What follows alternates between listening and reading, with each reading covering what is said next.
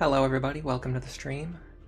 We're doing a special, not really that special, but we're doing a Lunatic plus Awakening stream. You've probably seen a few of these before on this channel by now. But today's Valentine's Day, so I guess it's slightly special in some way. We're actually, honestly, it's just continuing the playthrough we've been doing the last few weeks. Here's our Severa. We're going to be recruiting her now. I don't know if I'm actually going to be able to use her before the end of the playthrough. I kind of feel like I don't have enough experience left over for another training project, but we'll see how it goes. If I do end up using her, I'm going to be sending her over to Archer immediately, and it will absolutely be useful to have a Gale Force Archer, Gale Force Sniper available in the last set of chapters, but the question is, can we actually get her to the power level that she needs to be at before the end of the game? And I don't know about that. By the way, got a lot of Tharja messages in chat, which makes sense given the thumbnail. Is this going to be a Tharja training arc? No, we're actually still training Morgan, to be honest. This is our Tharja. She's pretty much fully trained at this point.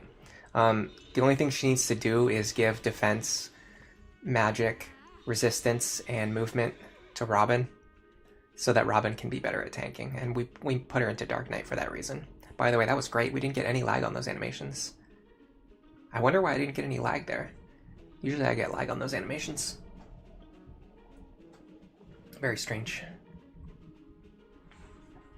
Anyway, yeah, so I mean she basically is already doing everything that she needs to do right now. If she can gain a couple of levels, get a few points of speed, a few points of defense, maybe a few points of magic, she can give like an extra +1 to Robin in each of those stats, but other than that, we're pretty much fine. Hello Galaxy Studios, Red Watcher, Gale Plays, Giuseppe Pecoco. I need to get used to saying that one. Giuseppe Pecoco. Casey, Galaxy Studios, Perchibert. Hello everybody, welcome to the stream. So over half of people say that they're just doing okay. I don't know why I made this poll today, by the way. Oh, look, somebody says that they saw something interesting today. What did you see today that was interesting? Let me know in the comments. Alright, so anyway, this is our, hold on a second. This is our strategy. I came up with this weird idea and I tested it out off stream and it worked out, I guess, well enough. I need to give Stahl some items. I just remembered. His inventory is empty. So let's give him some items.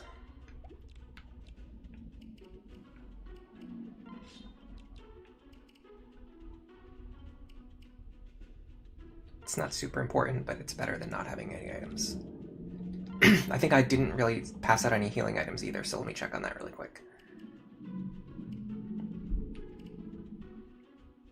You should restock this. There's no reason not to. I should have either Morgan or Laurent with some healing. Laurent can hold it. Yeah, so we're going to be training Morgan, we're going to be training Laurent, and we're going to be building up their supports. And I just don't think there's going to be enough experience left over for Severa when all is said and done, but who knows? Everyone is saying hi. Hello, Tricky. Hello, Knife Skinny. Welcome to the stream. How's everybody doing today?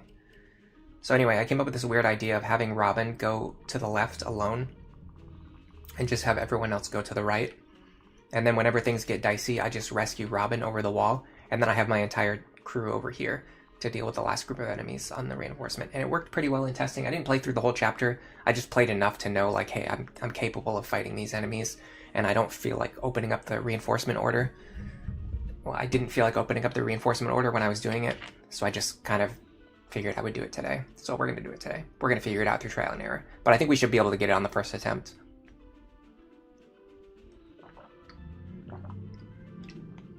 I mentioned this before, but once you reach a certain, like, skill level at Lunatic Plus, and once you have a team that's, like, constructed pretty well, you can reasonably beat most chapters on the first attempt. Alright, so what we need is for, like, we kind of need this guy to not have counter Aegis, so let's do some resetting. I would have done some resetting before I started the stream, but I was running a little bit behind today.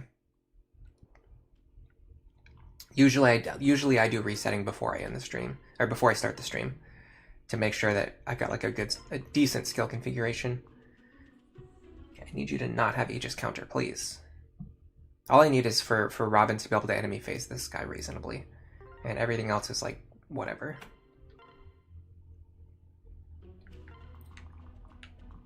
That's not gonna work, because I can't one-shot him anymore. Yeah, we're at the point where I can't one-shot enemies anymore, so counter starts to actually be a problem.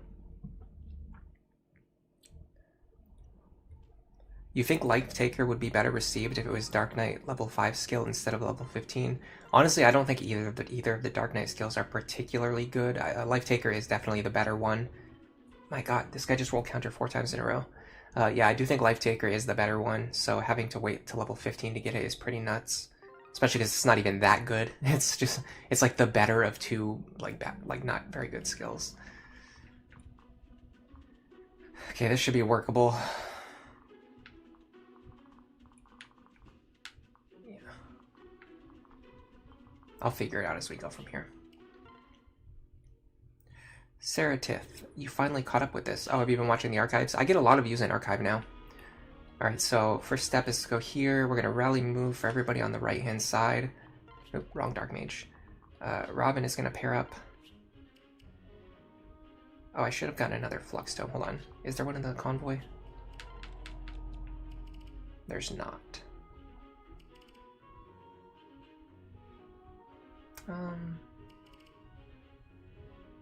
We should be fine with what we have, I think. Alright, we'll just pair up with her. Run over here. Alright, so we should be able to... So if we go to this tile right here, we're going to be in range of him, and I think either one or both of these two. Yeah, it's both of these two. The only scary thing is he has a bow. Or sorry, he has counter, but he does have a bow, so it shouldn't matter. And he'll be fighting me at 2 range anyway. So we're going to run up here. I'm just going to have her have El Thunder equipped, that way she can do chip damage and gain experience. I'd like to use the Flux Tome, but it's going to probably be better to use the Wind Tome. So the only problem here is this guy did spawn with Aegis. I don't want to waste El Thunder on this for the slightly higher crit rate. I'm just going to see how things go, yeah. So we're fine.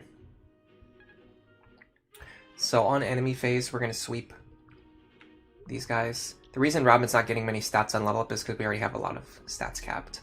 We already have three stats capped. So at this point, we can really only gain strength, luck, defense, and resistance. If you're wondering. Alright.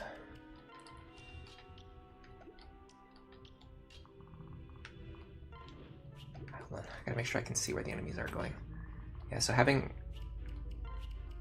that rally move on the first action helps a lot. Then we can go like this. Dance for you. And then send you over here. Now, unfortunately, you can talk to Severa, but you can't actually recruit her. You have to wait. So there's nothing we can do about that. Everyone else is just going to run over here as far as they can.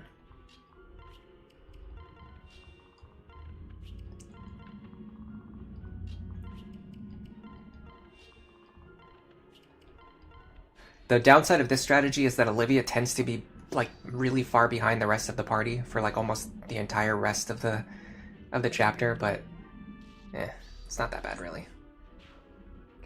Alright, so we're taking a little bit of damage here, not too much. I wasn't going to waste an entire stack of like Nosferatu just for this little amount of healing. I can either Physic Robin this turn or just use my concoction this turn. So this turn, what we want to do is try to fight some of these guys if we can, as well as fighting these guys over the wall if we can, but I don't think they can reach. No, these are not the ones with the tomahawks. Alright, so what if I go... Does he have counter? He does, of course he does. That makes things annoying. Okay, I can go here, but then I can't fight this guy. Yeah, this is the same thing that happened last time. If this guy has counter... So if this guy doesn't have counter, I can move into 1 range and fight him in 1 range. Actually, maybe I can just one-shot him anyway. No, I can't. Not quite. Oh, hold on a second. I might have an idea here. It's a little weird, but...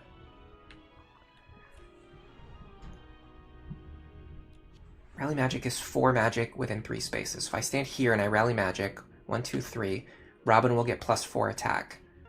Then I can use the Forged Flux Tome or the Elf Thunder Tome to one-shot this guy so that I don't take any counter damage. And then the problem is I still only fight him. I don't get to fight two guys anyway. Because I want to fight you and you. Alright, sorry about that. Let's just fight these two this turn then. So I want to stand right at the edge of his range, which is here. And I'll use a healing item. I'll use the Elf Thunder Tome this turn. Actually, this might be a good turn for Nosferatu. 42. So he'll deal damage. He's going to deal considerable damage. Yeah, this might be a good turn for Nosferatu.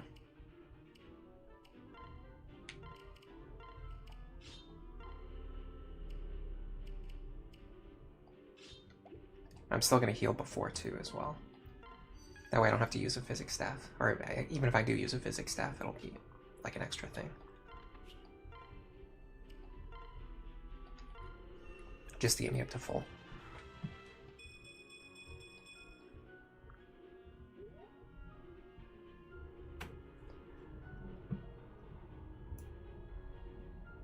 Sorry about that. I was not looking at chat for like the last 10 minutes. I get really focused on the game, as you guys know. You think slow burn is bugged? It turns off completely after turn 15. I don't think that's a bug. I think that was just a really bad intentional game design.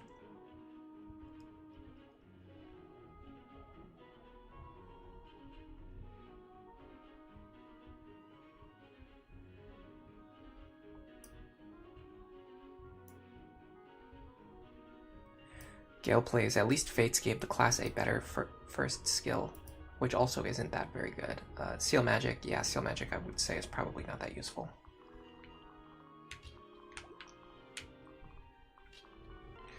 You go here. Alright, not as bad as it could be. So I can definitely fight this guy. I have to find someone who can take a hit from him. Should be Frederick. Actually, even Frederick doesn't really take a hit very well. What about Morgan? Morgan can take it, but I have to actually get over there.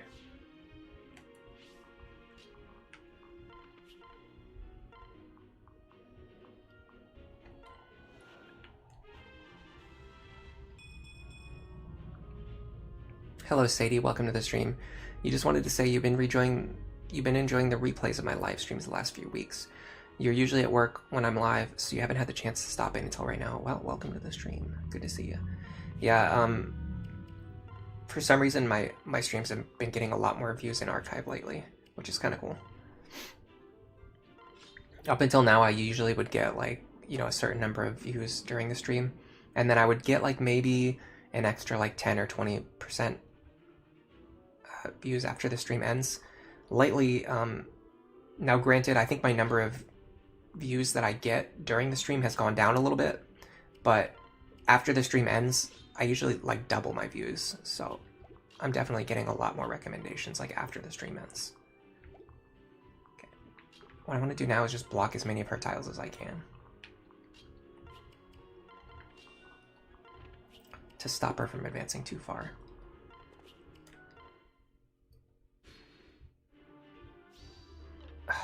Okay, that's going to end up being a waste of Nosferatu. The whole point there was that after he hit me, I wanted to heal back up with Nosferatu. I mean, we got to heal off that 11 damage, I guess. That was not worth 3 Nosferatu charges, though. Ooh, nice dual striking.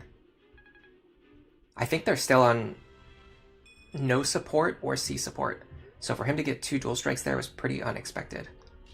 Yeah, they're still on no support. So the dual strike chance is only 32%. We got 2 in a row. Very lucky. Alright, so I'm going to highlight everyone now, and then I'm going to have to go look up the reinforcement order, because I don't know the reinforcement order on this chapter is way too complicated. I don't know it off the top of my head. There's just too many staircases, and it lasts over multiple turns. So let me highlight everyone who's currently on the map and start thinking about how I want to play from here. So if my bottom group can clear out these 3 enemies right now, that would be ideal. It could be a little bit difficult to accomplish that, but we're gonna see. Like my right side group is not as strong as Robin just like by themselves, which is crazy. But it's true. Alright, I'm looking up the chapter now. Honestly, I just need to know what chapter the reinforcements end and have like a general idea of where they're coming from, so that I don't overextend on the turn when they're spawning. Ambivalence, side story 19. Alright, so we have reinforcements on turn 2, 3, and 4. And then also on the turn after Severa speaks with Holland. I feel like that's worded in a very unclear way. I think we had this same problem last time. I didn't know if that meant like after she speaks to Holland, the reinforcements spawn this turn, or if it means Severa spoke to Holland this turn, and then after this turn, on the next turn, the reinforcements are going to spawn. I can never tell which one it is. Even though I know it, like I've done it a million times, I always forget. Or I'm just not confident. Anyway, this turn, there's going to be a Berserker. This is Holland. Nelson's over here. Okay, so there's going to be an Assassin and a Berserker here. And a Trickster and a Sage in here. So nothing in the middle that we have to worry about. So this is a really good turn for Robin to push forward. 2 guys with Tomahawks. Is there anything else we can fight this turn? Yes, we could fight this Assassin if we can get close enough. How much damage are we threatened by? This is a calculator moment. We have to figure out how much damage these guys are threatening.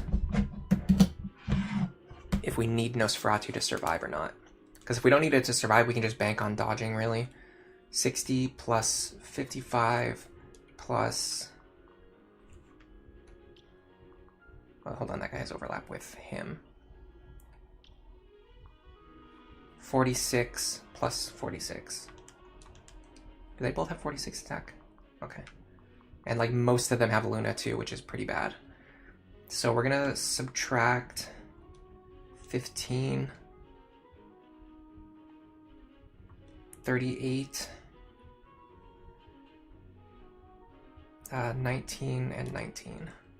We're gonna take 116 damage, so we need Nosferatu to survive here. We either need to, well, we need to dodge every attack or we need Nosferatu. So I'm just gonna keep Nosferatu equipped and I'm gonna go here. That's gonna allow us to clear 4 enemies and keep our health relatively high. Alright, next up.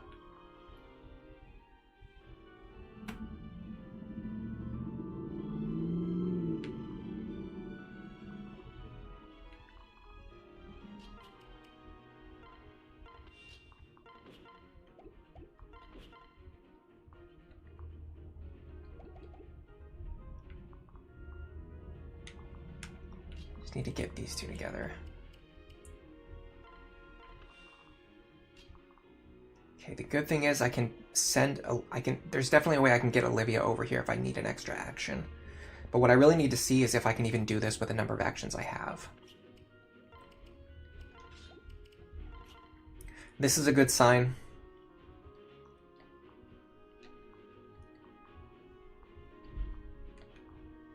$36 times 2. Okay, if I get 1 dual strike, I'm fine here.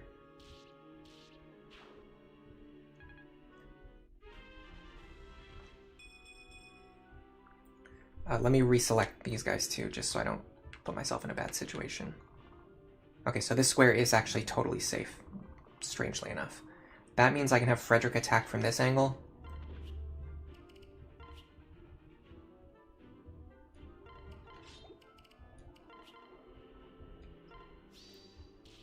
Very nice.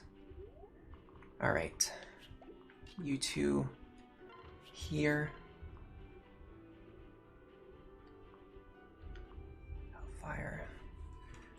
I need to be able to do this without a dual strike. Okay, Hellfire can do it.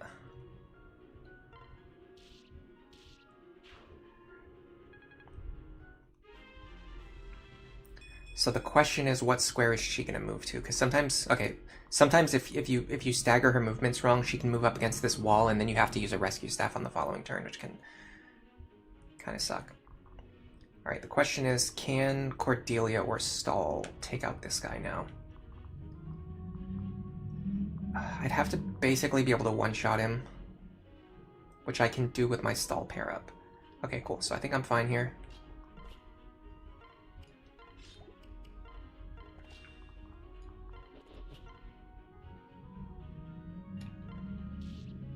Very nice. And also those guys are usually pretty evasive too.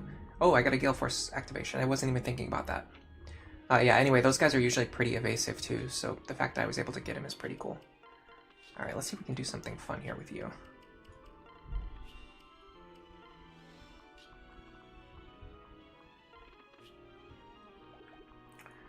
So, I think if I want to fight someone over the wall...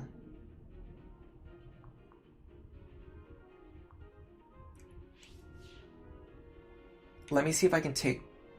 Actually, I can't fight both anyway, because they're staggered. Alright, let's deal with this Rexcalibur guy sooner than later.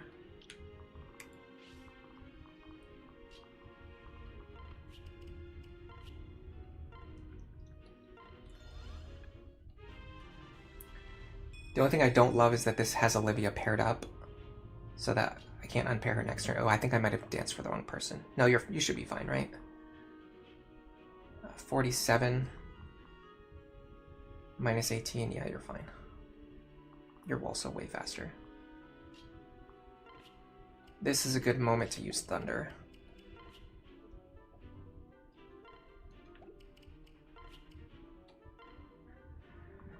Okay.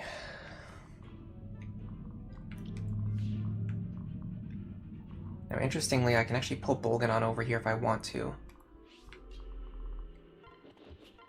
But I can't double him, and he's going to deal a ton of damage to me, so I don't think that's the play.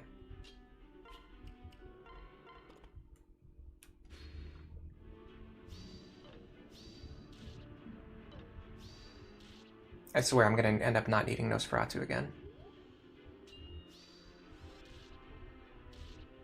You could definitely call this a downside of Nosferatu tanking. When you just like dodge or dual guard every single attack and then you end up not needing Nosferatu. You're essentially just paying more money for nothing. But it's hard to know. Ooh, nice dual striking. Yeah, I actually wanted Morgan in that position. It's not that big of a deal though. We can have Morgan do some work this turn. Alright, now this is the turn where, so first of all, I think this is the last turn of reinforcements. Yeah. Okay, so this turn, there's going to be reinforcements in... Oh, it's actually just in these rooms in the corners. Okay, so I think the reinforcements in the center don't spawn until after Severa talks to Holland. So we actually have we have plenty of time. Or we don't ever have to worry about these central stairs. For some reason, I thought it was something you had to worry about. All right, so what I want to do is identify the most problematic enemy in this group, which is actually this guy. And I want Robin to take care of him, but of course I can't do that because that's the one guy that I can't reach. Say, Livy. What if I rescue Robin first? Yeah, rescue Robin here.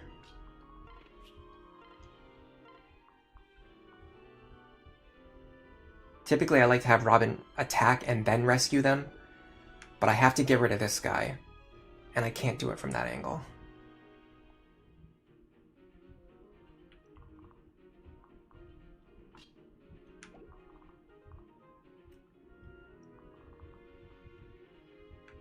Is there any way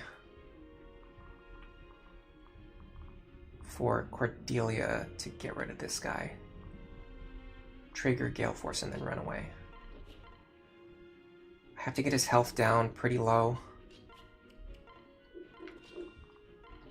I have to get his health down to actually 16, of course, because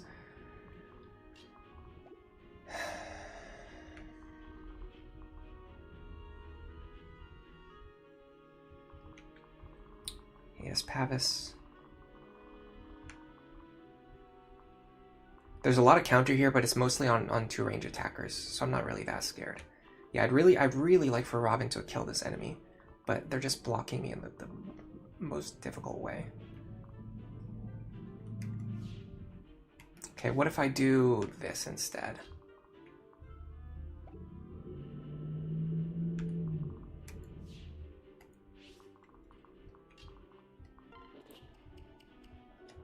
Rally move for you. Oh, for some reason I thought I was going to be able to reach there. Does rally move only give +1 move? I thought it gave +2 move. I can't believe that. I don't know how I just made that huge mistake. I thought it was going to give me +2 move. And then I'd be able to reach this guy. Well, I guess I can reach this guy. That's not really helpful. Let's see what chat has to say. Hello, Mr. Bushranger. A bolt from the blue. Chris like AMV. How's it going?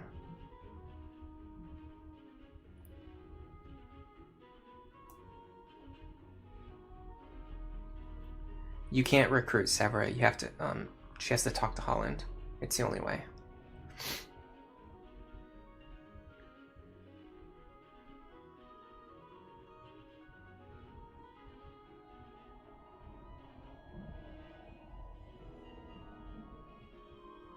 You just learned today that a counter kill can proc Gale Force? Huh, I don't even, it's hard for me to even imagine how that works. Like how would you visualize that working? It must come up very rarely.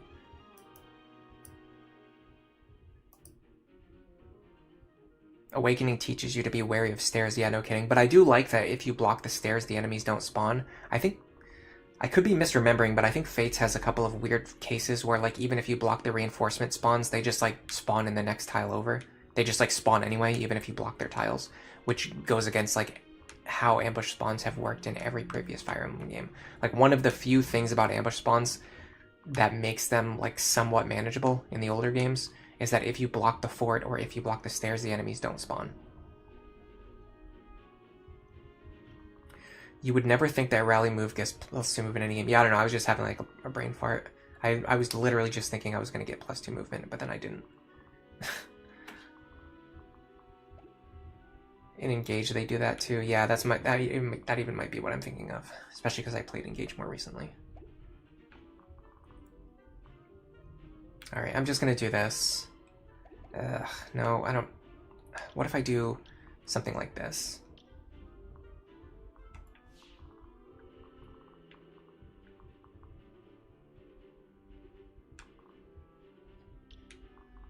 What if I go here this turn? Can I take these attacks? 42, 49, 60, 42. That's 193. But this time we only have 2 guys with Luna. Huge difference.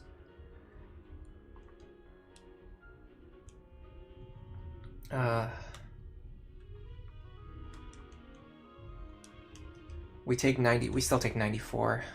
So we still have to use Nosferatu here. Is it worth it, or do I just count on the fact that they're not going to be able to hit me? I mean, I have Tomebreaker, right? Yeah.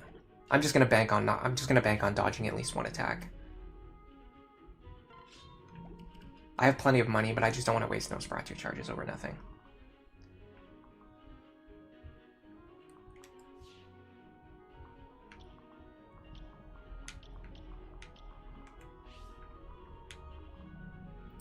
I have to be a little bit careful because this character will attack somebody if she can. But I think I'm fine. She won't be able to attack anybody because I'm going to be standing in this tile. 34 speed. Yeah, we're fast enough to at least not get doubled.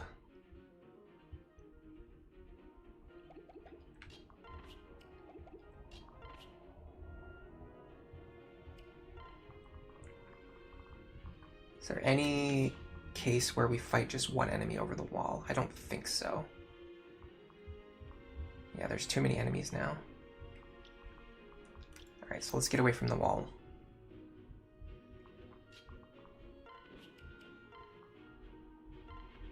At least I can unpair these two now. Actually, I probably want them over here. I also could have done a better job to heal you.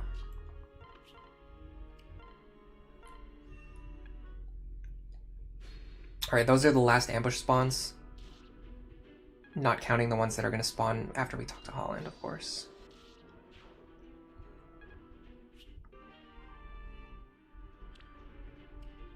Fate's reinforcements have summoning sickness, so they're less threatening. That's true. Oh, in Fates, you can't block the side of the map reinforcements, and there's a lot more of those. Okay, so that's what it is. I knew it was something, because I remembered like not being able to block reinforcements in that game, at least not completely. No dot, you think that they should design the maps as if the Milo's Turn Wheel and Divine Pulse mechanic don't exist. Yeah, I agree with that. I think ever since they added those mechanics, they kind of made it to where, like, they used it as an excuse to be a little bit more lazy with game design. Oh, this actually worked out really well. I think I don't even have to use a rescue staff with Robin here. If this guy was just one tile higher, I'd be a little bit happier, but it's not that big of a deal. So I'll go here, hit you. Now, if my group over here can take out these two guys, which is fairly reasonable.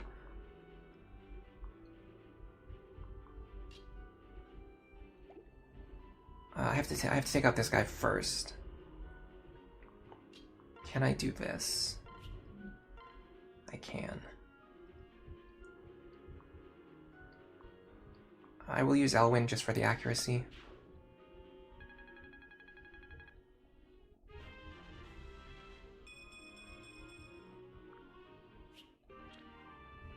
I'm gonna switch Anathema for Hex. I could actually drop Focus, but I like the high crit rate. Alright, now this guy. So what I really want to do is I want to promote him and have him kill his Berserker, but I can't have him do both things in a single turn.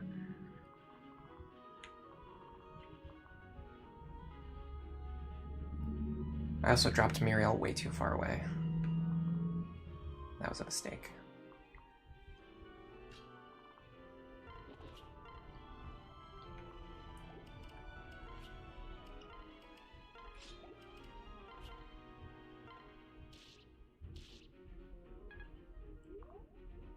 $43.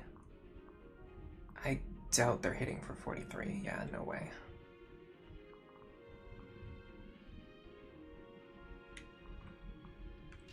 Alright, we'll just do this.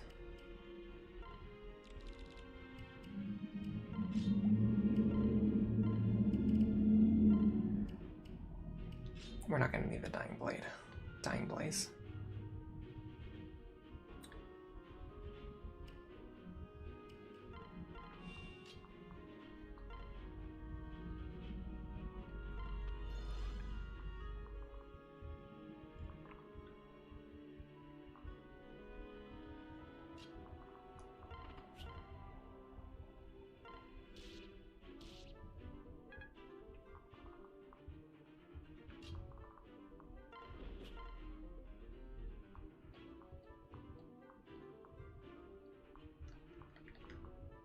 Weird situation to use a hand axe in one range, but it's actually my most accurate option. Okay, so we have to pull her off of this tile so she doesn't get killed, and we have to put someone here. Nope, someone here to fight the Levin Sword guy. He has 31 speed. We're not going to be fast enough. Alright, we can't promote this turn anyway, but at least we can put Morgan in a position to fight.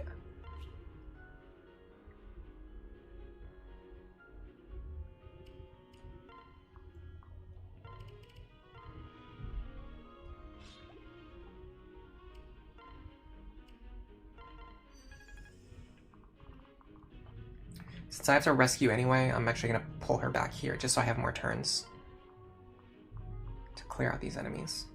That'll give us a little bit more time before she catches up. Let's actually try to get this pair a little bit closer now too.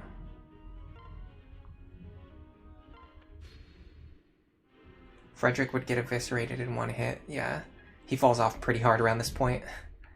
Alright, now this is the time where we're probably going to want Robin to get rescued over the wall, so I can have them help with clearing out these enemies.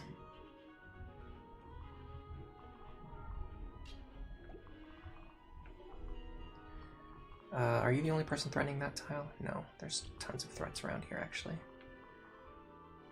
Alright, this is a pretty good tile right here, because it's only threatened by Bolganon.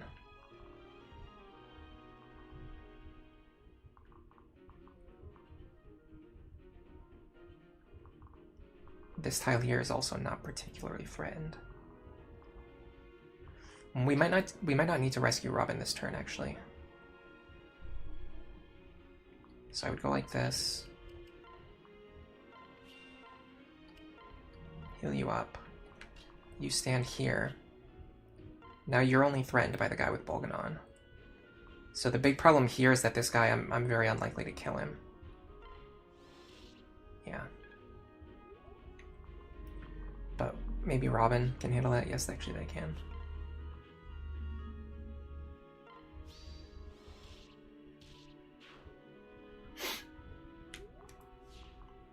Now, who are threatening these tiles here? It's probably this guy, right? Yeah. And then this guy's threatening this side. Okay.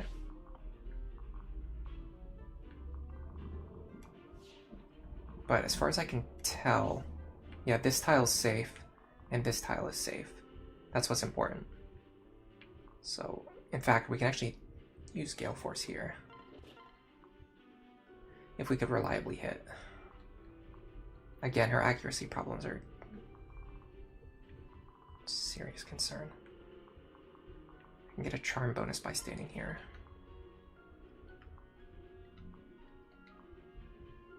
$90 with the Javelin, 85 with the Silver Lance. Again, it's kind of funny that I'm using a 2-range weapon in 1 range. This should work. If it doesn't, I had a bailout option. I could have just rescued her if that missed. Definitely didn't want to, but I could have if I had to. Alright, so that kind of gives me an idea.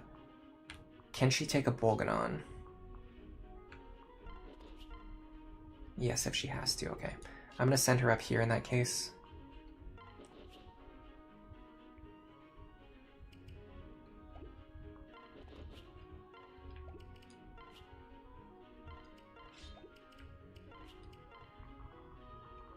Alright, next up is this guy here. I can fight him over the wall. No, I can't.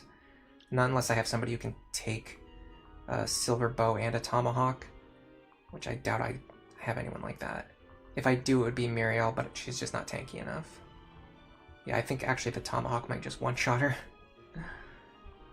Alright, we'll be fine. Maybe... Actually, if that's the case, maybe I rescue Robin over, dance for them, then have them do it.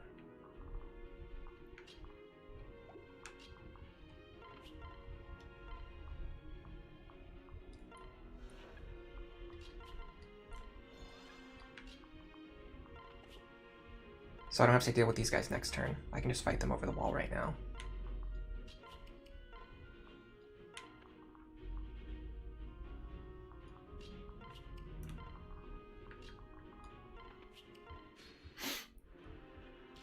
Alright, I don't have to worry about getting hit with any ambush spawns anymore. So my only concern now is just keeping Severa alive until she talks to Holland. And then dealing with the enemies that spawn on the turn after that. Okay. So we have to defeat everything that's currently visible on the map with the characters we have right now.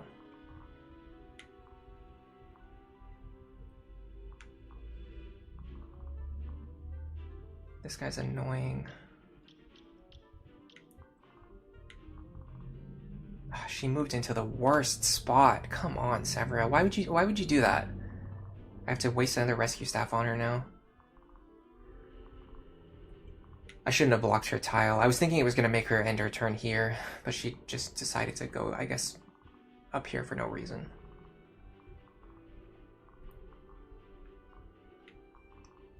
She might have just done it anyway, honestly. It's probably like a 50-50.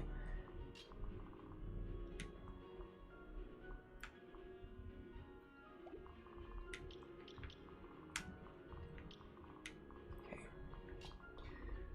Bolganon. 11 sword. The Bolganon is more dangerous, but honestly, the 11 sword's pretty dangerous too. In fact, I actually think the 11 sword's more dangerous because he's faster. I actually have to worry about it. Yeah, I have to worry about what he'll do to my other characters, if he because he could double them pretty easily.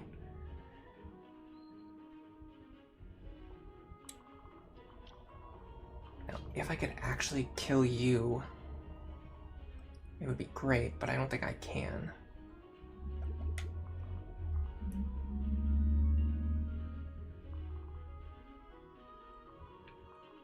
How low can I get your health? 45. So 44. So I can get him down to 30 health.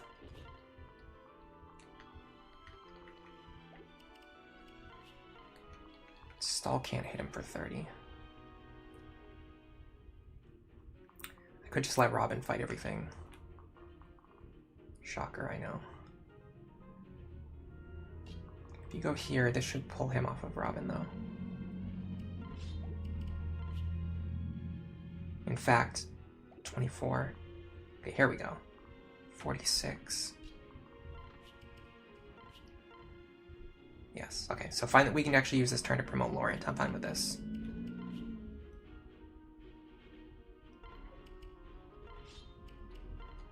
So we will be putting Laurent into Sorcerer.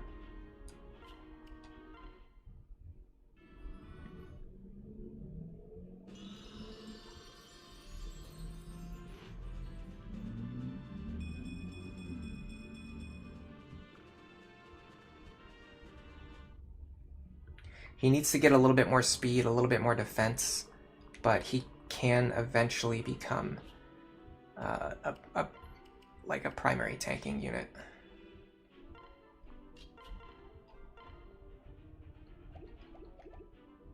Okay, so my big concern right now is this wall again.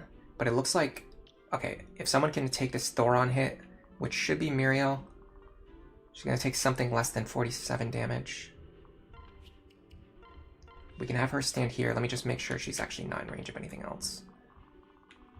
Okay, we can have her stand here. In fact, I'd rather do it like this.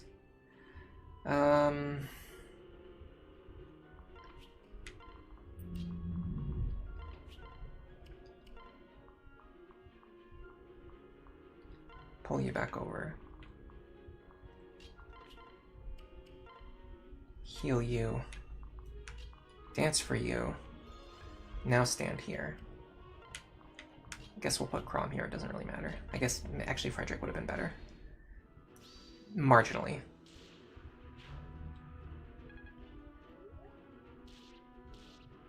Okay. That is a great start to his training arc. I'm glad he does not have counter.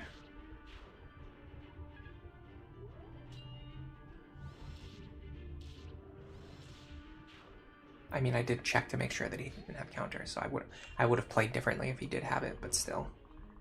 If he did have it, it would have made that fight a lot more annoying. Alright. If I can take out this guy...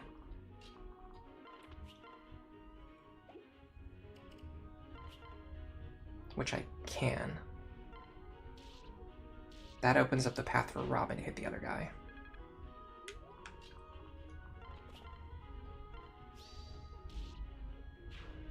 Okay, we should be fine now. The worst is behind us, for sure.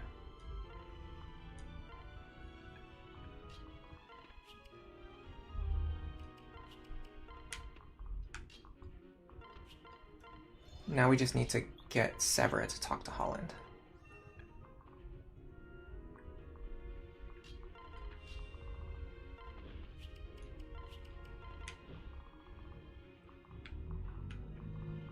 Okay, and she won't move on to that red tile again. So we've got a few turns to get set up here.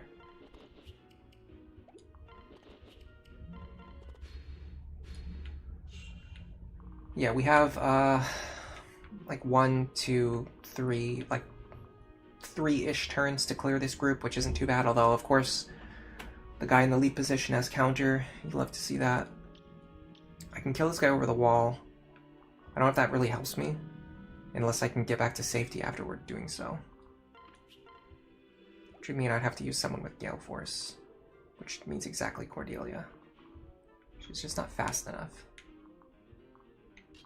And even if she was, she doesn't deal enough damage. Like, not even close to enough damage.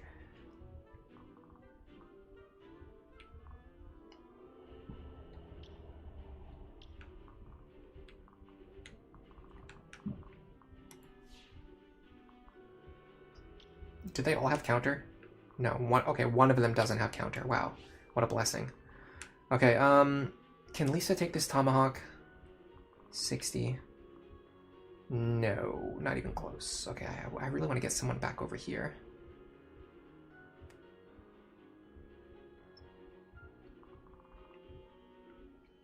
But it needs to be someone who can take this tomahawk.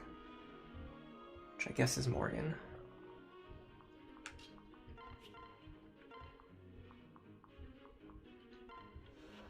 Morgan here.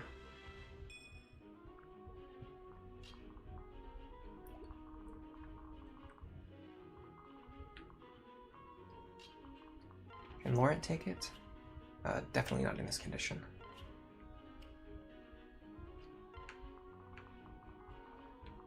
So I think the idea is Robin kill one of these guys and then get rescued back to safety.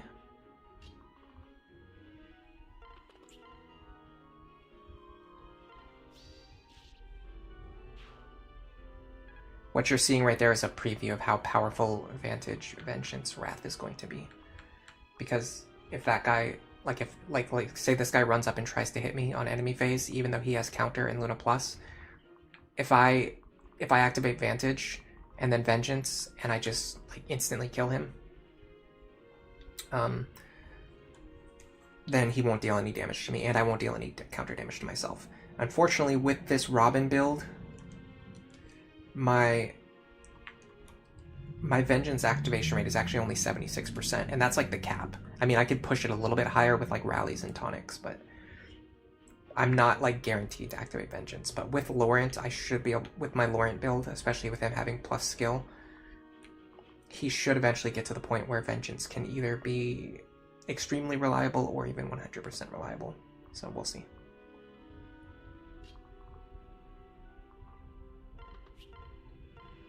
Actually just going to pull Robin right back over here.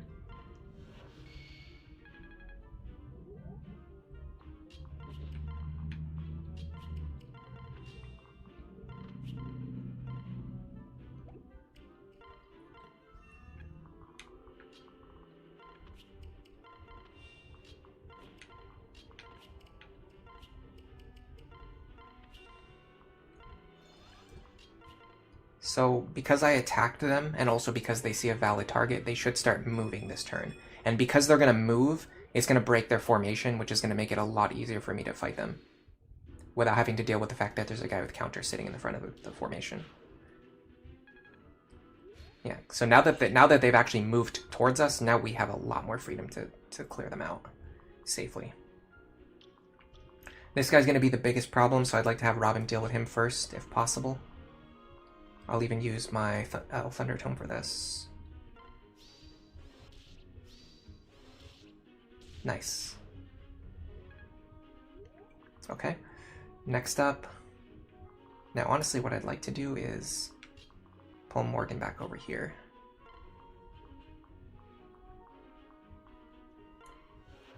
This guy should have a... No, he doesn't have 11 sword, okay. So I can actually do this.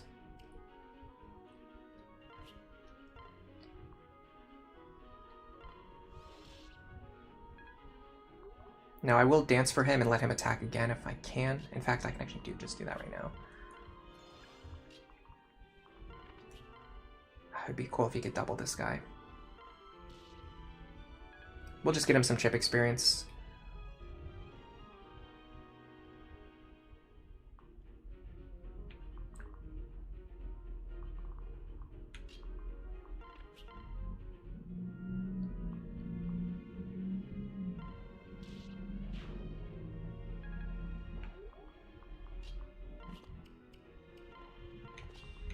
Against you, we can deal 34 damage, so we just need to get like 3 chip damage on him.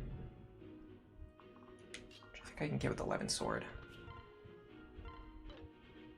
Or not. Okay, we're just gonna do it the other way, I guess. we either hope for a dual strike or we just give the kill to either Crom or Frederick. 100 accuracy. 100 accuracy. Okay, I'll give it to Crom. Crom has better long-term prospects at this point. Neither one is looking great, but Crom's doing a little bit better. Okay, here we go. So, if I remember correctly, Holland won't actually attack. Yeah, Holland won't actually attack anybody. So we can stand right next to him and prevent Severa from recruiting him until we're done setting up. So I'd like for this door to stay closed because there's going to be an enemy who's going to spawn here. So let's look at the reinforcements. Yeah, Anna had one job and she messed it up. That was pretty sad. That was honestly a low point for Anna in the entire run. She's usually, I mean, that's, she usually is pretty good from the moment you recruit her all the way to the end of the game. For her to miss a key attack in a moment like that is pretty rare. Hello, Shadow Stars. Happy Valentine's Day. Thank you. Happy Valentine's Day to you as well. By the way, not that many people said they saw something interesting today. It must be like one person, because it's only 5% of the vote.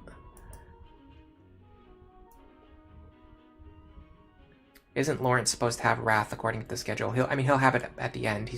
We're probably not going to have it right now, but we can get it later. Should Muriel second seal over to Valkyrie?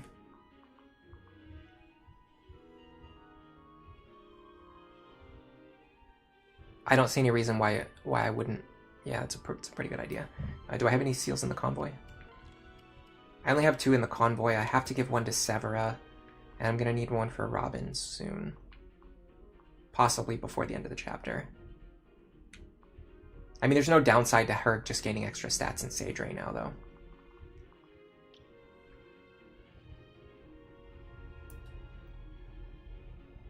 Hello, Nodot.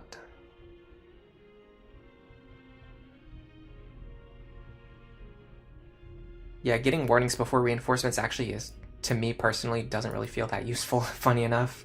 I always feel like it's not enough information to actually be, like, helpful.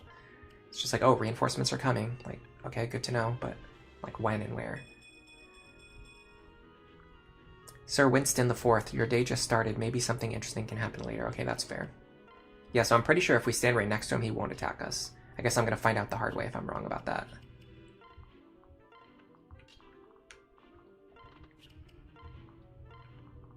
I probably should have unequipped my characters just in case. Because, I mean, if he does attack me, he's not going to deal any damage. So I really just need to make sure that I'm not going to accidentally kill him. But oh well. Yeah, he doesn't attack. Okay, that's what I thought. So what you can do is... I'm going to unequip anyway just because I'm really anxious. What I'm going to do is I'm going to block all the tiles around him until I'm sure that I know exactly what I'm doing. And then I'll move out of the way and let Severa recruit him when I'm ready. Because it can be pretty easy to get boxed up in here.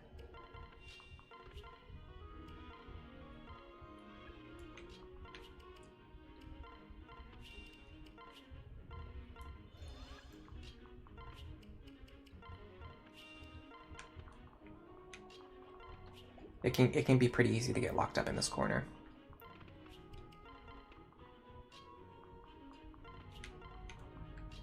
What I'd like to do is probably use these walls to my advantage. I think I can fight something over the wall on the turn that they spawn. Okay, so let's look at what the actual reinforcements are going to be. Now that I'm sort of caught up on chat. Does Severa not want soul, or does she have it already? I mean, she's not going to need it. She's going to be a sniper. For one thing, I'm honestly, like, the more I play, the less I feel like I can rely on soul. That's number one. Number two, a sniper doesn't need soul, so she wouldn't need it anyway. All right, so what we're going to be spawning is a Sage with Thoron here, a Sage with Arcfire here, an Assassin here, a Tomahawk Berserker here, a Trickster here, an assassin here, an assassin here, and a sage here. I want to block these two staircases for sure.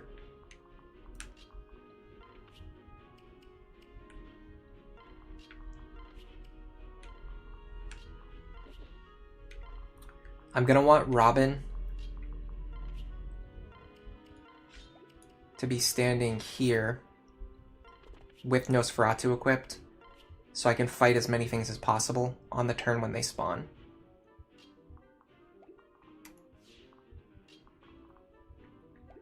I think I actually want my other characters down here, but I have to make sure I'm out of range of these guys. Yeah, so I just need to be like down here. I want my other characters to be down here. That way I can get them over to where the action is sooner rather than later.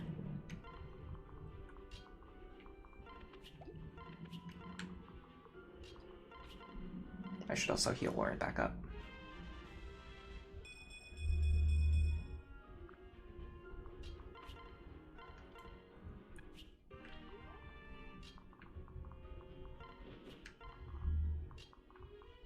I do want Anna to be up here,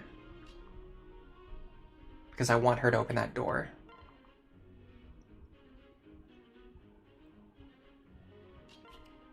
So this is probably a good formation. Alright, I think I can actually just let them recruit this turn. I'm not scared of anything.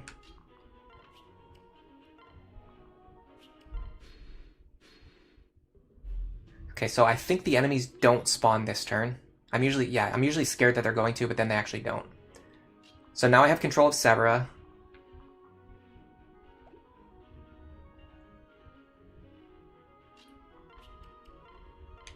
I don't think I forged her a bow yet.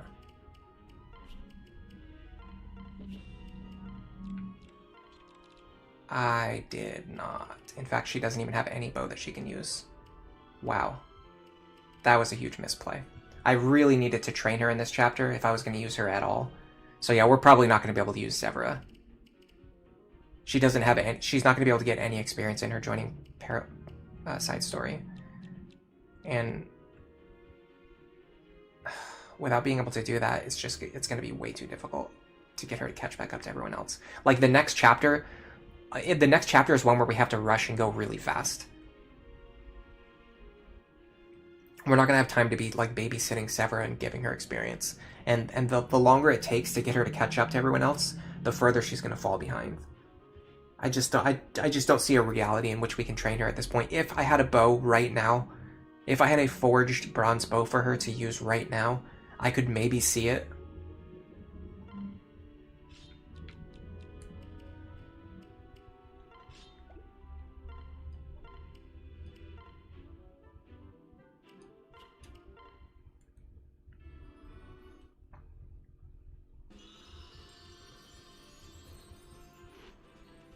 She looks really cool as an archer, though.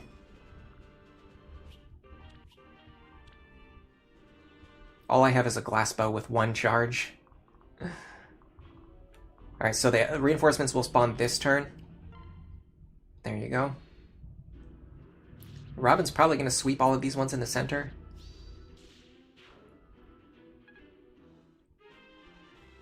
I can't believe I forgot to buy that bow. That is... How did I forget that? It's just because I was running behind this morning. I didn't do all the stuff that I normally do before the stream starts. Like, I didn't reset for skills. And I didn't check my inventory. Alright, so anyway, those guys are gone. Now, these remaining kills, I would have liked to give at least some of them to Severa. Or at least some experience to Severa. That's not going to happen anymore. We're going to open this door.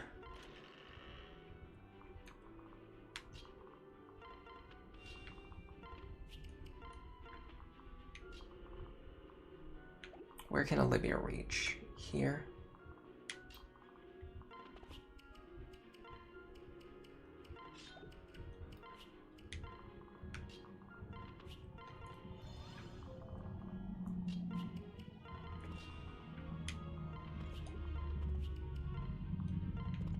Alright.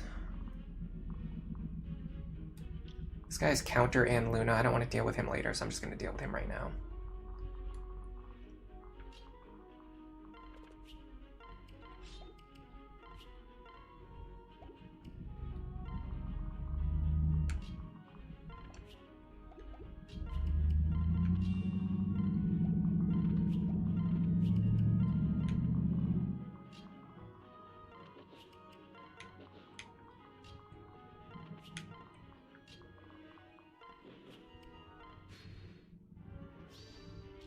One of the worst things you can do on this chapter is forget to bring someone with lock touch, because there's not enough keys, and you just end up like having to give up some of these chests. There's a couple chapters like that that have chests and like no keys. Oh, a free 11 sword, cool. I haven't even gone close to breaking the one I'm already using. We can do some fighting over the wall here if we want to. In fact, I might be able to do something like this.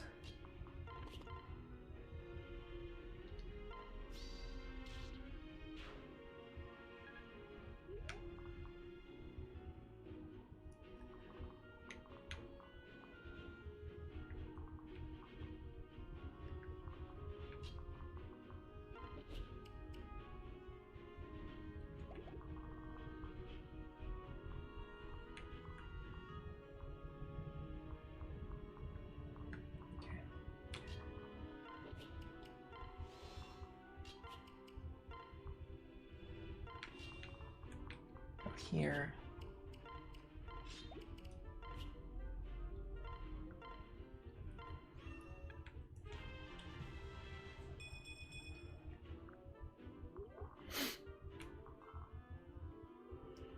Yeah, actually, it would probably be ideal if I can get Robin to level 20 and second seal them before the end of this chapter, because otherwise I'm going to have to send them into the next battle with a second seal, and I'm going to have to find a turn when they can actually use it, which is two things that I do not want to do next in the next battle, when you're already on a very severe time crunch.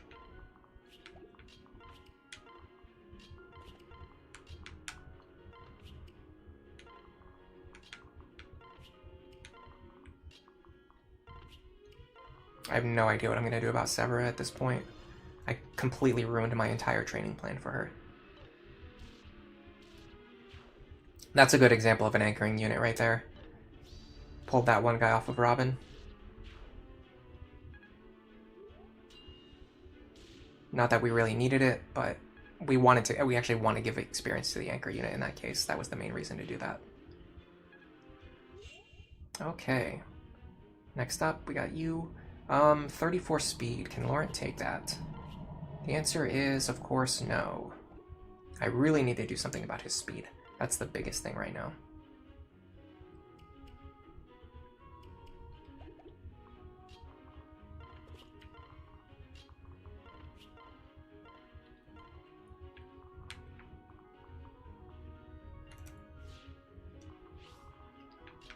Good thing is Morgan's getting plenty of training. I actually feel like Morgan's going to be better during the campaign, and Laurent is going to be better after we get to the end. Like after we get to the post-game and we start actually grinding for skills.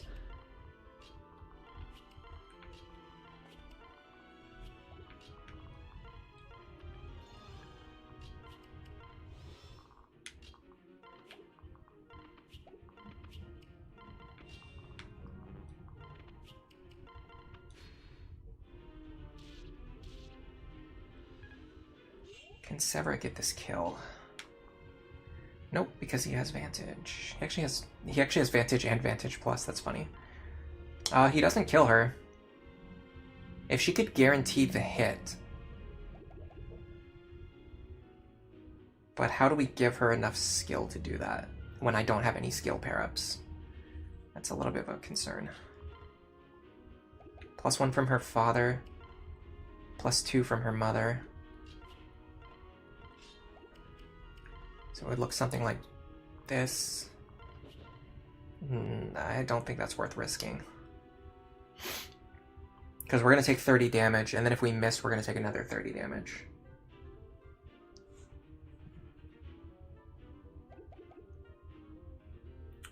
Forged bronze bow would be really nice right now, wouldn't it?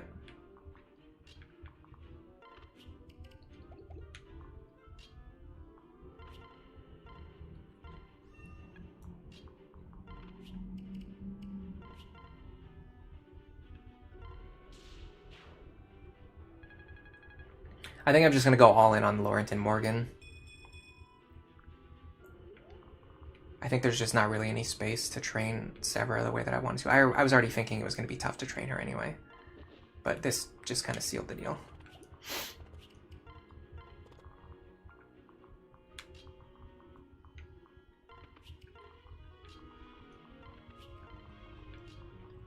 I talked before about how I don't really like the design of most of the side stories in this game, and I feel like this is a really good... They just feel like chapters that the devs like didn't really like. I think they realized like, oh, these chapters like aren't really very well designed, but we'll just put them in the game anyway as like side content.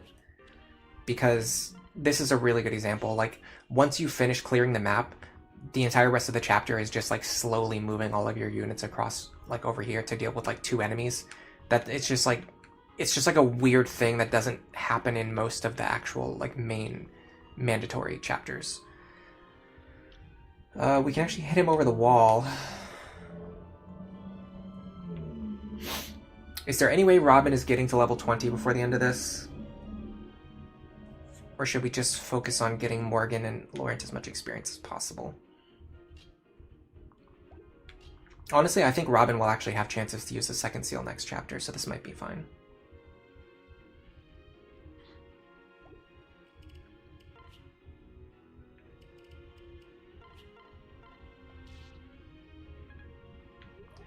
Have no fear.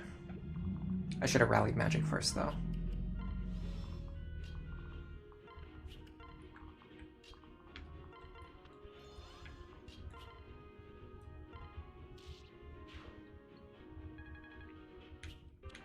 I wonder if the other guy moves after you hit that guy. Time to find out. Yeah, because there's not much else to do in this chapter once you finish clearing the reinforcement waves. It's just there's nothing engaging happening.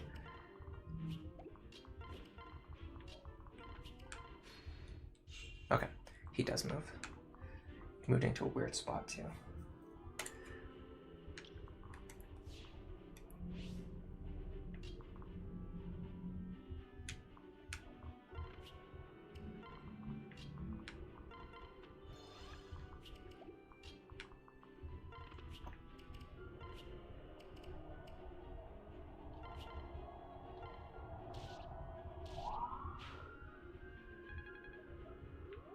Not the best dual strike. I think it actually just caused us to lose experience that we would have gotten.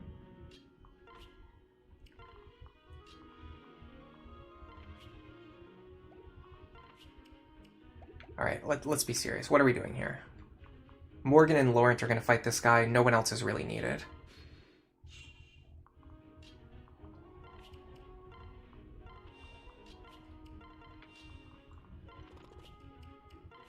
It's going to save me a little bit of time not moving every single character over.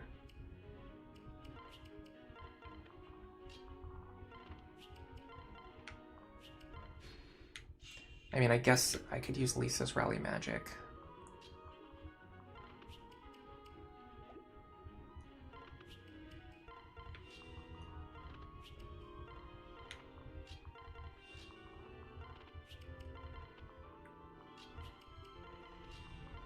So I have Robin available to bail me out if I do something really stupid.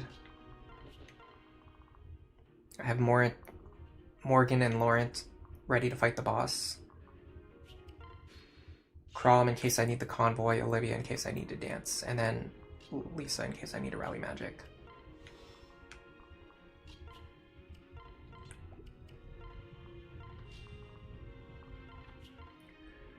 He cannot kill me. I kill him on a crit. That's a risk I'm willing to take.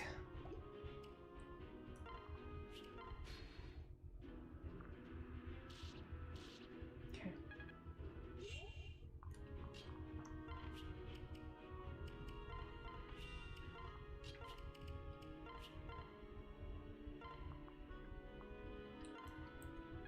You could make the argument... no, actually, sorry, Lisa's going to be passing down Gale Force anyway, so it doesn't matter.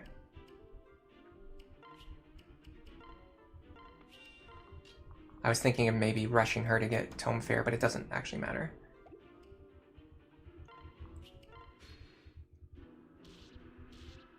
Okay. Speed, I'm happy to see that.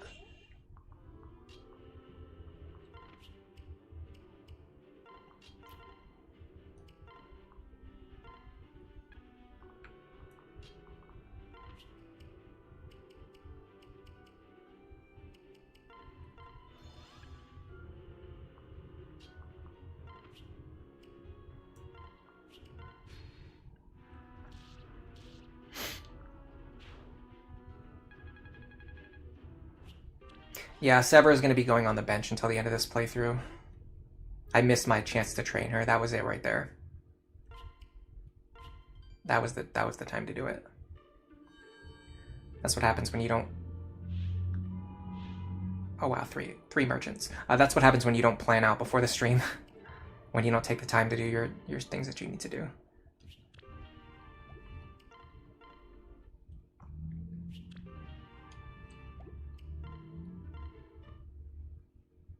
I'm actually curious how Robin and Morgan got supports there. They weren't really fighting together. Oh, here we go. Heh, sorry, Laurent. I'm still just flabbergasted. What made you think it would be fun to build a tower of stacked tomes? You nearly crushed your father when they came crashing down. Hey, I said I was sorry, and besides, it was super fun stacking them up. You should try it sometime. I'll pass, thank you. Aw, come on, live a little. No. Honestly, must you always be like this? Do you think it appropriate to flit about all day playing games and making trouble? We fight for the fate of the world, Morgan. You would do well to remember that. No, I remember, and I'm totally serious. Here, look into my eyes. See that? See it? Those are the eyes of a totally serious woman. Those are the eyes of someone fighting to save the world from ruin. Those are serious eyes. Not gonna blink. The only thing serious is your commitment to chicanery. You ought to learn from your father's example. If I did, would you play a round of tome stackers with me? I have quite enough nonsense in my life already. Good day. Hey, wait, Laurent, don't be like that. What a beautiful C support. Alright, let's do some things that I should have done I should have done before the stream started. I need more rescue staffs for sure. In fact, I also should check those new Anna shops to see if I get anything good, especially on a discount. I'm gonna need at least one more second seal. Especially because I wasted one on Severa, who doesn't... It's not gonna provide any value for the rest of this run. It's kind of unfortunate too, because I really need that Gale Force Sniper. I'm gonna need that Gale Force Sniper later. But I just don't see how we can possibly train her anymore, now that I screwed up her entire training arc.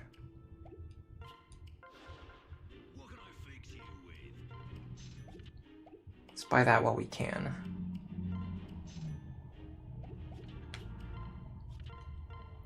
Alright, so Robin is gonna need one of those second seals, and I think we use one on Muriel right now. Excuse me.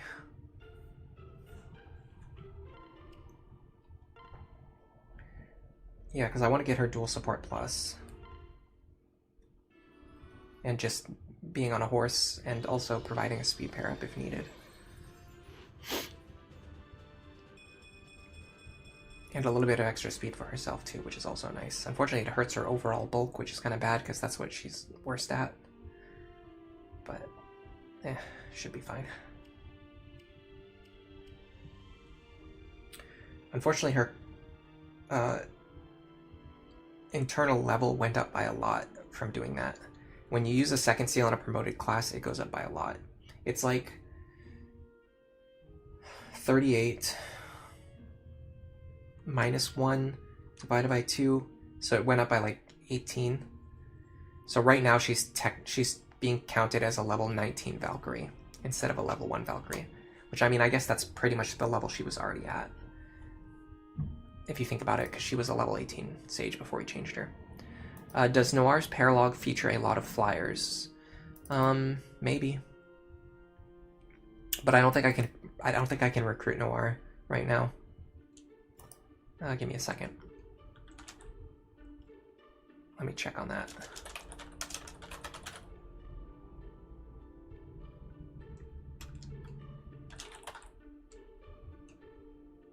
I gotta open up my spreadsheet where I have all my skills. So some of the characters I can't recruit right now because I have to pass down certain skills to them, and I won't be able to get those skills until I do grinding. Until we go into grinding mode. But we're still trying to beat the game without grinding, so we're in like a weird position. We're in a weird spot where I have to beat the game without grinding, but then that prevents me from being able to access certain side stories. Because I have to get those skills before I can go into those chapters. I think I went into the wrong spreadsheet too.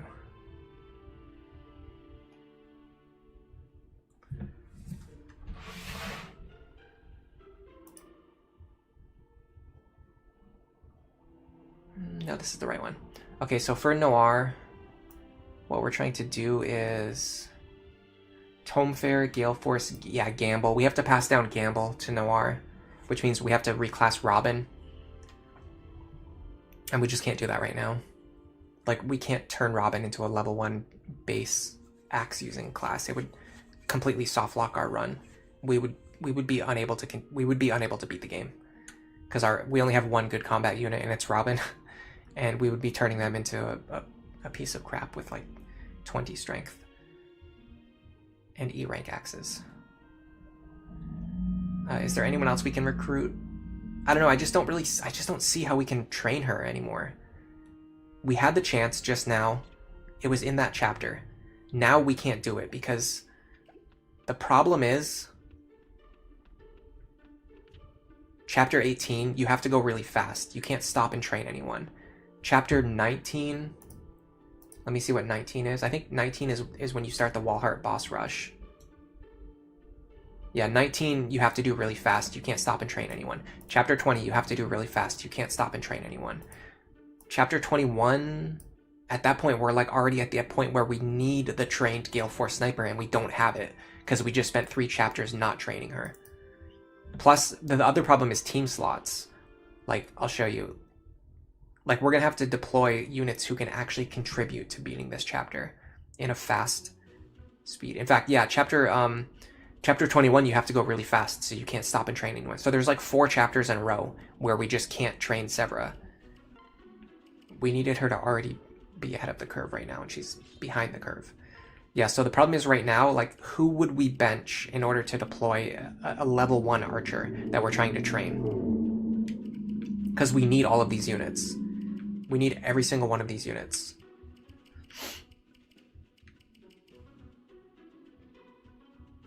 There's no one who we can bench from the team. Even Frederick, right now, the fact that he can fly is, like, pretty valuable. So I'm pretty sure this is just my team for the rest of the run. It sucks, but it is what it is. We'll train her later. We'll use her in post-game stuff. For sure. She's going to be very good in post-game. Alright, let's check these Anna shops. Hammer, I don't care about. Don't care about those. Don't care about those. I do care about rescue staves. Give me a few of those.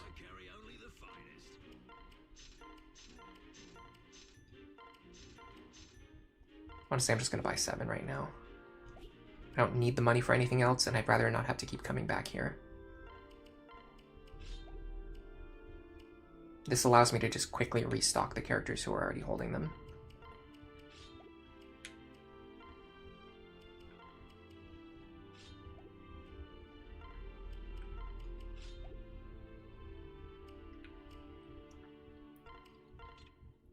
Alright, I need flux tomes as well.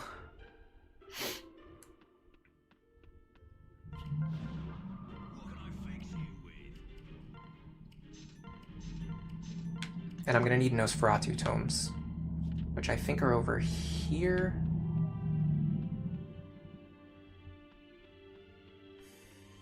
There's one over here too.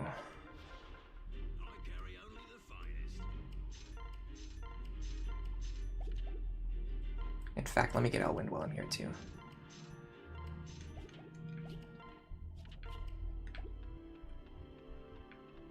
Spent a lot of money, but it means we're not going to have to be constantly restocking. Especially because I'd like to play for a while today and clear a lot of chapters. Let me see about refilling the heal staves. I need a wind tome too.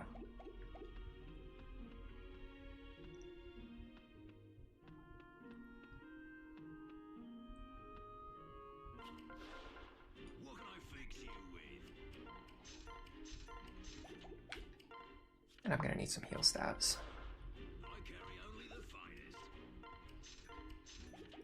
Alright, so what I want to do is refill the heal staves on the characters who are going to actually do a lot of healing. Like, not Muriel. Muriel's not going to do a lot of healing.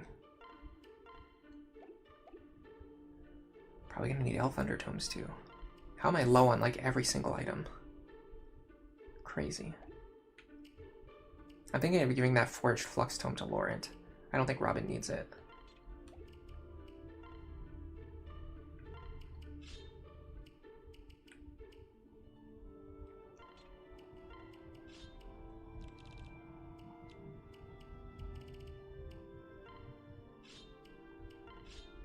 Something like this. Like, you're gonna do a lot of healing. I have a second physics staff that I'd rather give to someone like you.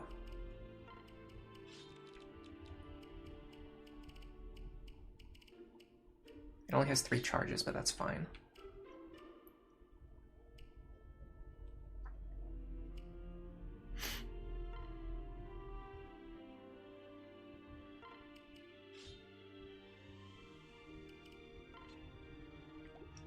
I need to give her a second seal, so Robin can use it at some point during the chapter if he needs to.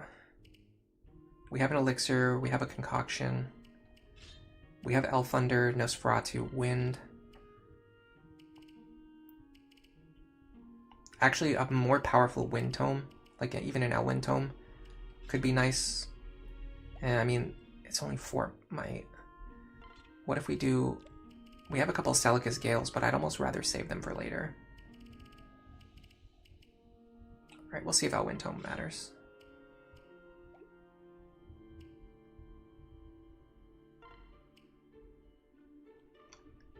With Cordelia...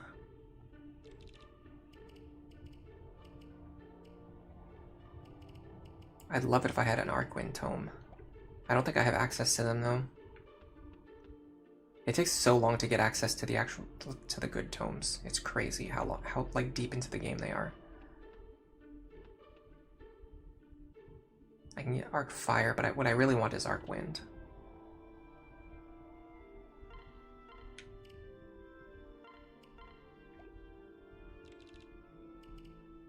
Okay, what's my next best option? Arc Thunder, Morgan needs that. I'll just give her one of the Elwind Tomes. It's slightly less powerful than Elfunder, but it'll be more powerful against the enemy flyers.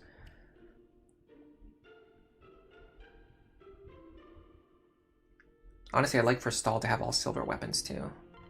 The only reason I did steel was because I didn't have any. But I can get silver weapons now.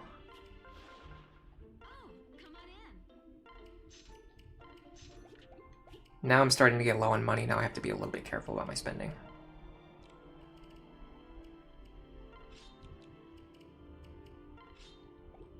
This gives him the option to dual strike with a silver weapon against any enemy type.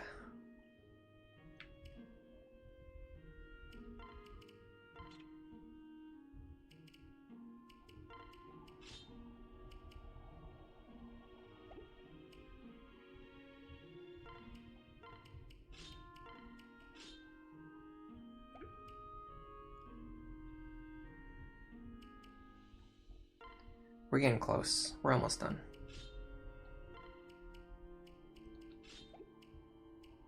This chapter is actually pretty tough, too. She definitely needs to be restocked. Honestly, what she needs is a tome that she can spam, which would be Elfunder or Elwind.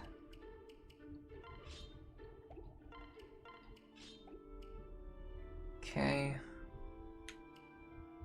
I just want to make sure everyone is set up. I'm going to have her unequipped by default. Just because if she gets attacked, I might not actually want her to counterattack. And if I want her to, I'll know that I'm doing it intentionally. Okay, everyone looks pretty well stocked here. I feel like I'm probably missing something important. Honestly, the big thing is that I kind of need a second lock touch user, and I only have one. This is the point where having 2 lock touch users is really nice, but it's very difficult to fit them onto the team. I could send Gaius out, but I'd have to make sure that he never gets attacked by anything in the entire chapter. And plus, to do that, I'd also have to bench one of my units, which I don't really have anyone that I can bench. So I'm not sure what to do about that. I feel like I'm going to have to maybe let some of these chests go. I don't normally do that. I'm the type who really likes to get all of the items if I can.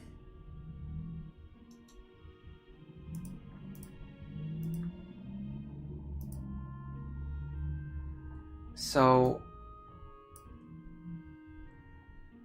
in the chests we have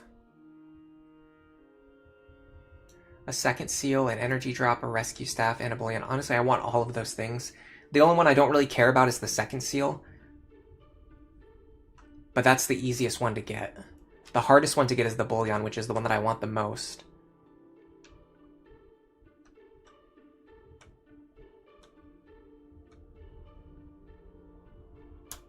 Which of these characters could I conceivably bench in order to make room for an extra lock touch unit? I just don't see it. I don't... Like, every character... Like, I barely have enough firepower to beat this chapter. As is.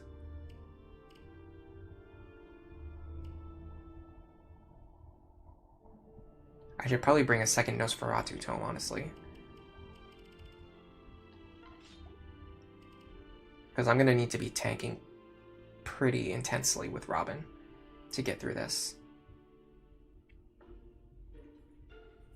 Oh, good thing I caught this. You need more heal stats.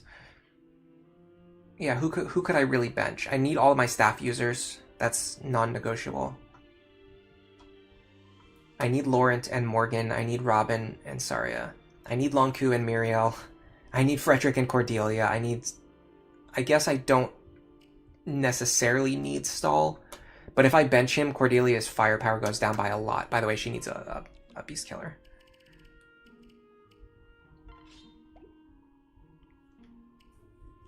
And so does he, for that matter. But I don't have any room in my inventory for it. I'm not sure.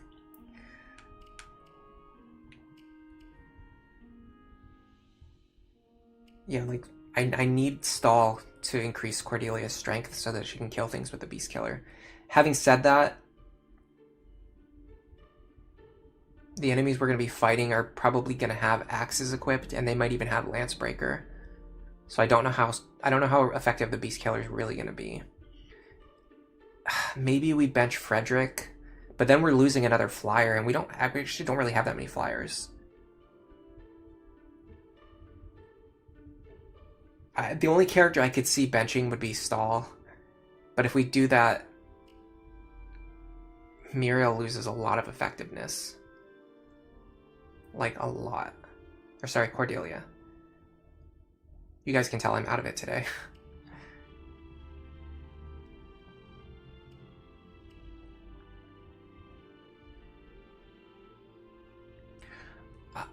I'll try it without Stall and see how the opening turn looks. If the opening turn looks just like completely unwinnable, then I'll know that it's not an option. Honestly, this chapter wouldn't be so bad if they didn't do one of these things where your characters start scattered all over the map. Because I want all my characters to be together in one place. Okay, so let's say, in theory, we were going to drop Stall, and we were going to bring Gaius. We need...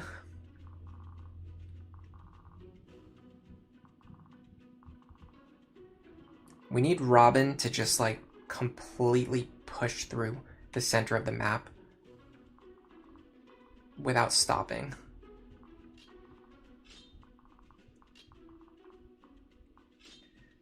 Aside from that, I think Morgan Laurent on the right side and Lonku Miriel on the left side. Where's Lonk, by the way? There he is probably wise. I don't know what to do with Olivia or Frederick, for that matter. I'd put Cordelia Stall over here, but I'm not using Stall, so that causes problems.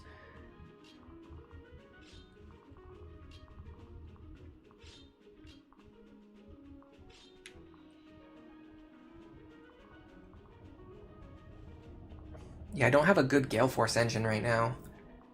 My best one is Cordelia, and she's not really that impressive at this point. Something like this looks okay. Let's just see if this is even reasonable to do without stall. I think it's mostly going to come down to how powerful Robin is.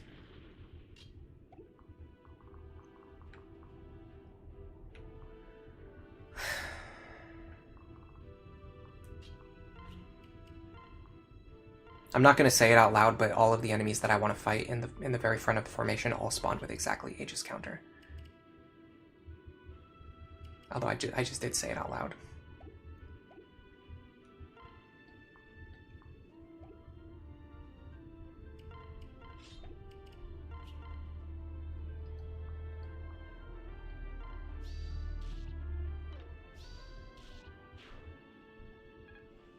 Oh, actually, what's really funny is that was not Aegis Plus, that was regular Paladin Aegis. That's why it didn't spawn. Okay, Olivia should be out of harm's way. I think maybe this guy can hit her. Of course he can. He doesn't have pass, but it doesn't really matter because...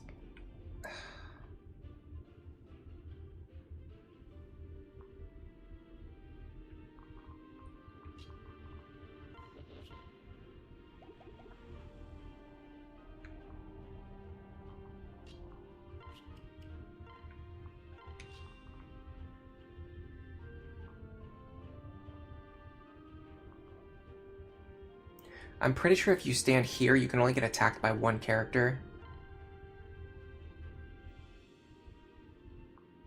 The problem is that actually doesn't really help us in this case, because Muriel can probably get one shot by like this guy.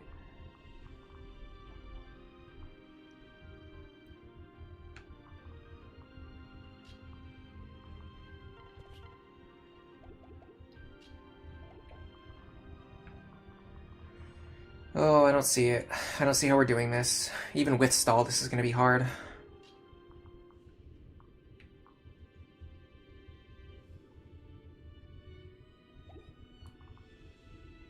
This guy's pass. And the guy behind him has a bow, so I can't just block these tiles. Because then the guy with the bow will run over and kill whoever's standing here.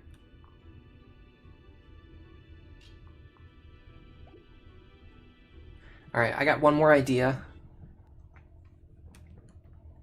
And it takes advantage of what I would like to do instead of what the game is trying to force me to do. So the game is trying to force me to spread out my units. What I would like to do is put all of my units in the center. So let me try that idea.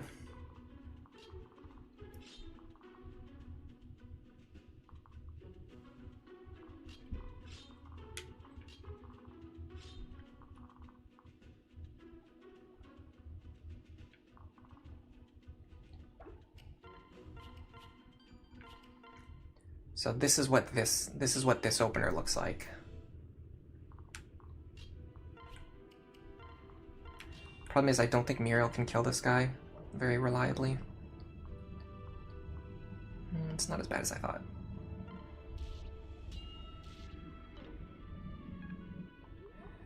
I guess that's something. I don't know.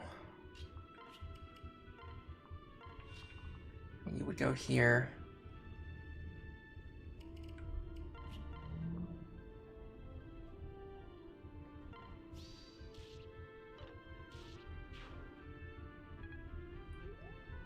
Okay, this kind of just ruined my entire plan, but not as badly as I was thinking. You could go... So, hold on a second. I want you to bring Gaius with you, but in theory, let's just assume you can go here. Man, you can almost do it without the... In fact, you can do it without the Beast Killer. That's pretty cool. Granted, he's already on very low health.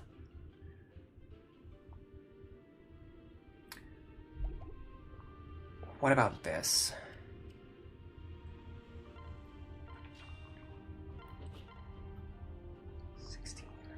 I do have to use the Beast Killer in this case. So I go here, I trigger Gale Force. That allows me to dance for Robin.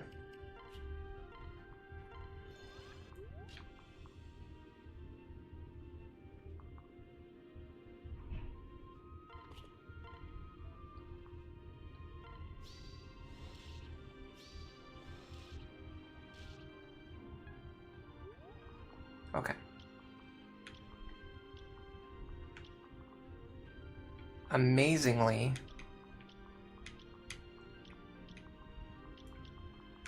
I don't know what Robin's enemy phase is going to look like, but this is the blueprint of an opener that I think could work. I'm not going to waste 10 minutes calculating Robin's enemy phase.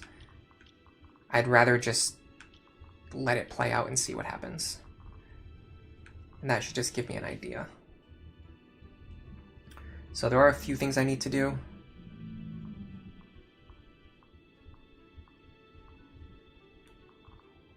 We can actually fight this guy pretty comfortably with Muriel.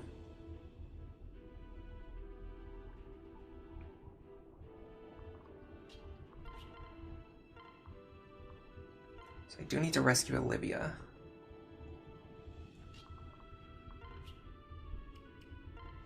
Oh, that was a really bad misclick, okay. Don't like that. Do not like that at all. That's actually really bad. Okay, perfect. Wonderful. That completely screwed over the entire thing I was trying to do. Well. Let's just imagine we live in a world where that didn't happen. Let's just see what Robin's enemy phase looks like.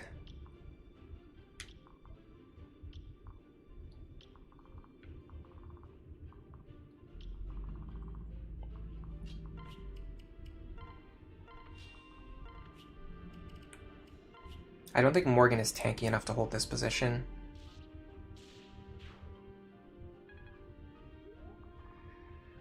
Perfect. Now Olivia's in danger too. What I was trying to do was grab and drop Cordelia, which honestly I shouldn't have done anyway. I should have actually brought them to a different spot. I didn't even realize those squares were threatened. And I should have used Crom to grab and drop Cordelia. That way I could use Lisa to rescue Morgan. So yeah, I made a ton of misplays there. But it helps me understand what I should be doing next turn, or on the next attempt.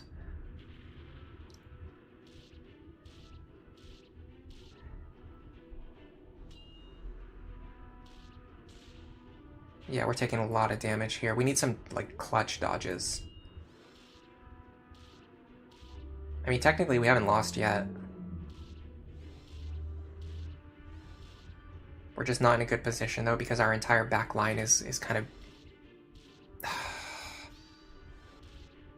Our entire back line is being body blocked now. Perfect, also, that... For some reason, everybody wants to move into one range to attack me, even the ones with 2-range weapons. That could have just destroyed me, by the way, if that guy had counter. I got very lucky there. I haven't really figured out if Morgan can actually survive yet either. Yeah, that's bad.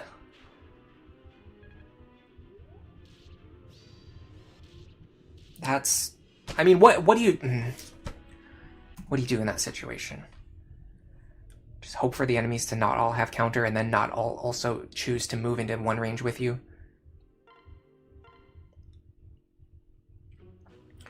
Alright, let's try a variation of that with a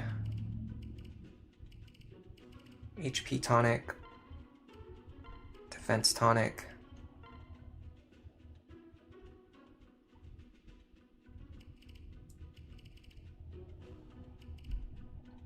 as well as Morgan, as Morgan needs them too.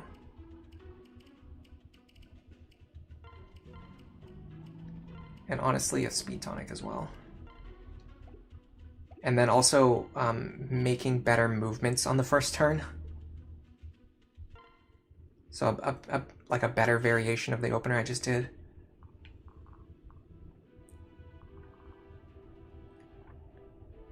Honestly, it'd be smarter to have Robin in this spot too. That's another optimization we could do. Alright, let's see about something like this.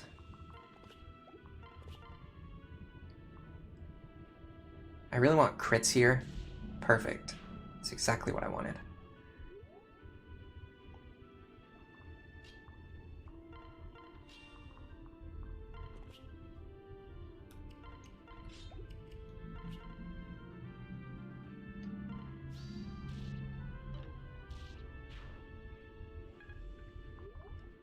Okay, we need to kill this guy this time, which we can actually do this time.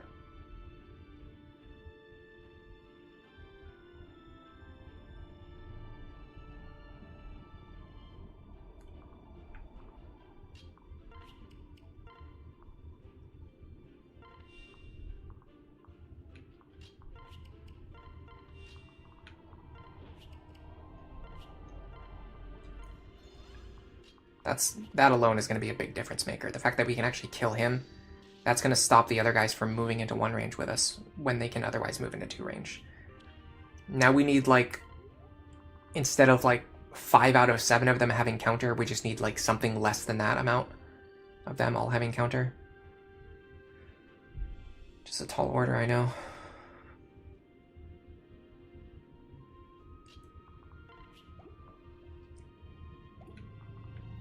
Okay, let's see about Morgan next.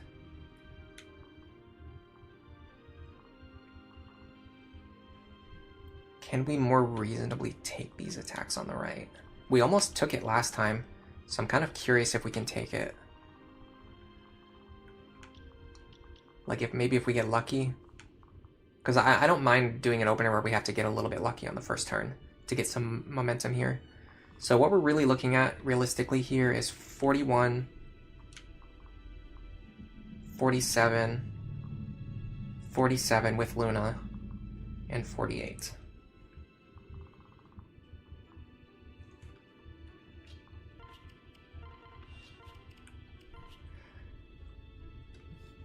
Minus 26, 26, 13, and 28. We're taking 90 damage if we take every single hit.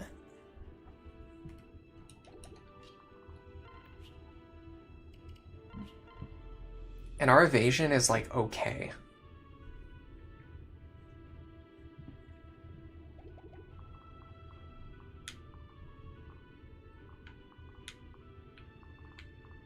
None of them have Hawkeye. Oh, this guy is... Actually, the worst one has Hawkeye. The one guy in the formation that you don't want to have Hawkeye is the one who has it. No surprise there. It's frustrating because we can almost take this.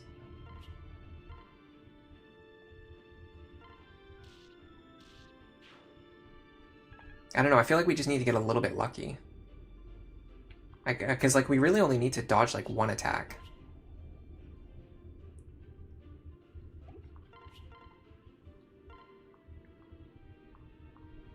So pull them over here.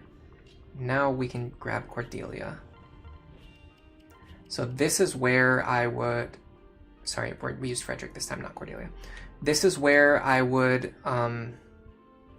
rescue Morgan back to a better spot if I was going to do that. But I don't think I'm going to. I think I'm going to have Morgan take a forward position and just try to survive. Both Robin and Morgan are just going to be in these forward, like, really risky positions. But they're definitely capable of surviving. And if they do, I think it's way more useful for us.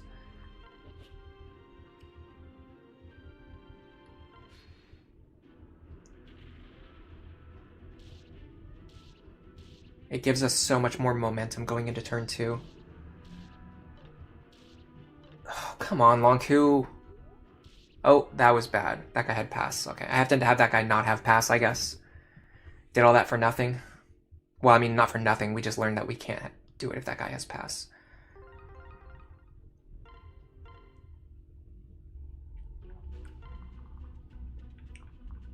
I guess it probably goes for him as well. Yeah, because he could reach too. Okay, well, they don't have it this time.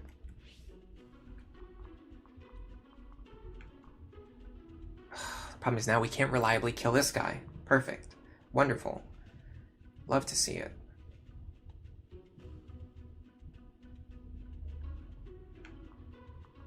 There's just so many tiny little things that can change, that can go wrong. Honestly, this is a pretty bad opener over here too. I'm just gonna reset until I get better skills. There's just so many tiny things that can go wrong, and we're already hoping for like a more lucky opener.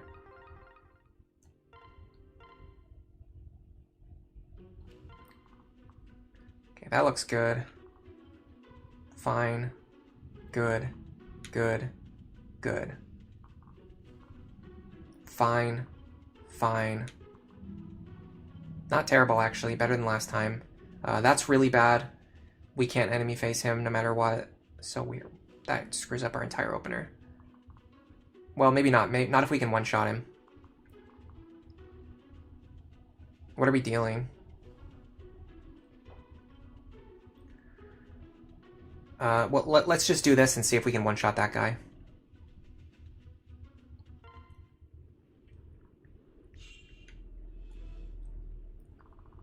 So, +8. So we're gonna have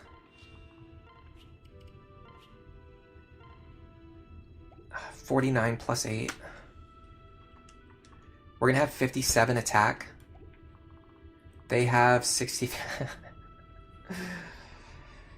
Man, imagine if the game actually let you buy Arcwind tomes at some point in time. I couldn't even do it even with Rally Magic and a Max Forge tome.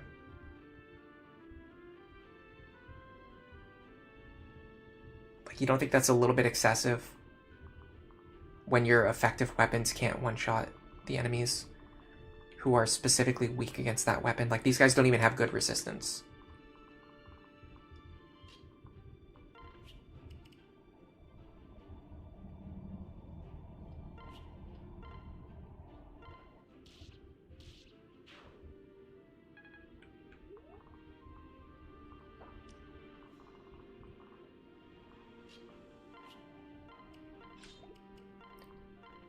Let me just mess around with this a little bit more. I need to put Robin into that position, by the way. Lunku doesn't do any damage. Okay, so Muriel really needs to crit that guy. In fact, I'm kind of screwed now. No, I'm not. No, I'm not. I can use Cordelia for this.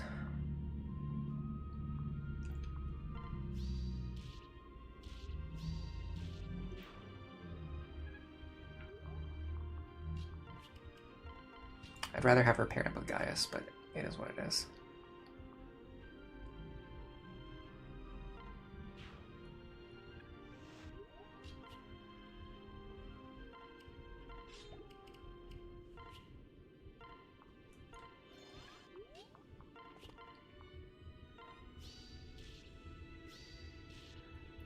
I just want to see if this is even possible, but we can't even get the luck to just even start looking.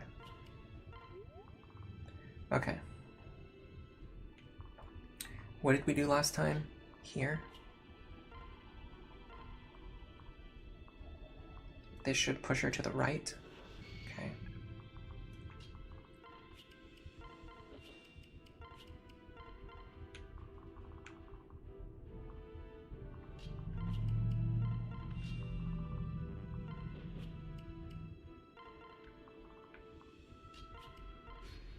So this is definitely not going to work. Morgan's about to die to counter damage.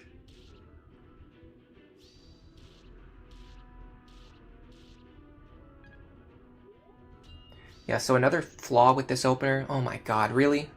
At the worst possible time? I need to unequip Tharja. She's actually reducing the amount of Nosferatu healing that I'm getting. Okay, that was very fortunate. That might have been good. It doesn't. I don't know if that guy had counter or not. Better than taking the damage for sure. Yeah, the fact that we actually can't two-shot those guys is a pretty big deal.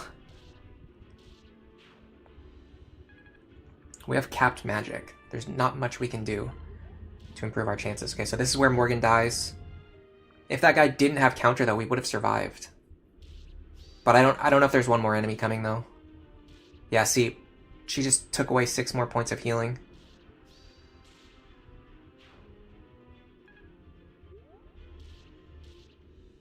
So potentially that attack would have killed Morgan anyway. But it looks like we're really close to surviving.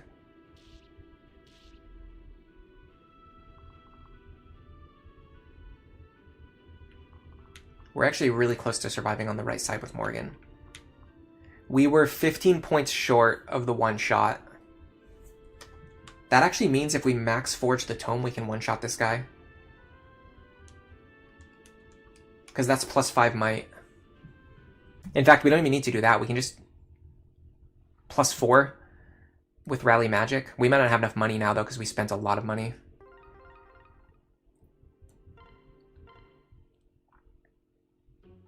We should have a stat booster, though.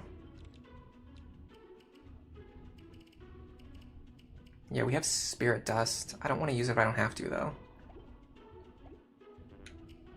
Imagine having an Arcwind Tome at some point in time. Wait, honestly, when does the Arcwind Tome actually unlock? I'm gonna check.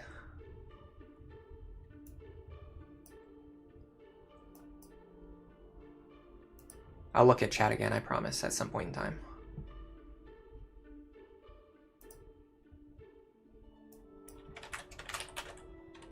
Arcwind, Chapter 21 Armory. So we need to beat a crap load more chapters. It can spawn on the Chapter 13 Merchant. So it could spawn here.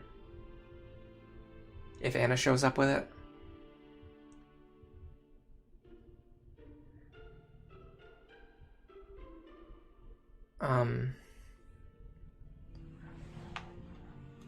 No, that's Elwind, sorry. Yeah, no, that's correct. Chapter 13 Merchant. You can also get it from Paralog 17, which is...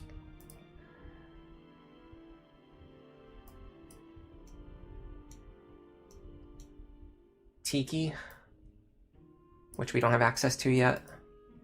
Do we? I don't think so. No, it's like down there somewhere.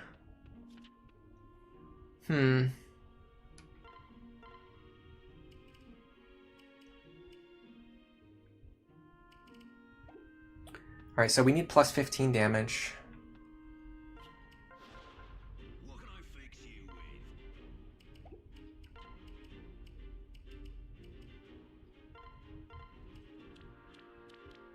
Technically, we can get plus 12 damage from here, and then an extra plus 4 from Rally Magic.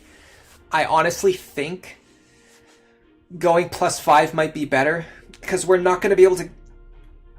Hold on a second. I got a serious yawn coming. Okay, I woke up kind of early this morning. So it costs a little bit more money, but if we can get the money, this might be a good idea, because we can't really guarantee that we're going to be able to Rally Magic from Morgan every turn. So I'd rather have her be able to get the one-shot without Rally Magic. That way, if she has to fight, if she has to enemy phase Griffins on turns where she's not going to get Rally Magic, she can still one-shot them. This is really frustrating. It is a stupid waste of money, because I could just buy an Arcwind Tome for way less, but the game doesn't want to let me do that, so I'm going to have to do the Forge. The question is, what can I sell at this point? I could use the Nagas tier, but again, it's like I'd rather save that for a situation where I really need it. Like, honestly, if I fed a bunch of stat boosters to Severa, I might actually be able to train her. That's an idea. It's not going to be in this chapter, though. You know what I could do? I could give someone a chest key, so that I don't have to send Gaius. I could actually just pass out a couple of these chest keys.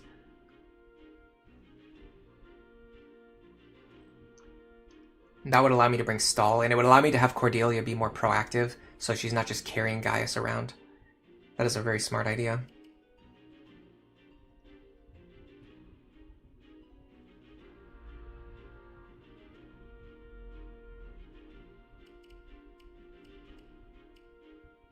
I'm trying to figure out what I can sell realistically. I really do end up selling Fortify Stabs there's an argument to use them, but they're just so cost inefficient. And on the other hand, because of that, you get so much money for selling them because they're so overpriced for what they do. Yeah, this is a huge waste of money.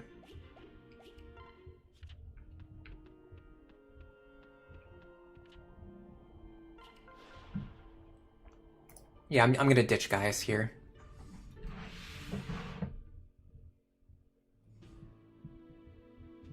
You think Tiki's paralog opens right after this chapter? That's funny. Sell the 3 goddess icons? Yeah, I'm probably gonna do that at some point too. I don't need them for anything. Yeah, the chest key idea is gonna work much better than what we're trying to do right now. Alright, so what we need to do is get a chest key into like Cordelia, probably Frederick, like get them onto our flyers, the characters who can run over and grab a chest. On a turn where I absolutely need to. I'm not going to be using javelins here. This is a chapter that's very punishing towards lance users. And there's no downside to using an axe. And then I'm going to keep the other one in the convoy. That way, if someone else needs to get it, they can grab it from the convoy on any turn when they need to. In theory. So we've got a chest key in the hands of both of our flyers.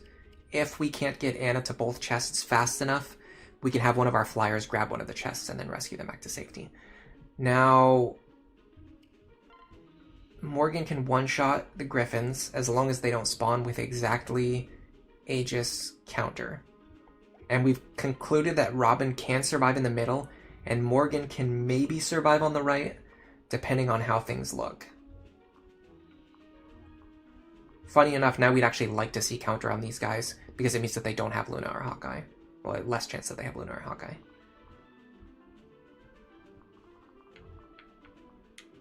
Fortunately, these guys both have pass. We can't do that. Let me organize my formation. I do like this idea, though, of having everyone push through the center. I think this is... So the game wants you... I feel like every chapter that's like this, where the game wants you to split up your units, what you really end up doing is, like, not splitting up your units. Also, I have to remember that this is the tile that doesn't collapse. That's going to be important in a second here. Alright, so Stahl would go over here. Cordelia here. Olivia here. Frederick here. Morgan here. Laurent here. Our other 2 staff users there and there. Okay. This is fine. We're going to have to do a little bit of resetting so we don't get just like skill combinations that make it impossible. Yeah, Arcwind would also be nice on Tiki's paralog too. And of course they don't give it to you.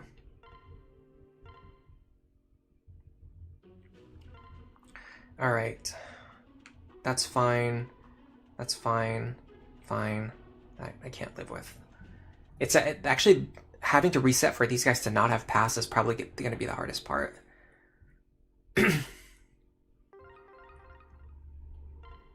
Especially because there's like a couple of other tiny little things that can go wrong other than that. Okay, that looks fine.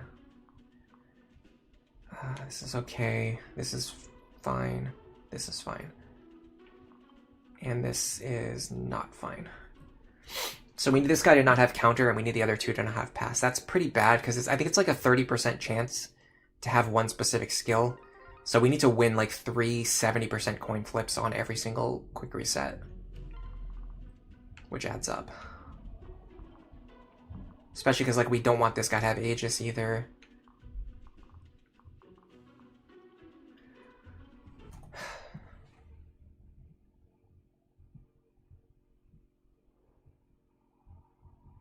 You don't get the first Beast Stone Plus until after the end of the Vol mark. Yeah, that's really funny.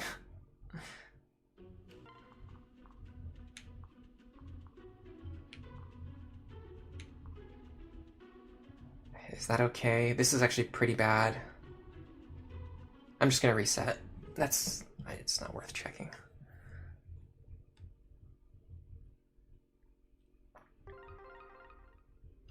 Hello, Naive Skinny, by the way, and Sir Winston the Fourth, and Olerin.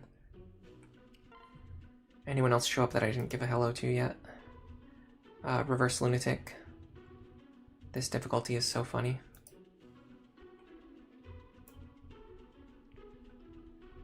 Sully Bitic, welcome to the stream. Yeah, Norris Paralog has a lot of flyers.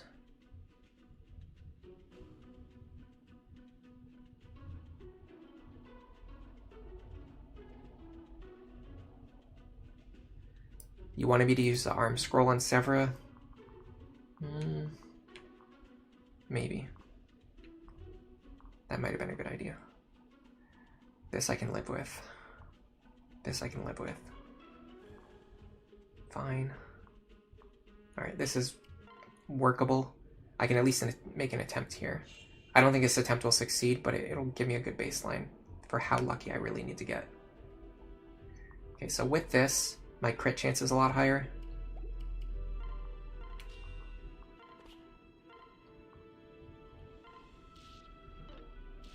Didn't get it anyway, but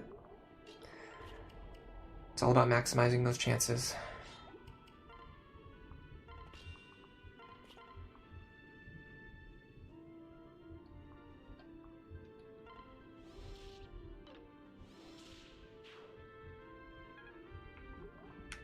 So now we have to do this.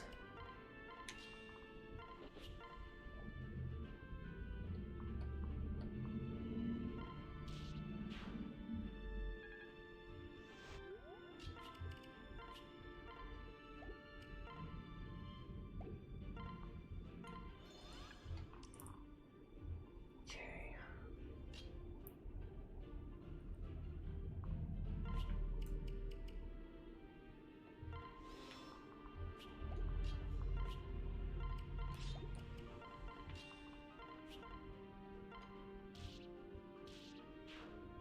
We're going to burn through this Forged Elwyn Tome that we just spent so much money on.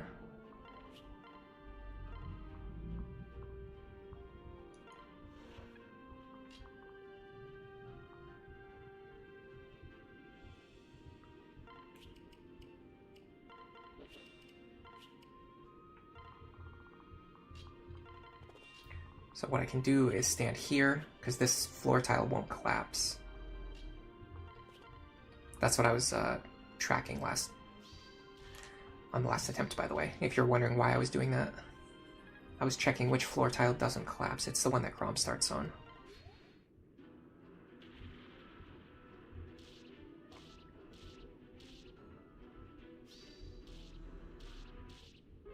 Okay, well, that attempt went well. There's another guy that we need to not have exactly counter. Or we could crit him. I'm just going to start doing attempts. It actually takes longer to check all of the enemy skills than it takes to just quickly reset at this point. Especially because even on the unlucky attempts, or the ones that fail, we can still potentially, like, just get lucky. Or, like, yeah, like, even on the attempts where the enemies have bad skills, we can still potentially get lucky on those attempts. So we might as well just play it out. At this point, the only difference is, like, how much luck do we need to win?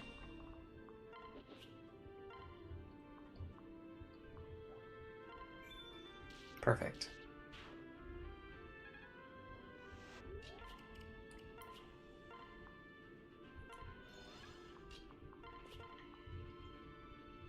This is really bad. We needed a dual strike there. Now all of the enemies are going to move into one range with Robin.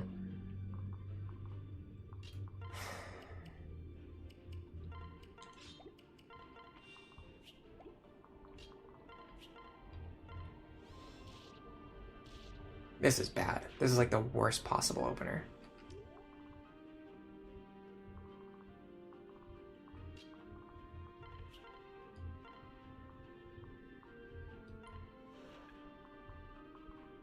I forgot to rally magic too.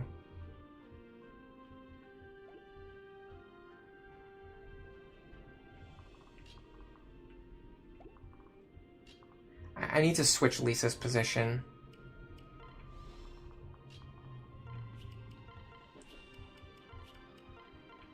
With Anna.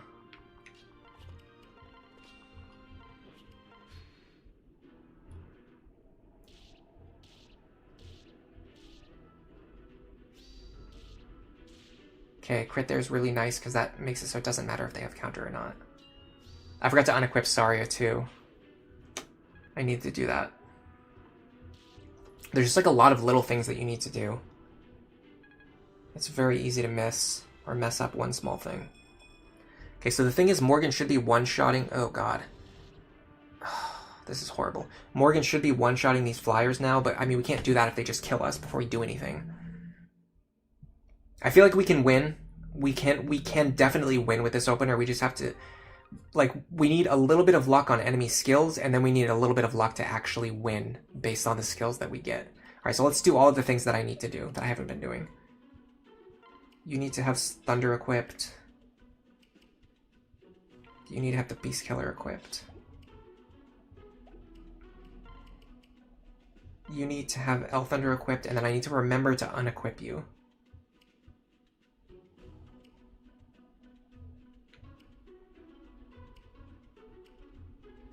You need El Wind equipped.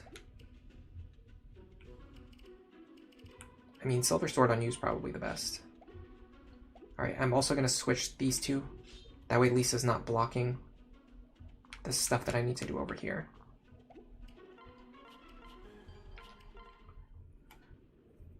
We're iterating on a strategy that's already not very super reliable. But we're making it faster. Okay. We're making it faster to do attempts. So that's good at least. If we just get a little bit lucky in the right spot at the right moment, I think we can make it work. No Vantage this time.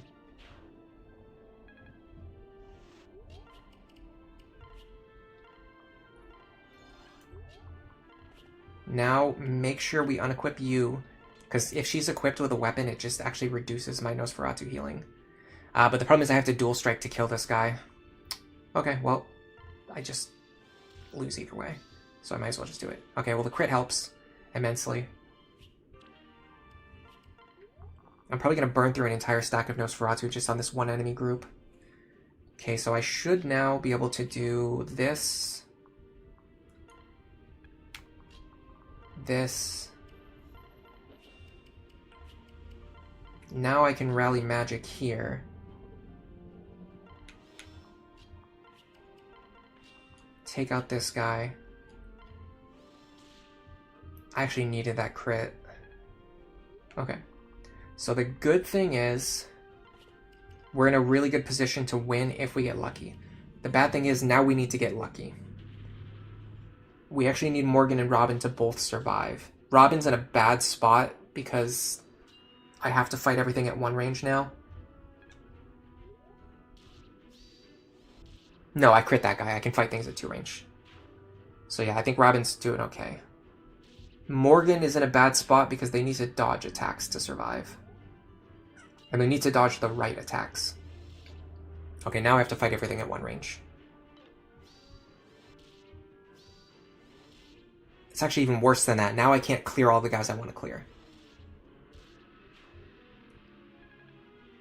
This is the point where I'm now threatened with lethal, unless I start getting dodges, which I didn't. And he also had Luna. I feel like this is doable. This is doable. I just need to get a little bit more lucky than I'm getting. There's probably a more consistent opener, but I don't know if I care enough to find it, or if I just want to brute force my way through this. Honestly, some stat boosters on Morgan here would go a long way.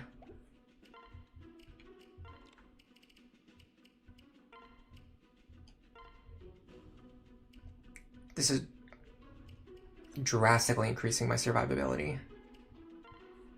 Because HP is the best way to play around counter.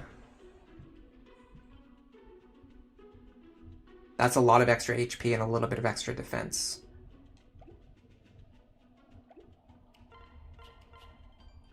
Let's see if it goes any better. I think it's actually going to go a lot better with this.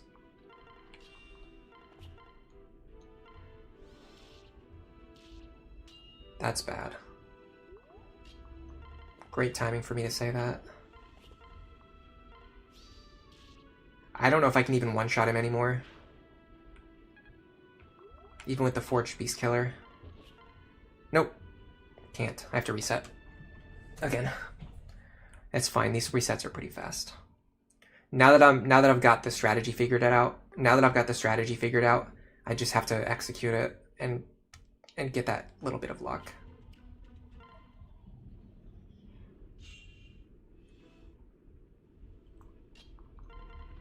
That extra 10 HP on Morgan.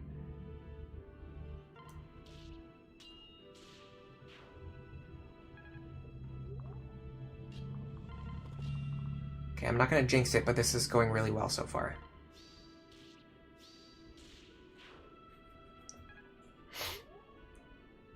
Because now I can do this.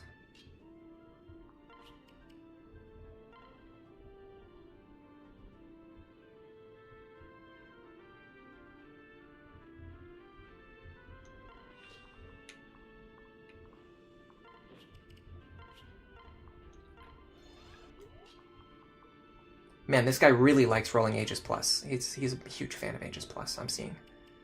It's one of the things that he really enjoys is rolling Aegis Plus.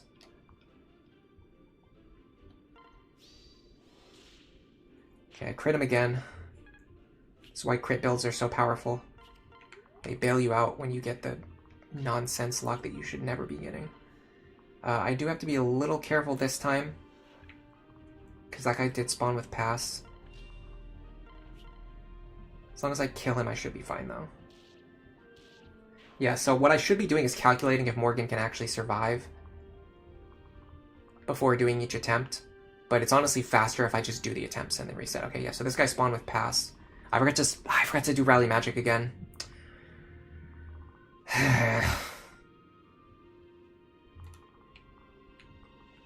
What does he have? Rex Caliber? That's pretty bad. What's his speed? 25?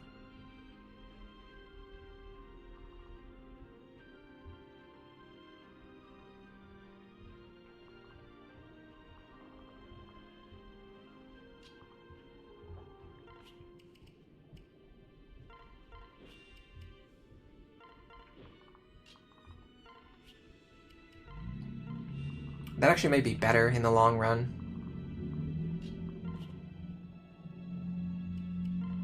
To have an anchor unit.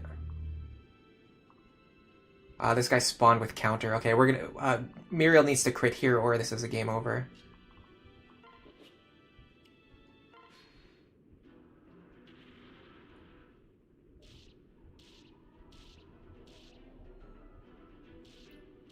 Didn't get it. Okay.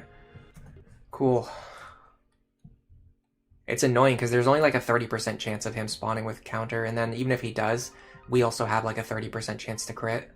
So there's like, it's not worth sitting here and checking all of the enemy skills, because if we get a little bit of luck, we can win with pretty much any skill configuration.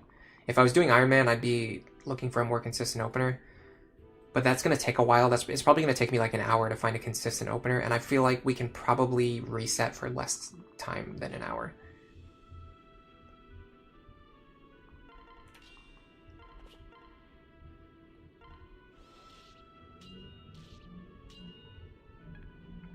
You get what I mean? Like, we can win, like, with less than an hour of resetting, I believe. I could be wrong.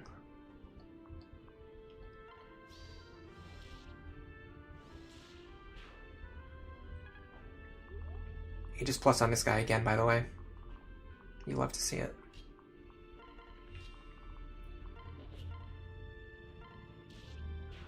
Yeah, having all of my weapons that I'm planning to use equipped ahead of time makes the attempts go a lot faster. Alright, let's actually rally magic for once, please.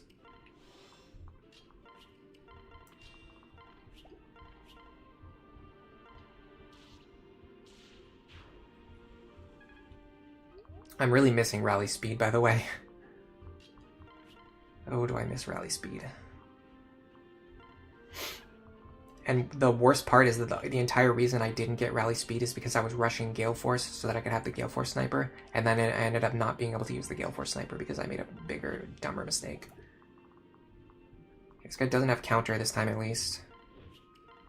So in theory, we should have at least a reasonable attempt here. The biggest problem is going to be when we don't kill this guy, we're going to have to fight everything at the bottom in one range. Okay, we crit him again. We're getting really lucky with those crits, at least.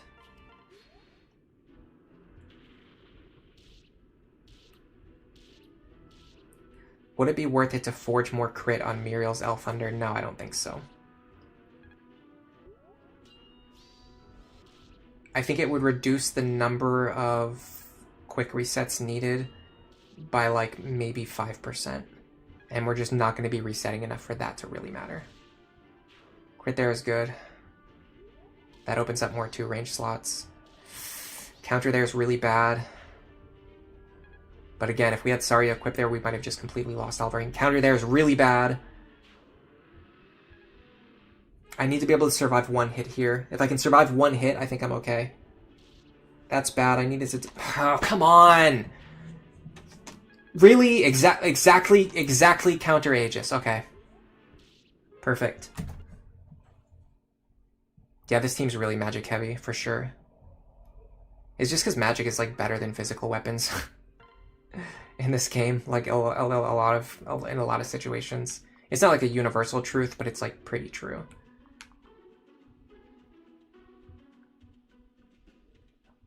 Is this even worth doing? No, especially because this guy's counter.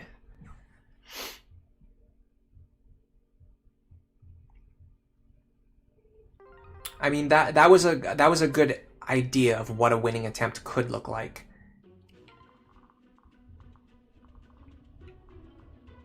I'm back to doing what I said I wasn't gonna do, but yeah, like for example, like this guy having counter Aegis, like there's no point in playing out this attempt. There's no way we can win against that guy. I feel like Robin's chances of surviving are pretty high. They're around like 80%. I think Morgan's chances of surviving are pretty bad. They're like probably 40% or something. Okay, well. Yeah, we love Aegis counter here.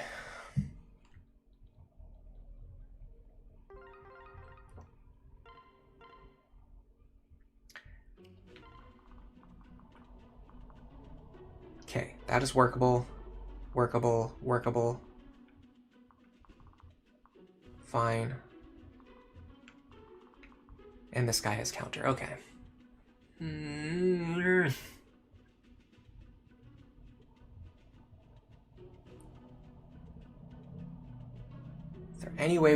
there any way we play around this guy having counter? Because I feel like I just can't reset this many times. I can't reset around 4 enemies having exact skills.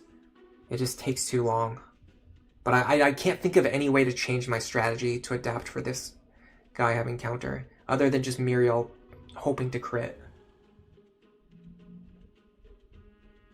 What do I do here? What do I do against this guy?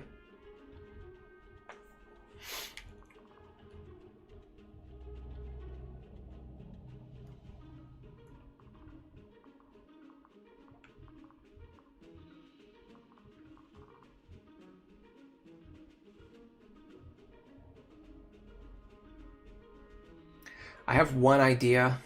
It's probably not going to work, but I want to experiment with it. So what we would do is Robin here.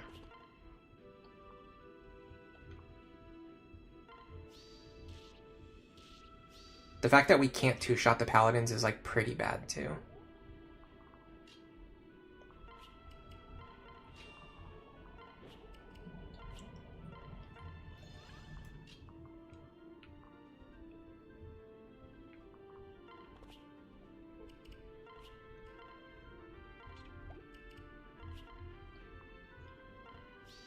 So we get rid of this guy. Then the idea is that we enemy phase him with our anchor unit. The problem is I think these two... No, these two don't overlap. I want my anchor unit to be here. So I want Muriel here. Oh, this whole situation's really wonky now. Is there any chance that she actually kills anything? No. Oh god. It's trash unit.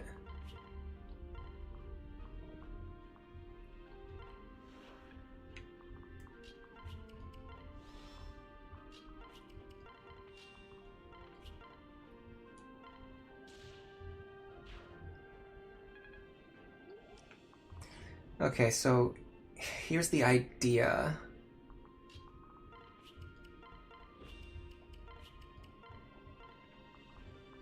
We have you go here instead.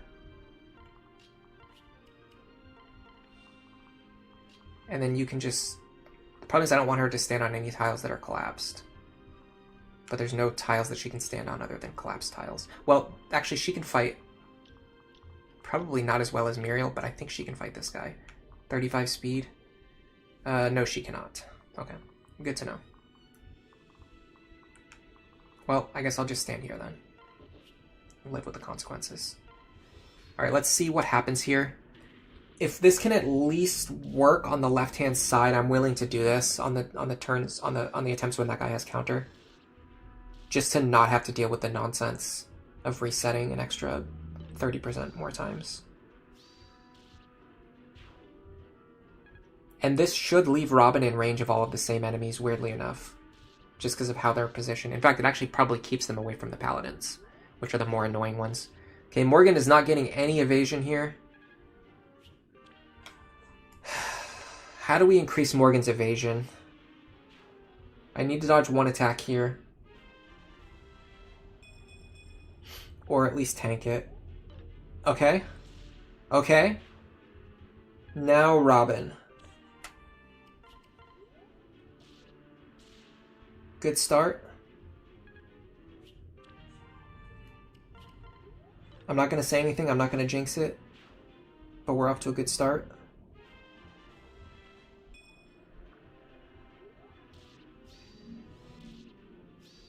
Okay, that was like the worst guy to have counter and he didn't have it.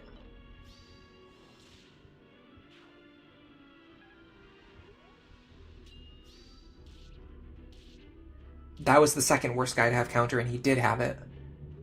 But I think we're okay now. I think we're doing okay. I would like for Robin to make as much forward progress as possible. Can I reasonably achieve that while also getting rid of this guy?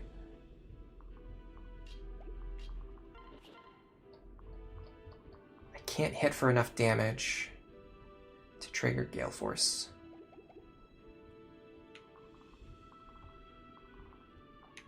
The good thing about the right side is that Morgan swept so many enemies last turn with that good evasion luck. Now we have a lot of safe territory to stand on the right. This is a potential winning attempt, as long as I'm a little bit careful here. This guy doesn't have counter. He does have Astra Luna, though. But you can't trigger Astra and Luna. And in fact, because he has Luna Plus, he'll always trigger Luna, so he'll never trigger Astra. That's important. That's important to know. Is that true? I think Astra's higher on the order.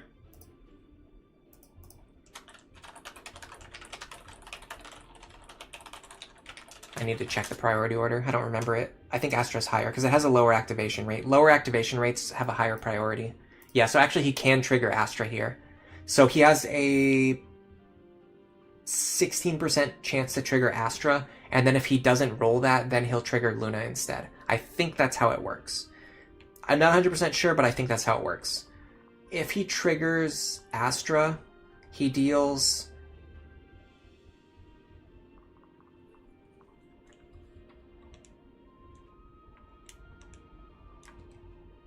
He actually deals no damage if he triggers Astra.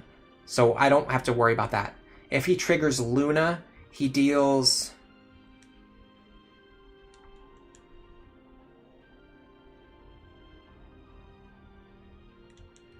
$29 damage, which I can take if I just heal first.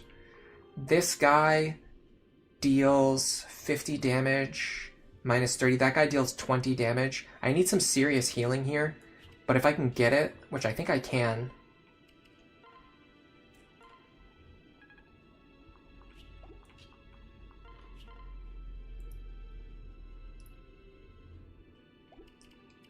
I can tank the other guy's attack.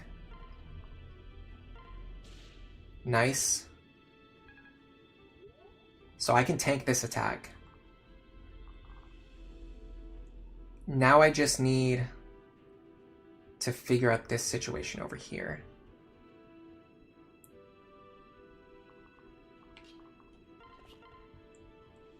This is workable. If I don't get the dual strike, I can use Gale Force to bail myself out. Oh, that's clownish. That is clownish behavior. Okay. Sure, why not? Why not? I can still do it, it's just like immensely way more stupid now that I have to do this to kill a guy with 1 HP.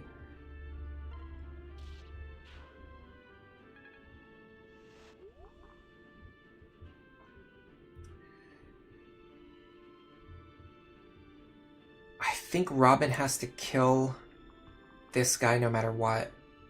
But I don't know if I can. That's actually a problem. I don't know if I can kill him.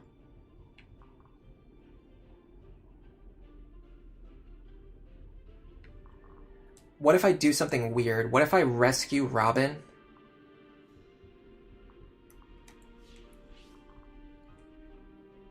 Kill this guy. Dance for Robin. Kill this guy, and then Robin can advance forward to enemy face some more guys.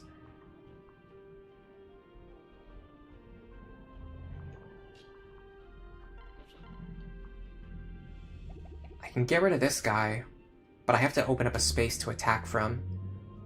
And I need this guy to not kill whoever's behind him. Well, hold on, here's an idea. He doesn't have pass. Which means I can put Frederick in front of Muriel.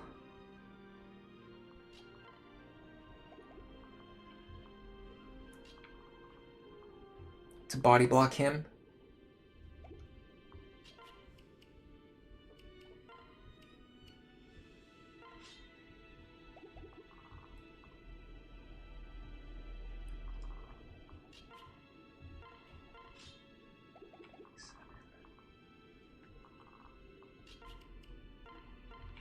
So I can put Frederick here. Body block for Muriel. Robin is going to go...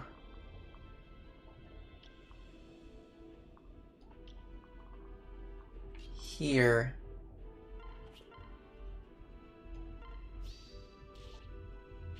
Get rid of that guy. The only thing I didn't think about is that this guy might go after Cordelia. Because we had to trigger Gale Force already. What does he deal to me? No, he can't kill me, so I think he'll either attack Cordelia, which is fine, because then we'll hit him with the Beast Killer, or he'll attack Frederick, which is fine, because then we'll hit him... Well, I should have equipped a Beast Killer. I don't know why I didn't.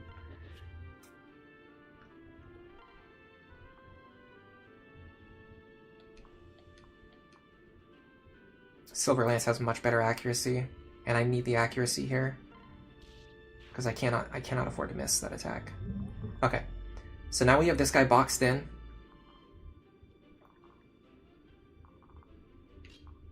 I'd like to physic for Robin if I can. Any chance of that happening? Doesn't look like it. I can physic for Cordelia at least.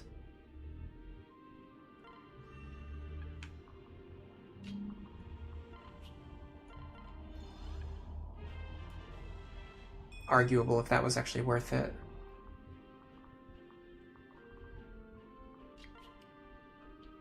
Problem is all of my best support units are now trapped in the top right corner.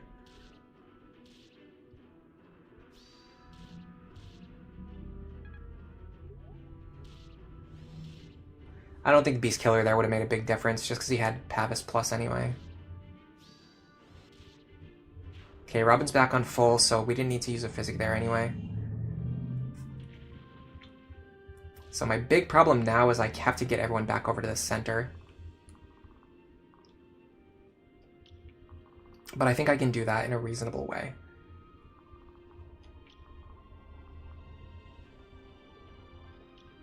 I'm a little worried if he attacks me with the axe. I'm not worried if he attacks me with a bow. This I don't care about.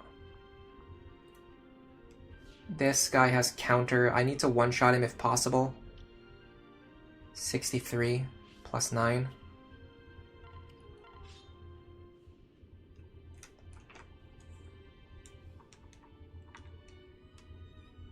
I don't deal enough. I need a Forged Elwyn Tome on Robin too. Or just use Nosferatu, I guess. We're just gonna have to burn through more Nosferatu charges.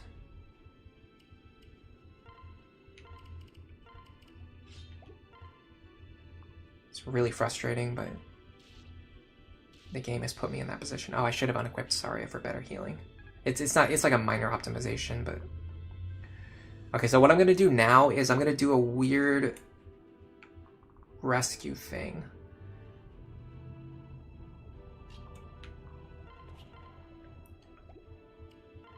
Because I want to pull my characters into the center. I want everyone in the center together. So I'm going to rescue Anna.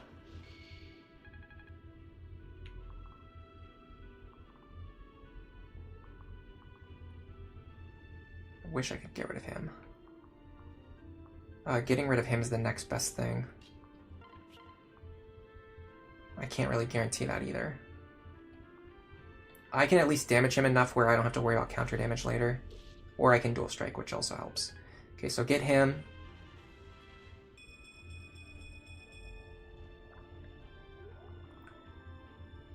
Then we need to actually kill this guy too, which is a huge problem.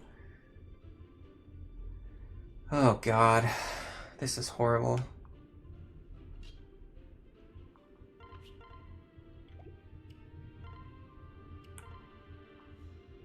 Rescue Morgan over here.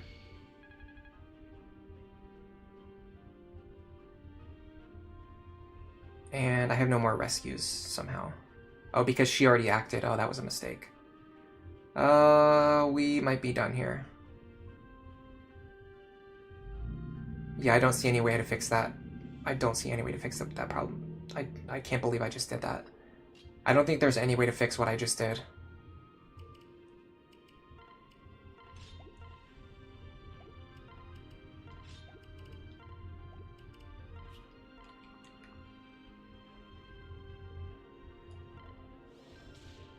Okay.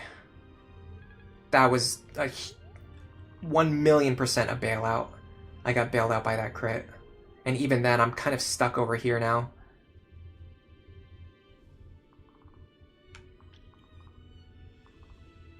Like, what is Lisa gonna do from here?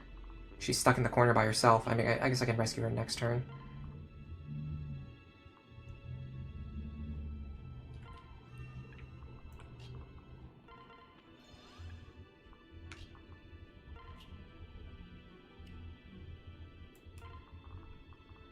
I swear, I do the dumbest things sometimes. Okay, who's threatening that square? It's just one enemy. It's probably this guy right here. He does have counter, though. Oh man, if I could get Morgan into that tile, that would be clutch. Which I could have done if I didn't mess up my action order. Not an option anymore, unfortunately. Alright, let's get you over here.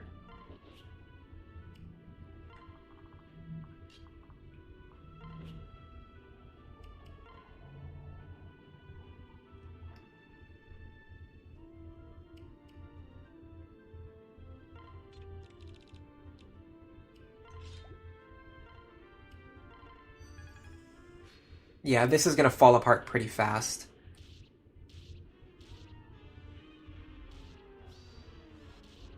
Maybe we'll be okay. I doubt it.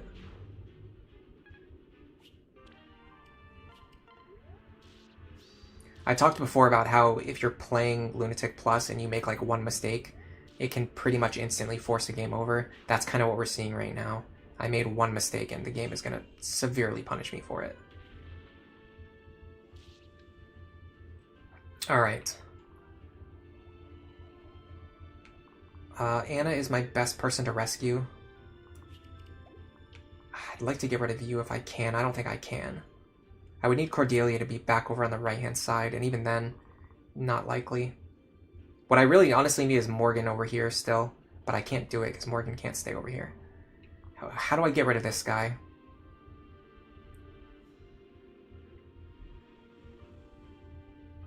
This is where a Gale Force Sniper would be really helpful.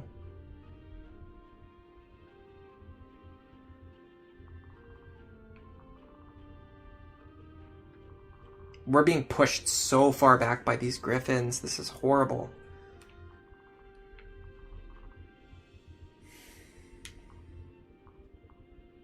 And like, what's Robin gonna do from this position? I think I need Robin on the right-hand side. I've done it before with Robin on the right, and it usually works better. I think I need to redo my entire strategy that we've been using. We're just getting boxed in and pushed all the way back. We're never gonna get these chests. Even if we somehow beat this chapter from this position, we are never gonna get this chest right here. There's no way. There's no way we're getting over there.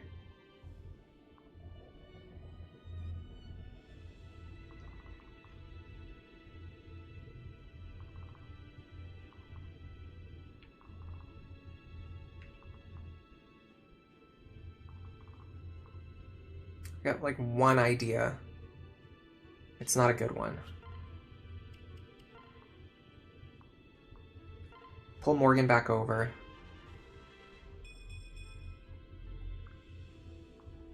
Morgan kills you.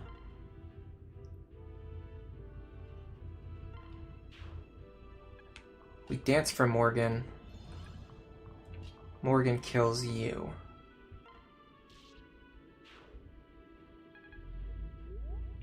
Now Morgan is threatened by just you, which we're going to kill you for sure. I don't know how yet, but we're definitely going to do it.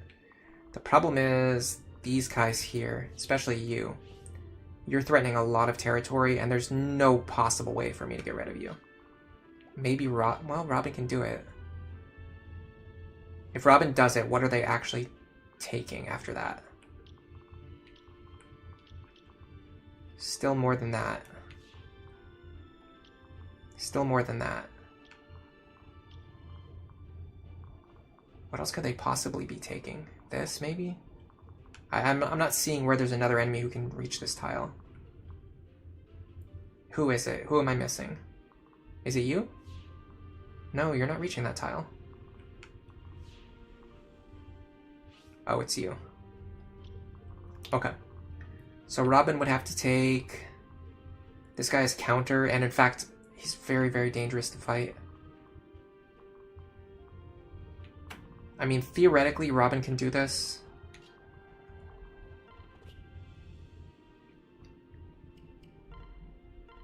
Oh, she re-equipped because I traded with her. I forgot. When you trade with someone, you have to make sure you don't mess up, because they'll re-equip themselves automatically. Okay, so from here I can get rid of this guy. That opens up this territory up here. So I believe if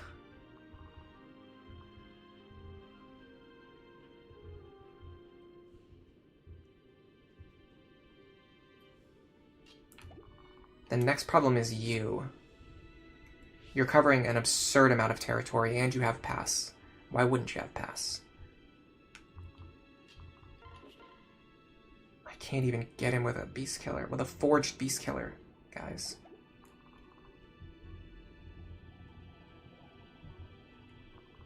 If I do get rid of him, which squares are threatened? Still a lot. But this square is safe, and that's pretty key. That means I can do this. This.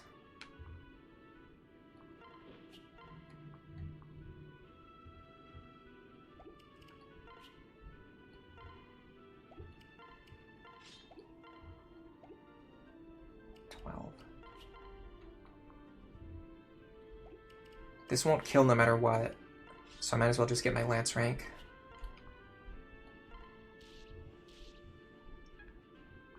Then I can rescue them back.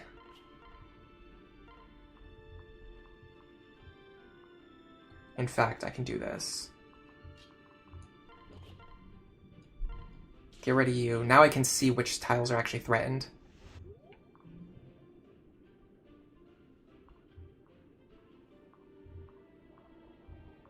Here, up to here is threatened. So if I rescue them back here,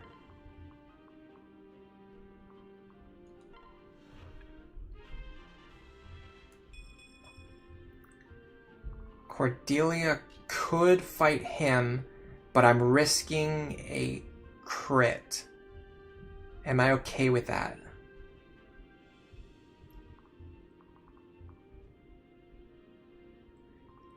It makes it so Robin doesn't have to risk the crit.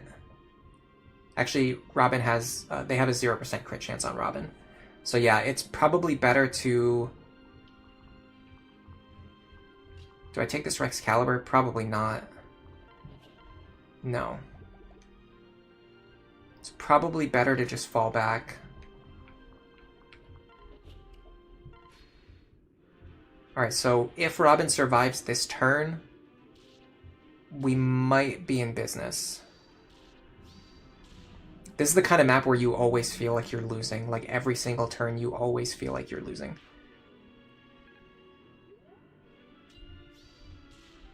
That crit, I think, helped, because I think that was the one with counter. No, it's the other one.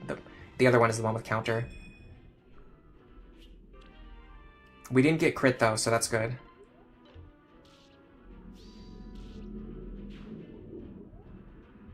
I hate the fact that the one with counter is waiting to attack last.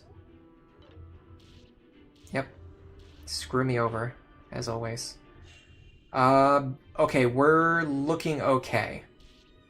There are no ambush spawns on this map. That is one saving grace that we have. That means if we can get over here and open this chest within the next couple of turns, we might be okay. I have a bunch of extra tabs open, by the way. Let me close all these extra tabs. Hello, Victor Angelo Gabriel. Welcome to the stream. Thank you for the work you put into the game. Thank you for coming to watch the stream and watching the videos, and hopefully leaving a like. Hello, Bronze Vixen. Uh-oh, this chapter. Yeah, this one's brutal, man. This chapter, like I was just saying, it always feels like every single turn you always feel like you're in a losing position, even when you eventually win. Now, we played pretty poorly, and I think we're gonna win from here. I'm gonna take a quick break before we go into the second half, because I have to use the bathroom, and I want to get some carrots anyway, so I'll be right back.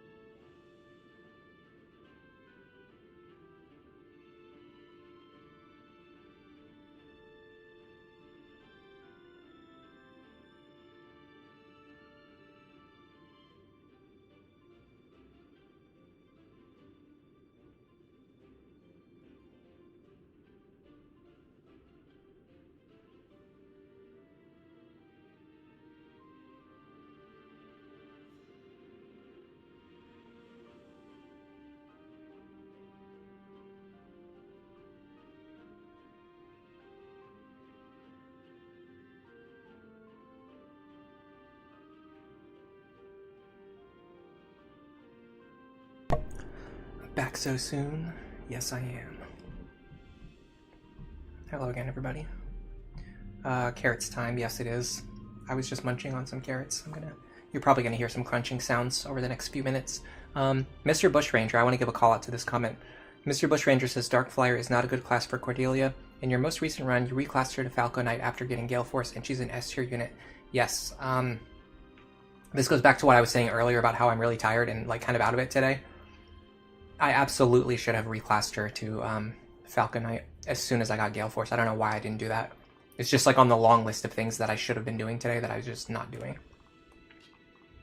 Okay. Anyway. We're gonna rescue Lisa.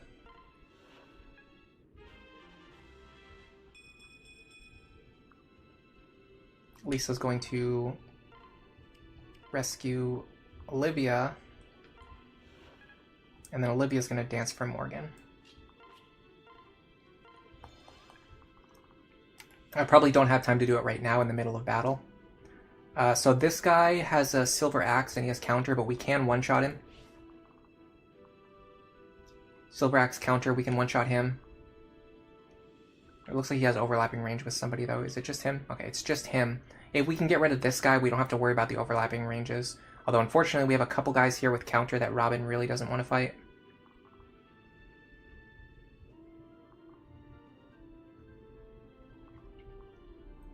We've already determined that we can't one-shot the Griffin Riders.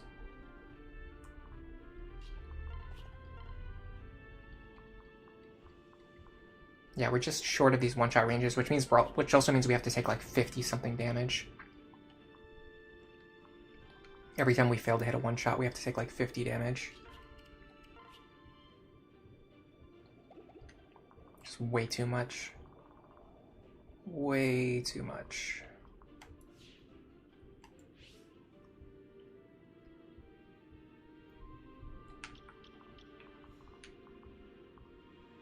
This guy doesn't really threaten me. If I do this, I should be okay. The problem is it doesn't get rid of the guy that I need to get rid of, and also it means that, again, this group over here is getting pushed back by all of these flying units.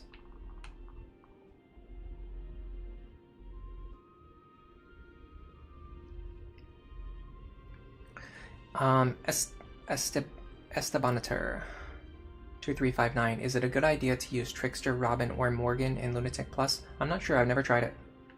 I think Trickster is a very good support class because you get that +1 movement. You get a magic bonus and a speed bonus, so it's very good for buffing your offensive units. Like a Trickster is good for buffing a Gale Force Sage.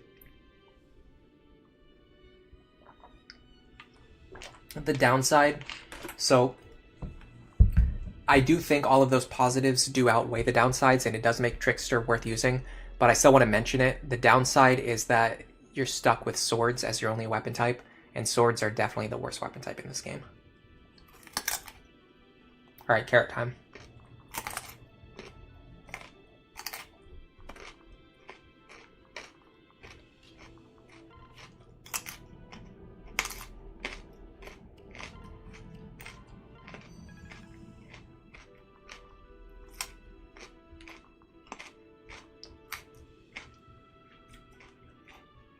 I know you guys can hear that. And I know it's atrocious.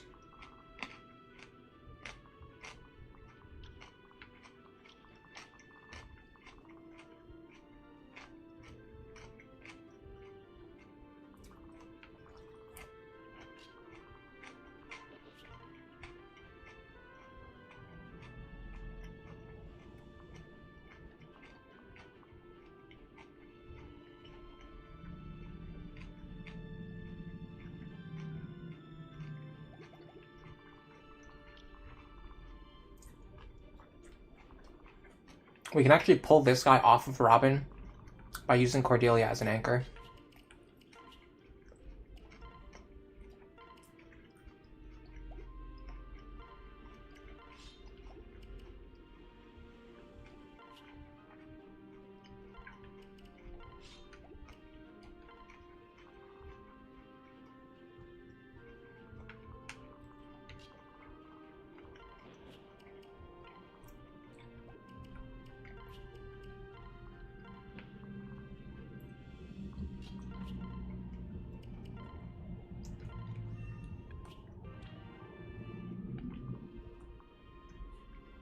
don't think Muriel fights anything safely here, so I'm just going to stand here. Alright, this turn should be pretty guaranteed safe, especially with that Cordelia anchor. Beautiful healing there. That was the perfect time to heal.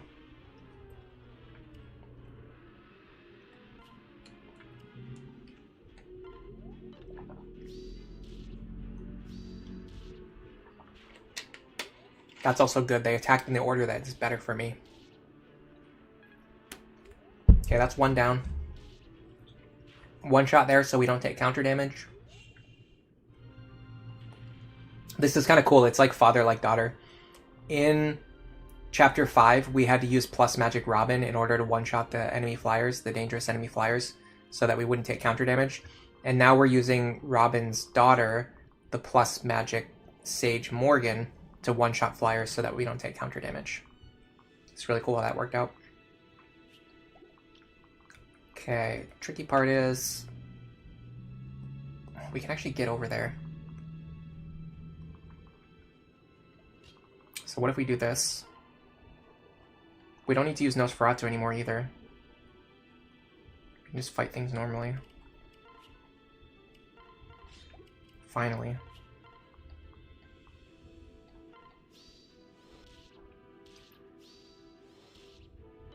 I really would have liked that kill. That would have been a really good kill. Because now we have to navigate through this with heavily reduced firepower.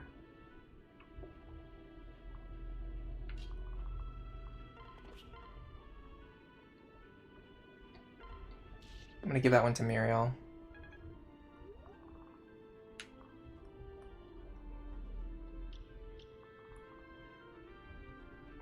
If I can get Cordelia over there,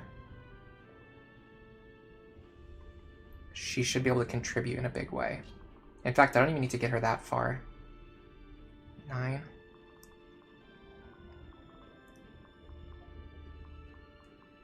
Yeah, if I just do this, this easily makes the best use of Anna's action. Now I can do this. Trigger Gale Force. And that allows me to use her for another attack if I need to. You guys really like that carrot chewing sound, don't you? Trickster is one of the few classes that can walk on water, and its skill treats any terrain as plain, so it's incredibly mobile for healing and support. The problem is that Falcon Knight can just fly over water, it can just fly over mountains, and it has more movement, and it can use stabs. So using Trickster with acrobatics to do what Falcon Knight can just already do without acrobatics, and with lances being a better weapon type than swords, there's not really a great argument to use Trickster as like a primary staff using healing class over Falcon Knight. Unless if you only have access to Trickster and you don't have access to Falcon Knight, then Trickster is still fine. Where Trickster really excels is in that support role, because unlike Falcon Knight, Trickster gives +1 move, and it also gives plus magic, which Falcon Knight does not. So you can use it to boost the movement and the damage of your Gale Force Sages. Dr. Petrovic, welcome to the stream. What's up, Ellery? Why is Millie not streaming anymore? That's a really good question. She was really not that... How do I want to say this? She had a hard time with... Like, if there was ever a time when the streams had, like, technical difficulties, or if something didn't go right, like if the schedule didn't work out, or if she wanted to stream something and it didn't work, or if people didn't come to the stream, it bothered her a lot more, and she just kind of decided that she didn't want to do it. She was having fun playing games, and she was having fun streaming, but she realized that she can just play games like without streaming it, so she would just rather do that instead. And she tried making, if people suggested making videos instead of streaming, because it's easier to get around the technical difficulties, and we did try that, but I think we published, I think one video, maybe 2, and she got like a very small amount of negative comments, and she really didn't like it. So I think we just kind of decided that streaming and content creation is not really for her. If you have a hard time, if getting like a few negative comments like really upsets you, you definitely should not do YouTube, because you're gonna get negative comments on like every single thing that you do. It's just the reality. So yeah, it's unfortunate, but I mean, she's still having a lot of fun. She's just not streaming what she's doing anymore. There's been a few times where I think she wanted to do. I think she's kind of felt the urge to do chatting streams again, because she asked me about it, but every time she just ends up not doing it. Like, she'll ask me about it. She'll be like, "Oh, do you want to, like, do you think it would be cool if we schedule another chat stream?" And then I'm like, "Yeah, when do you want to do it?" And then she's like, "I don't know." And then she never does it. But it could be interesting to see. She finished Phoenix Wright recently. I know she wanted to chat about that, but then she didn't.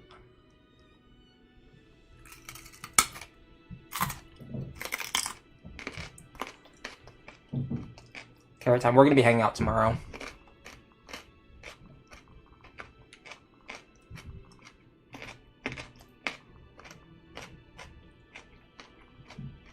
I somehow got away with not doing anything today, even though it's Valentine's Day. Well, I don't want to say got away with, but I really had already kind of planned to do like this stream now today. Like weeks ago, I had already planned this, and the fact that today just happened to be Valentine's Day is unfortunate. But I'm pretty laid back. And she's pretty laid back. We're just going to do Valentine's Day stuff tomorrow. Pixel Donut says that's a good thing for her, because making your hobby into like a platform or content creation isn't always good for everybody. Yeah, I think it's not for everyone. And it's totally fine. I'm glad she had fun trying it.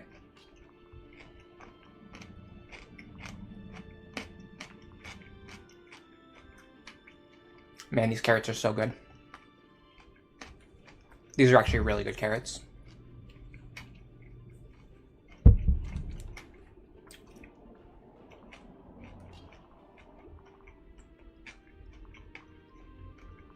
Alright, so I know what I want to do. I'm just not 100% sure how I'm going to do it yet.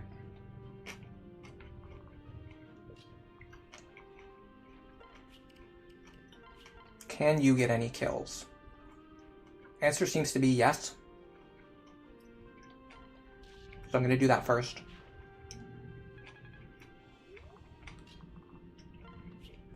Then we dance for you.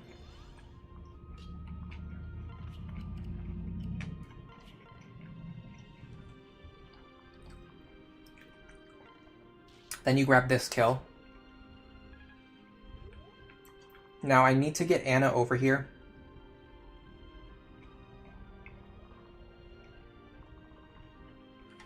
The chests I need to worry about are definitely the turn 7 chest. That's a huge deal. After that, the time crunch isn't too bad. Right now we're on turn 6. Which means we have to get this chest on the very next turn. So I want to get Anna over here now. And I would prefer if she's in a tile where she can reach that chest.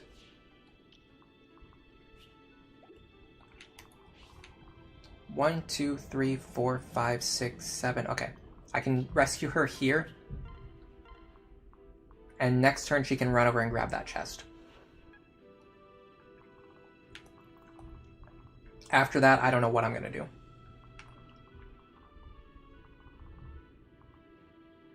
I could possibly rescue her back over to the left-hand side with Muriel. And then use chest keys for the other chests. In fact, technically I can grab this one with a chest key right now. Is it worth doing? Probably. Because I don't know what the configuration is going to look like next turn. And these chest keys are not that valuable. They're in fact, it's way less valuable than a bullion. Even though you technically can't buy them.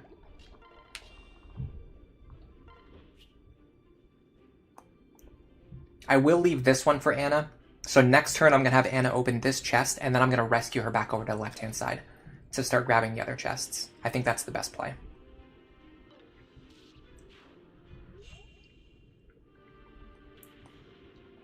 That's unfortunate. Can I reach her from here? The good thing is because this map's so tiny, yeah, you can actually reach from here.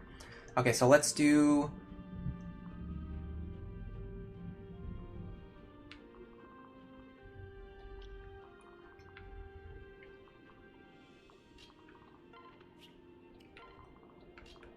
this. I think we won. I think we're done here. I think we've beaten the chapter. It's just a matter of making sure we get these chests. Now Laurent can get another kill. Look at this crit machine. Okay, now I'm going to go here. Okay, so you're going to open this chest. That's actually great because she was almost out of rescue stabs anyway. Now we're going to rescue you back over here. So next turn, she can start grabbing these chests on the left-hand side. And if I start running out of turns to get them, I'll have Frederick grab this one down here. But I think I'll be okay.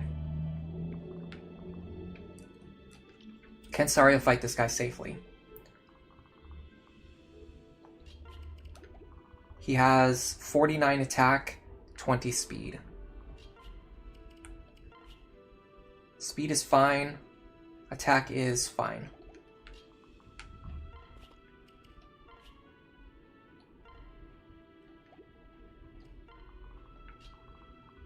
I can even boost her magic so she deals a little more damage. You two just chill here for one turn. Oh, bad idea.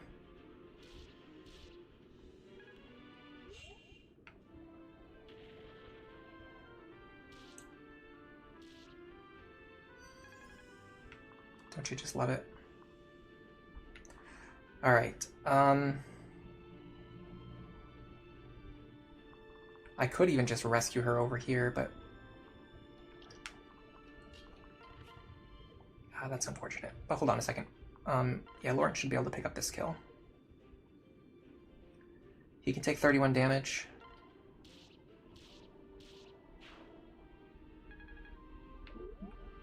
What does this guy have? Ooh, a free tree branch. This guy's Rex Caliber. Snow warning. Hello, welcome to the stream. This is so hot with the lava and all.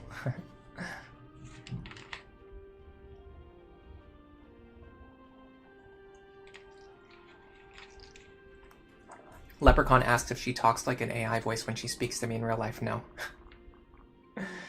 She didn't want to use her real voice on stream. Which is weird, but fine.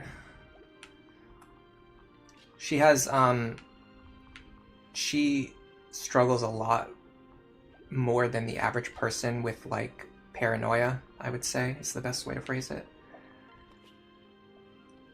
She was, like, really worried that... She was really worried about people hearing her real voice, or... I don't know.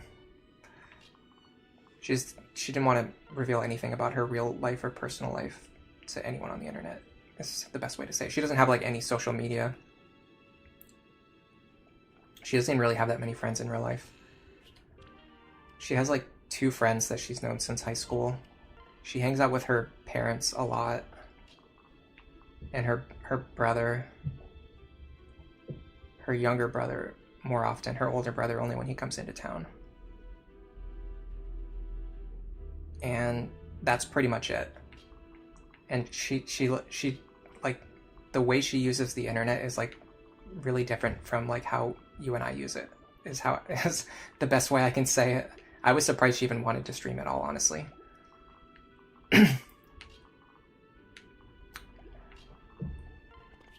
It's weird, though, because I think sometimes she actually wants to, like, more than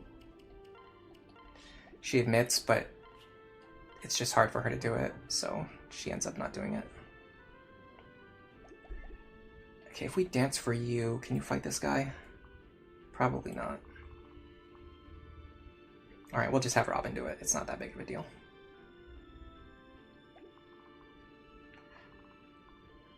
It's just annoying because he has exactly Excalibur, so I can't fight him with Cordelia.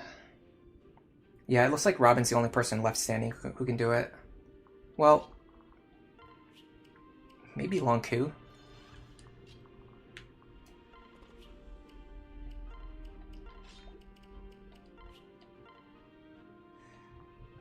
Not even. What if I heal you? You can fight pretty reasonably. Silver Sword. I mean, if we get some dual strikes, we might have something cooking here.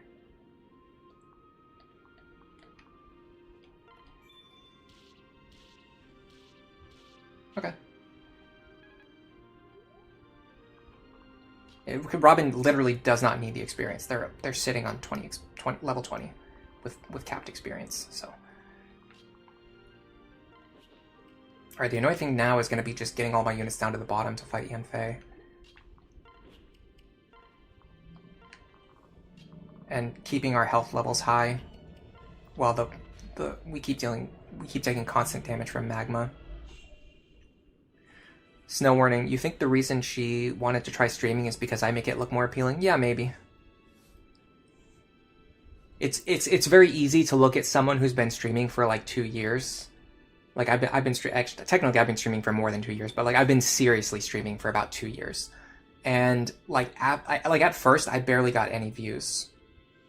For a long time, like for a year straight, like I was not getting any views on anything that I did. And eventually, like after a long time, after tons of effort, I finally started to get like a little bit of like traction on my streams. And so it's very easy to look at like where my streaming situation is now and be like, oh, I want to try streaming too. But then like once you actually start to try streaming yourself, what you quickly realize is that it takes a lot of time before it really starts to go, unless you get very lucky. Like some people, you know, get lucky pretty early on, but for most people, like it takes a while. It takes a lot of accumulated effort to build up to the point where your streams are actually, you know, getting really any attention at all.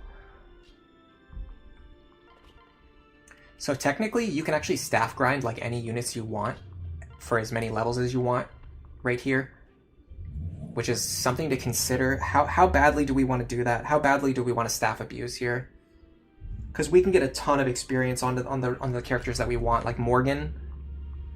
Morgan doesn't have Tome Fair yet. We can at least staff abuse them up to level 15. Lisa, I care a little bit less about, but there's no reason not to do it. Cordelia, we're going to be sending her over to Falcon Knight anyway. In fact, we're going to do that right now. She should have been in Falcon Knight a long time ago. But that's fine. We got a couple extra levels worth of stats before doing it. The problem is if I use this right now on her... Okay, so if I use this right now on her, she can get more experience right now from staff grinding. If I use it on Robin, Robin can get more experience from killing Yanfei. I think this is better. We're going to get more experience this way. Pixel Donut, you really love the OST to this game. Yeah, it's very good. You don't necessarily think that it has the best tracks, but it just meshes with the game so well. Yeah, the soundtrack's really good here. Casey Cat, you used to stream on Twitch until your internet situation changed. Oh yeah, that can cause problems. You're looking into uploading videos on YouTube, but you have a little experience with editing. I can only speak for myself. For me, editing is an extremely slow process that I don't like doing at all. And it takes a lot of time and a lot of effort for me to do it. But having said that, I think for some people it's easier, for some people it's harder, so... And it's definitely worth doing, though. Like, if you're interested in doing it, you should at least try. We're getting 5 experience per staff. Oh god, this could take a while. Is this worth doing? What do you think, guys? Rally speed at least. Let me know in chat. I don't really care about a poll because like a poll doesn't really capture what everyone really thinks. But for the people who are actually active right now and talking in chat right now, like the people who are actually paying attention to the stream, what do you think about staff abusing or staff grinding right now for, say, 5 levels on Cordelia to get rally speed? Editing is very tedious. It really sucks. Get her up to D rank in stabs at least. Honestly, C rank is pretty big in this game too. C rank stabs is pretty important. A pretty important benchmark. I don't know if we can get her that high reasonably. Alright, sorry, I go up here. You stand here. Heal her. What I want is... I want Lisa to get some experience too, so I'm going to put her over here. That might be all she needs. No, she's close though. Staff abuse is valid. There's no harm in doing it now. Most of the time, staff experience isn't necessary, but the skills help a lot. I think you get a lot of experience though. Like the experience really adds up over time. Rally speed is clutch. Staff grinding is one of your favorite things to do. What are you, psychotic? For me personally, the thing is I just don't really mind doing it, but I know it's not that fun to watch. It's not as fun to watch. So we got Tome Fair on Lisa. That's pretty big.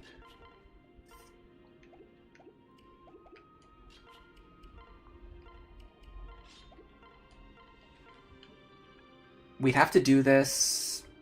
The thing is, it's gonna gradually slow down, but we would have to do this.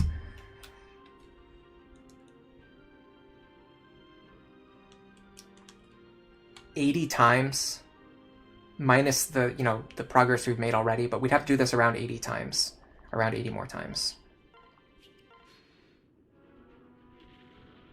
Could go faster with the men's staff, but the men's staff is more expensive, and we don't really have the money.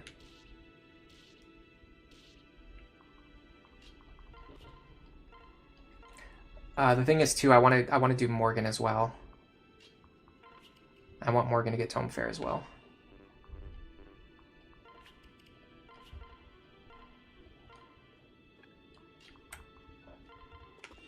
We might even be able to let someone else fight the boss when all is said and done.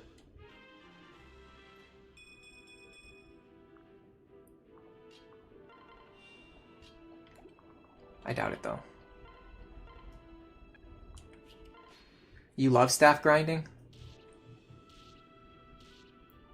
You want to edit your videos to speed up the sections that have things like staff grinding and stuff like that. Yeah, that's what I'll probably have to do, if we even get to that point.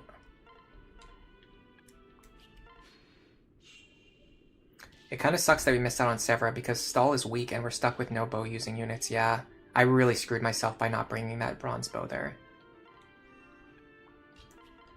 That was a huge misplay. That was one of those things where if I had just taken like 15 extra minutes today before the stream to get ready, I could have accounted for that.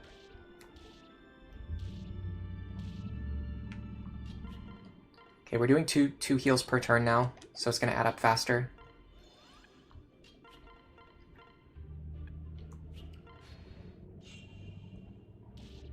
Some people already use AI for their video editing. It's kind of controversial though. If you look on like the YouTubers subreddits, there's like a bunch of people who like hate the idea. There's a bunch of people who like the idea. Once it reaches 4 per heal staff, it actually becomes cheaper to use the men's staff. Oh, cool. I didn't know that. I'm not going to bother to calculate myself. I'm just going to trust you. That way I don't have to calculate myself. All right, I'm going to at least get Tome Fair on Morgan, and then we're going to see how close Cordelia is to our next goal. Is there any chance of breaking his weapon, realistically? He deals like 10 damage. So if he triggers Astra, he would deal like 50. Does he have a crit chance on us? No crit chance. If I just stand here with nothing equipped... Oh, hold on. I actually don't want to break his weapon, because I want it for myself. Plus, then he equips the Noble Rapier. Or no, he doesn't, because it's class locked. Alright, stop wasting time. Just do your thing. Just do the heal staff spam. Alright, we got D rank. We're probably going to get C rank, honestly. At this pace. So we can get Morgan to level 15, we can get Cordelia to like C rank stabs, and then see how close we are to rally speed, and then we'll keep going if we feel like it. If Lisa gets married, Owain's Paralog is a good place to train. I have to pass down Gale Force to Owain, so it's not going to happen within the context of no grind. We're not going to get Owain until after we get to the post game. Because I will allow myself to start grinding after we get to the post game, but I want to beat the game without grinding with this team.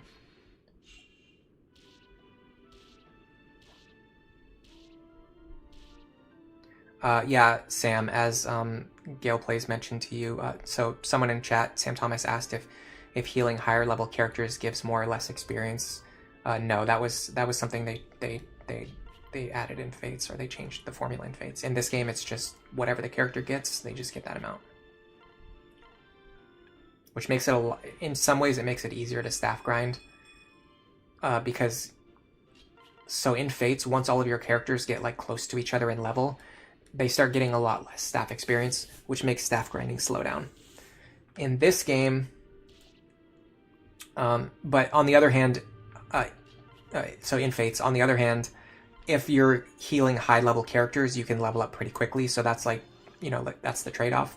But in this game, the good thing is that even if you're healing low-level characters, you can still gain good staff experience.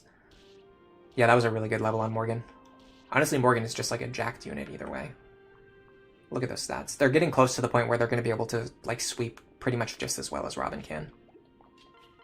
I don't know if we have to put them over to Sorcerer or if we can just keep them in Sage. That's going to be the big question. And technically I want them to be in Valkyrie, but that's something that we might just do in the post game.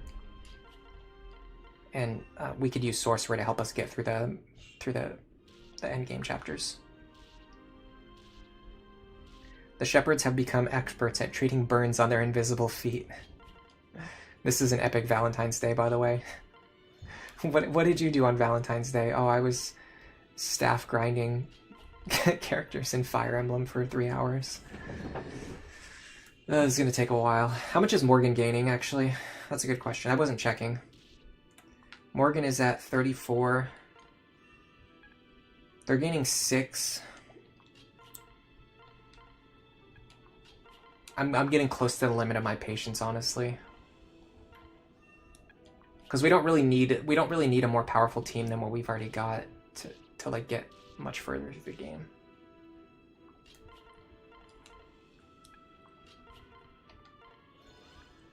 Like if we can beat this chapter as cleanly as we did, even with all of the mistakes we made, I think we can pretty reasonably, beat the rest of the game if we just continue with this trajectory.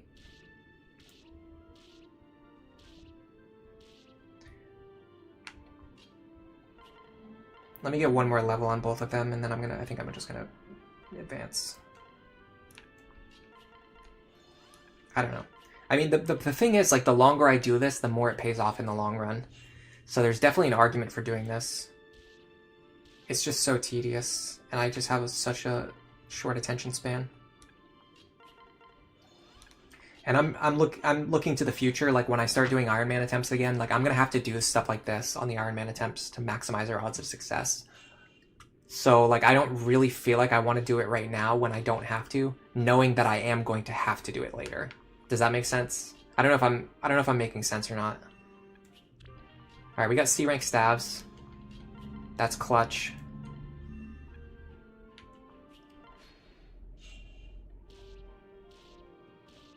Okay, what's our situation look like?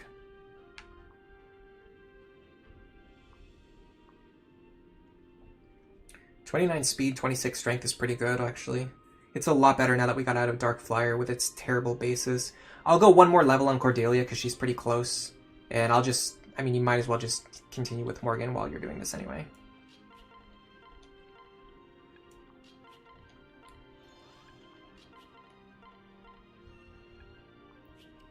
Fred's pretty low.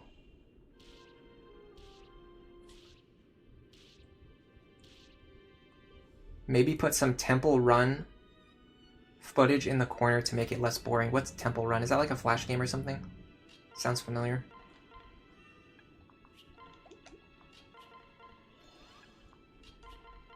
Technically, we're getting experience on Olivia now, too. This is something very similar to what we're going to be doing in the Iron Man run. Alright. This is about my limit. I know we could do this for longer, but I got I got Tome Fair on Lisa. I got C rank stabs on Cordelia. I got a couple of levels worth of stats. I think this is fine.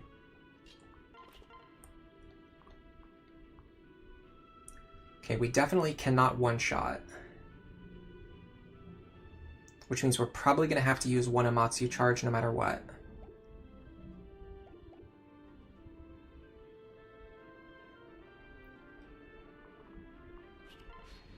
Can Laurent or Morgan fight the boss safely? That's a good question.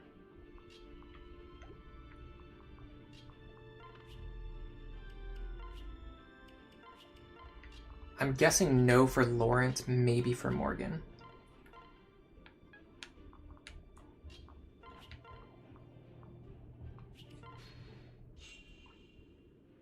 I have a bunch of characters on 1 HP. Yeah, but I don't need to heal characters who are on 1 HP. I just need to heal anyone. Like, if I just heal any character, I get staff experience. Alright, so Laurent is... Actually, his crit rate's not as high as I expected.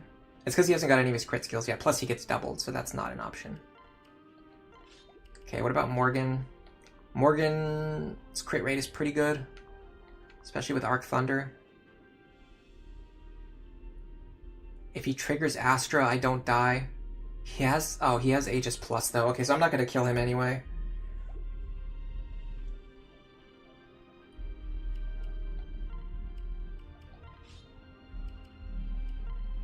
Let me actually get a tome that's not so expensive. Let me get this Elf Thunder tome.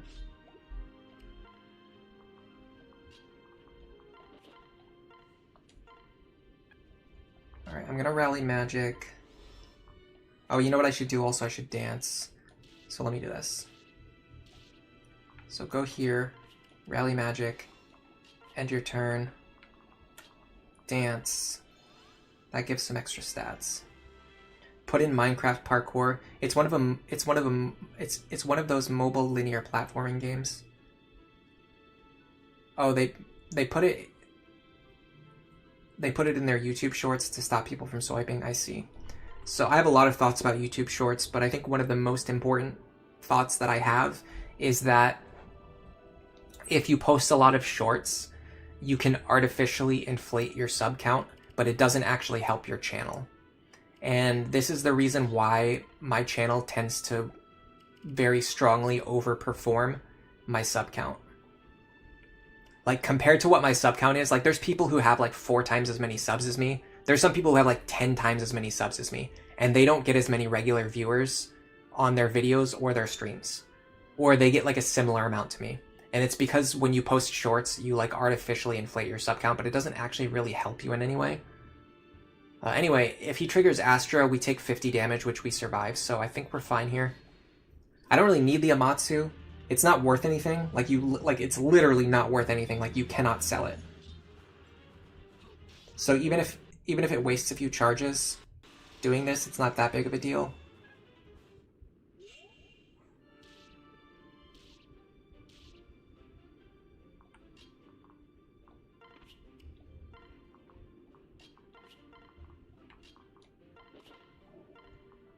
Might as well get some free experience for Cordelia, though, while we're doing this.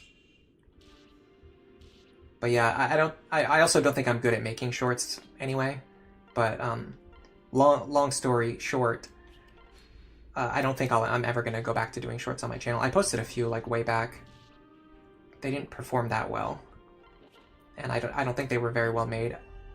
What I've learned is that it's better to like lean into the things that you're actually good at and focus on doing those, rather than trying to do like what supposedly works for like everyone else. Just do the things that you are good at.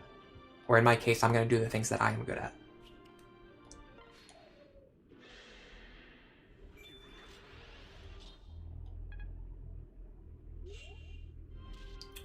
I'm going to be skipping here so that I don't have to deal with animation lag on Thunder.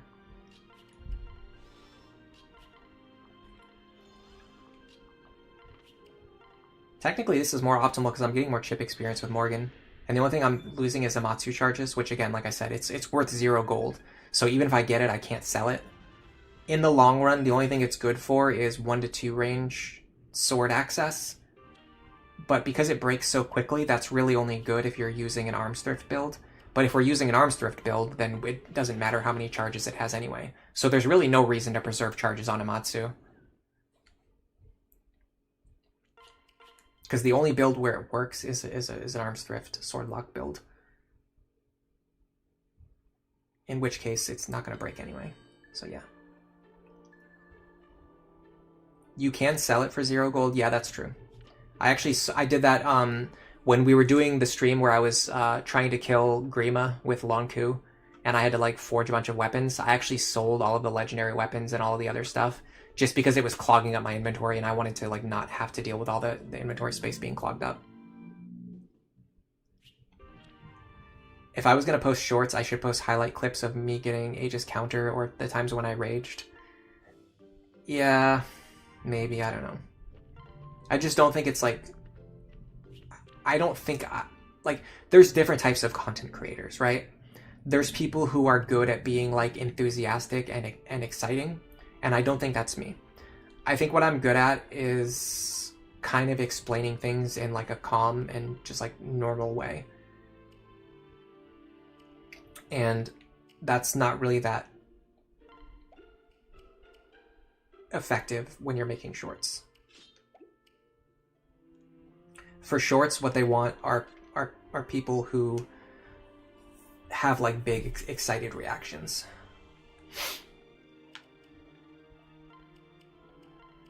Oops. That's a weird button. We actually got through that with only 1 chest key.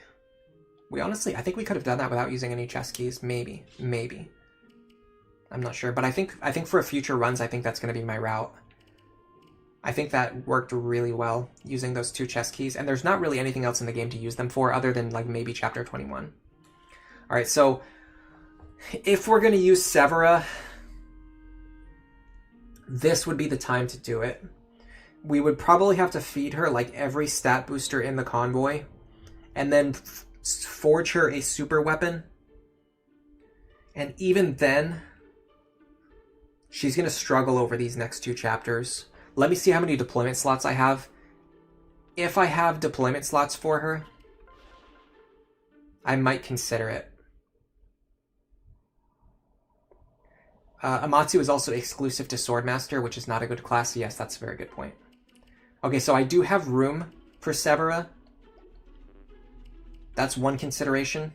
So there's no downside to bringing her.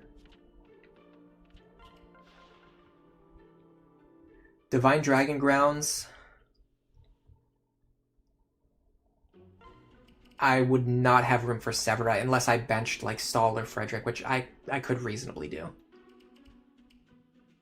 They're not going to be that useful in this chapter other than for just body blocking. And Stahl's very slow, so he cannot body block effectively. Severa Cordelia makes more sense. Especially because I can double trigger Gale Force with them. So if I do something like this, I would bring Severa. I have 3 Speed Wings, a Secret Book, 2 Energy Drops, 2 Seraph Robes. I still have Arm Scrolls, I think. I have 2 Arm Scrolls, so I could max forge her like a steel bow. That would last me for a while. I don't have very much money left though, because I just had to max forge a weapon. Luna Gale Force is cool. Honestly, the big thing, like even Luna's like not that important. The big thing is just having Gale Force on a sniper. I had an extra second seal that entire time, by the way, so I didn't even have to deliberate over whether or not to use it on Cordelia.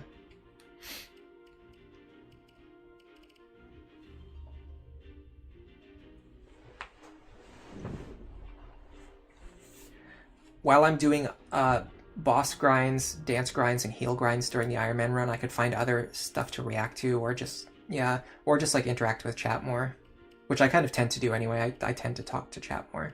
I've thought about that too. I want to find like something I can put on my stream.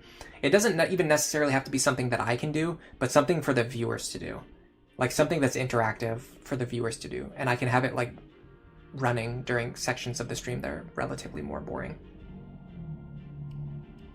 Like when I have to do grinds and things like that. Is there anything else I could reasonably sell? I think somebody mentioned something. Oh, it was the goddess icons. The thing about the goddess icons is they can actually be kind of clutch if you need to like avoid being crit by something, but it's usually not that big of a deal. So if I sell these, let's sell 2 of these.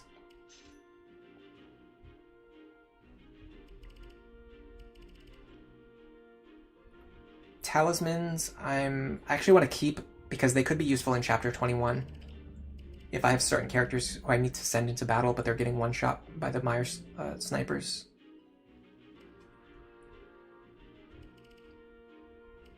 Pure water could be useful for that too. The recover staff is... It's... The staff rank needed to use it is so high, but it's actually pretty useful. Like, I actually find myself using recover staves by the end of the run. I should have enough to max forge a steel bow now. Oh, I can also use the longbow already. And I should already have a steel bow too. Yes, I have a steel bow, so I don't have to buy one, I just have to max forge it. I'll sell the things that I have left over, like with 1 charge left. Help manage my inventory a little bit anyway.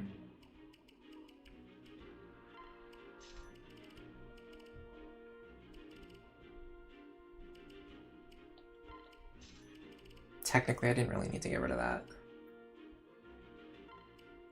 This soothing sword is actually worth keeping because you can use it for free healing. I'm honestly though, that stops being useful. Like that's useful in the early game, it's not really useful anymore. Okay. I think we're gonna use Severa. The problem with the killer bow is that it's so expensive. It also makes it way more expensive to forge, and it also has a small number of charges. So it's very cost inefficient as like a training weapon. And if we have a training weapon that's already has like more might than a killer bow, then there's no reason to use the killer bow. So I'm gonna use this.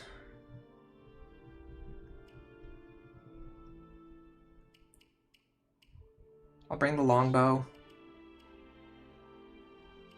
And then this iron bow for spamming low damage attacks if I can get away with it. I'm gonna use both arm scrolls so that I can actually equip these.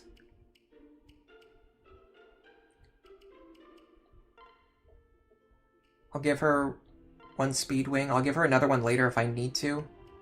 Same with the energy drop. Like I'll give her 1, but then it's like if she doesn't need to, then I'm not going to give her 2. Because I can probably get away with tonics in the short term, like HP, strength, speed, and defense tonics. Then what we're going to do is... I mean, 30 damage is pretty good.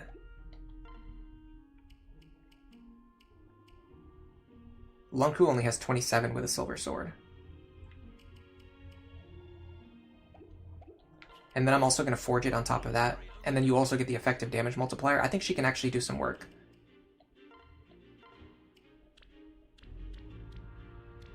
Is it worth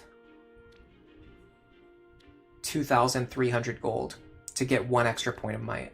I'm going to go with 13 for now. You save a lot of gold this way. And then if we need the extra damage, like if we're just like 3 points short of damage, then we'll forge the extra might on there. Because right now she's got pretty good attack. It's not as good as like my best like trained characters, but it's like pretty comparable with like, she's like pretty comparable with my second string already. So I don't feel bad about benching stall for her. Okay, now in this chapter, there's like a weird gimmick that we figured out. The underdog bow has a few charges. I don't really see myself using it, but I'll bring it just to make you guys happy. It only has 9 might. It's less good than the forged steel bow. The only thing is that it might be pretty accurate, but I don't think I'm going to be having problems with accuracy, but maybe I will. It's worth it, I guess, bringing for some reasons. Let me make sure I have my stabs stocked up, because these are going to be important.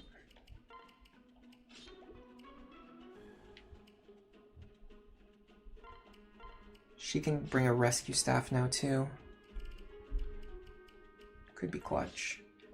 I'm actually going to give her a mend staff, because it gives more experience and it also heals from where, and she actually needs a staff with better healing, because she doesn't heal for very much at base. I'm actually just going to grab another Nosferatu stack, which I've already burned through almost all of the ones that I had. Wow. Okay. Let me bring a Flux instead.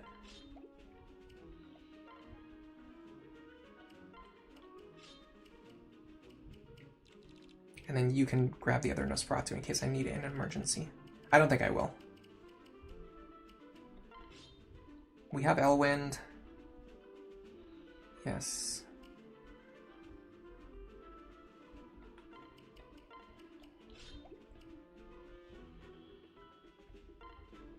He needs a Silver Axe.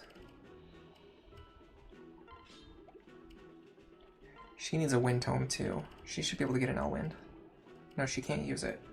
Man, she's still on E-rank tomes. That is insanity. I'll give her the Forged Wind Tome. Can I buy more Physics Stabs? I wonder.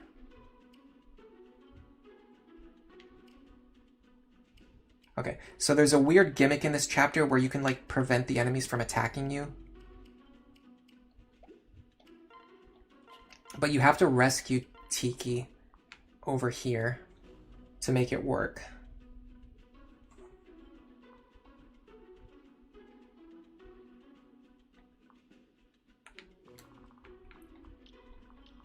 Yeah, okay.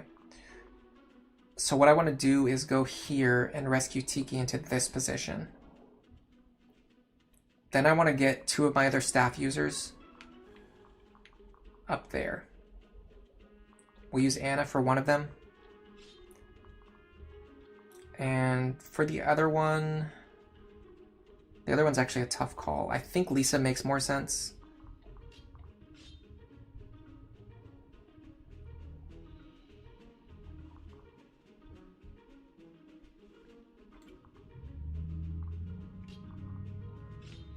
Olivia needs to be near the center. I don't know what to do with Robin and Saria.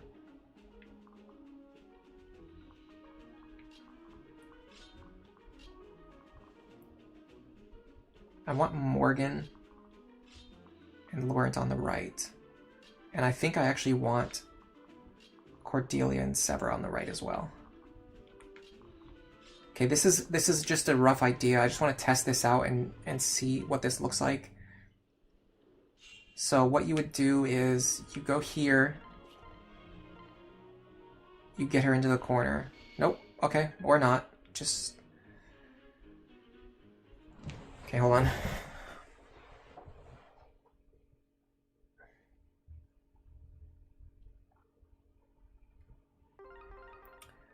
Should I bring Fortify? Do I have room in any of my staff users' inventories? Maybe Lisa. This might be a good time to stack my Physics Stabs. No, I honestly think Physic is better than Fortify here. Well, I don't know. Didn't I sell it? Yeah, I sold it. So no, it's not worth bringing because I literally don't have it anyway. If I still had it, I might consider it.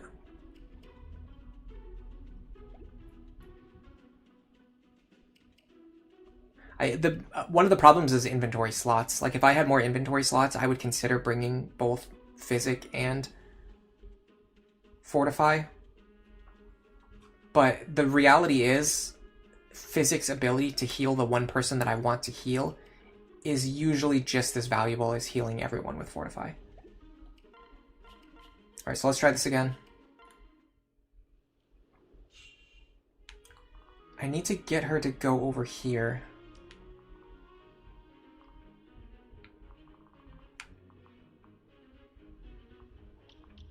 So I need someone standing here who can take a spear. Shouldn't be that difficult. Problem is actually getting them over there.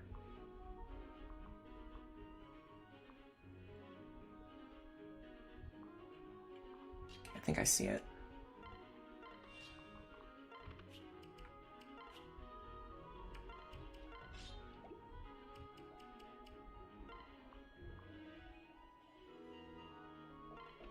Problem is I feel like she's gonna go left. If she goes right, then I'm fine. If she goes left, then I have to figure something else out. Okay, I think we're okay.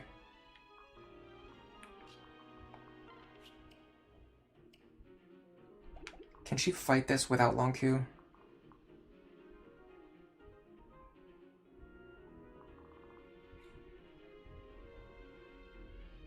No, she needs the speed pair up.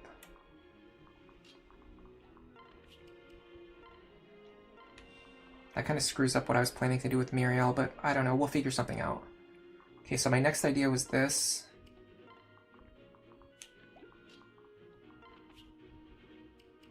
Oh crap, I was supposed to use the second seal on Robin. That's fine, we're just testing out this attempt anyway. So experience is not really gonna matter. So I think the thing is that these guys won't actually attack us. I think. I'm not sure, but I think they won't. I think they won't attack us. I can find out.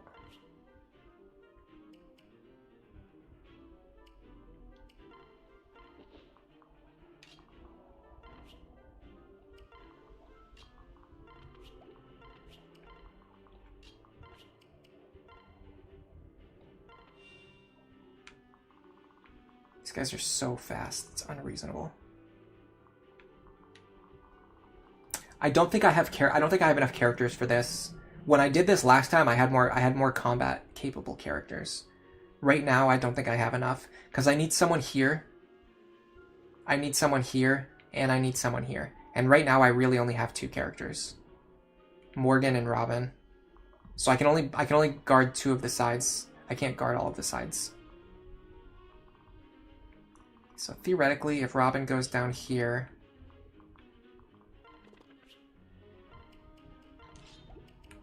and just does something like this, what happens?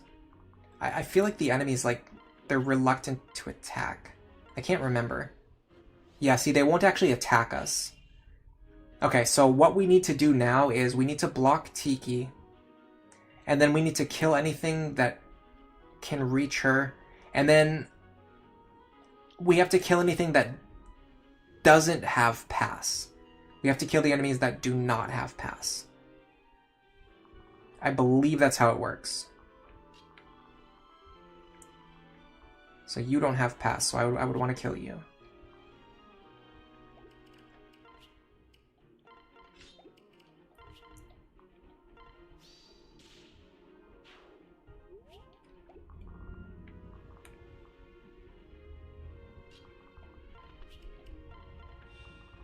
So none of these guys have pass, so I have to kill all these guys pretty fast.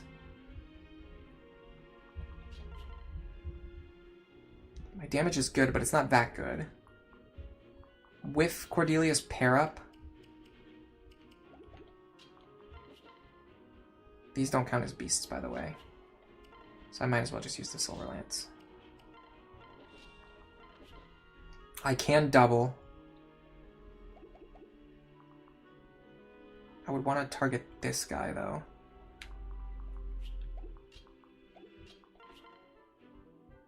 I need a little bit more speed on Laurent. Like, I think a speed tonic would be enough.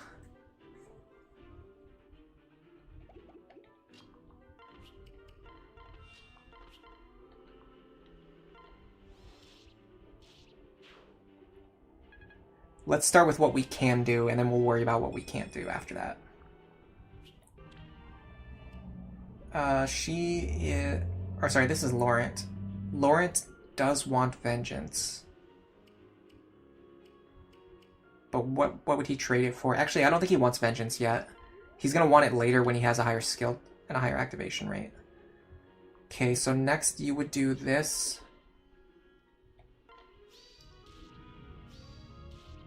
And then that triggers Gale Force,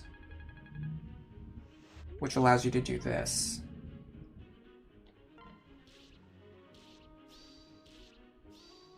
Beautiful.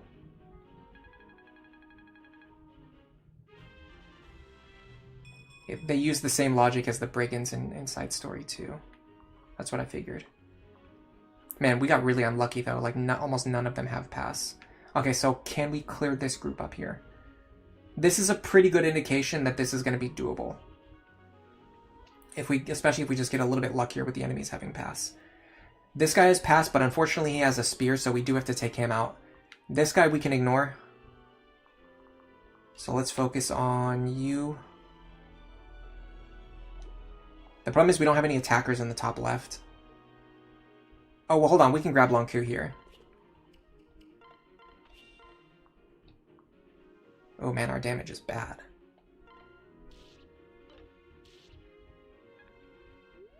Yeah, we can't even kill, like, one of these guys, much less two of them. That's going to pose some challenges.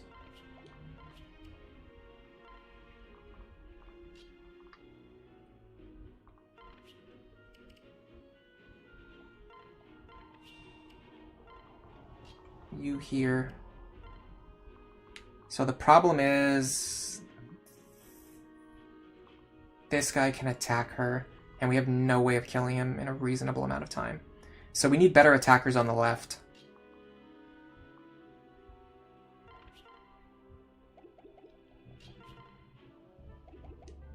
Lisa's nowhere near fast enough.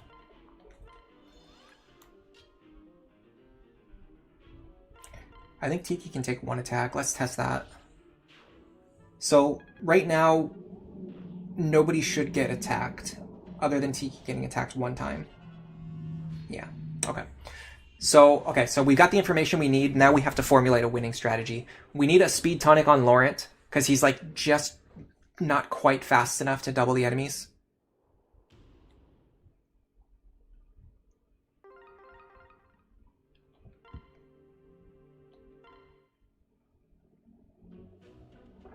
We aren't willing to let Tiki die, no.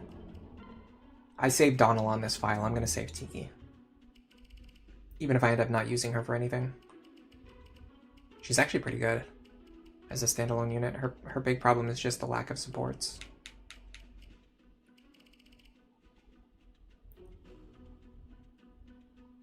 Alright, so, yeah, Laurent, you need a speed tonic.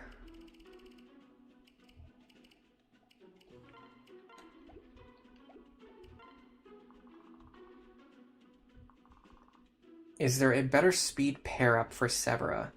Because the problem is if she has to use Cordelia's pair-up to get anything done, then that limits what Cordelia can do. I'm not sure yet.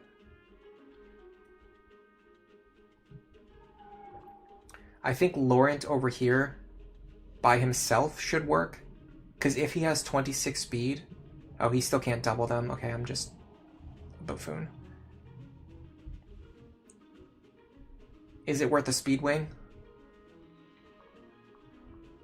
I think so, because one of his big problems is his lack of speed. We can fix that immediately with a speed wing.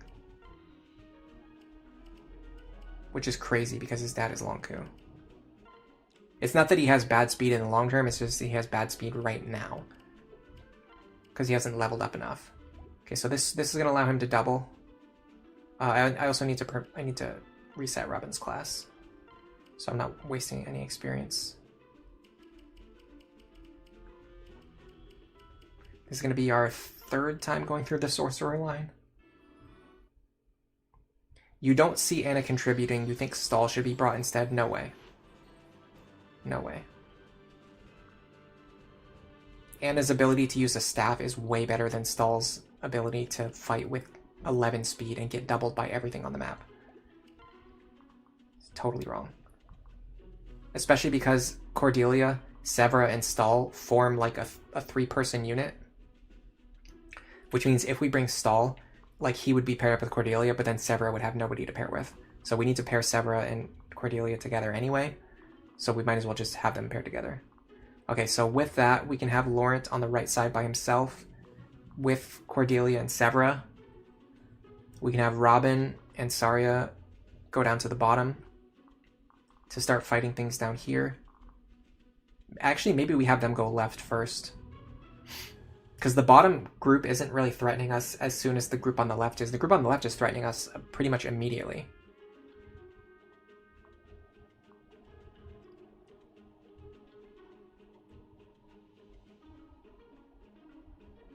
I actually wish they would attack you on turn 1. Because the fact that this guy doesn't attack makes him harder to get rid of. Is there any world where, like, Cordelia flies over here and then Severa kills this guy?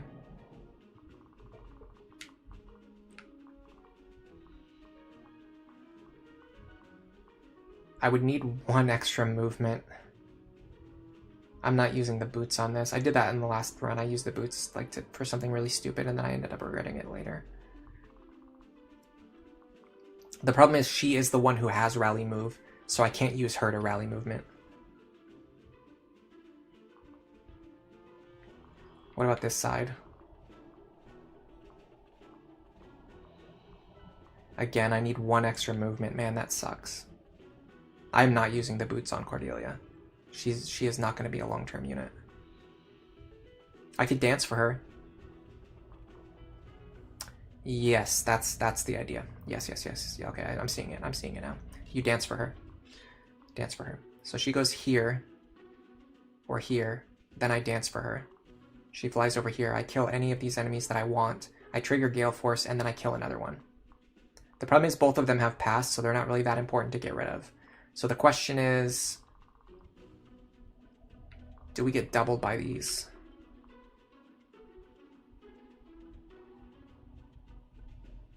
I think not with Cordelia's pair up. I'm not 100% sure about that. But we can't double them, and I doubt we one-shot them. We're dealing 30... Actually, we're dealing a lot of damage. We're dealing 34 plus 26.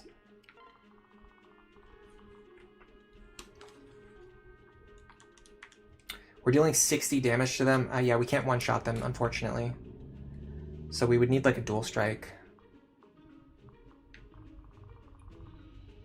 Well, let's do the right-hand side first and see how things go. So this would be the idea. Go here. I do wonder if Robin needs to go left, though. What about south? No, they're way too far away.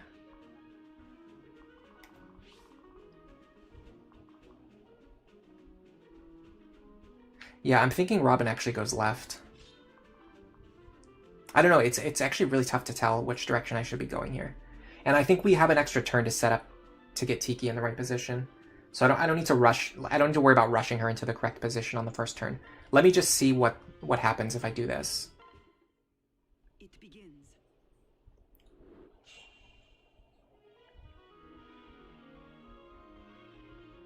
Severa will need to live with her parents while she's still single.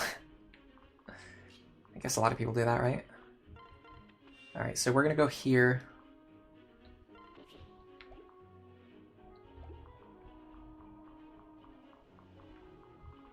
The extra tile of movement is unfortunately very important.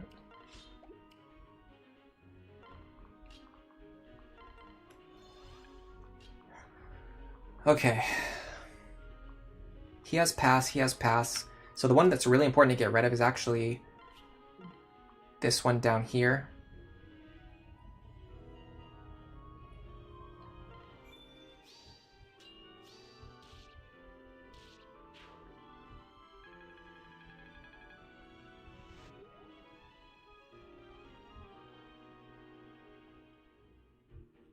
I could kill another one, but it puts me in a very awkward position. But I think I can do it if I start from here.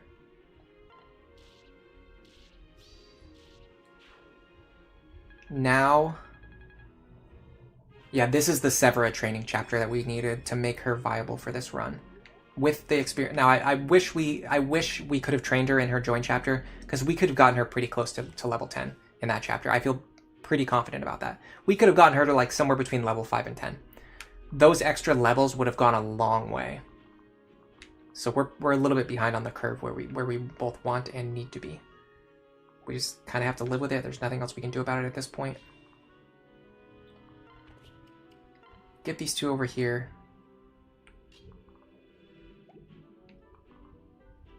We're not going to need Laurent anymore on the left side, so let's put these two over here. Or sorry, on the right side. God, what is wrong with me today, guys? I don't know. I genuinely have no idea what's going on with me today. And you know what? Because we know that the Pegasus actually won't attack us, that means we can do this.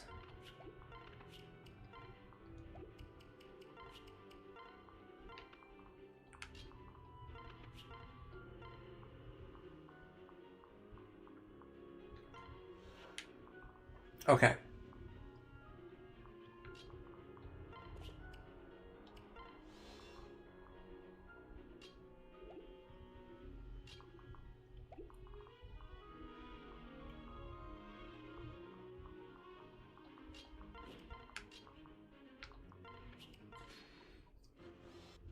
Okay, so now I'm going to use you to bounce back over here.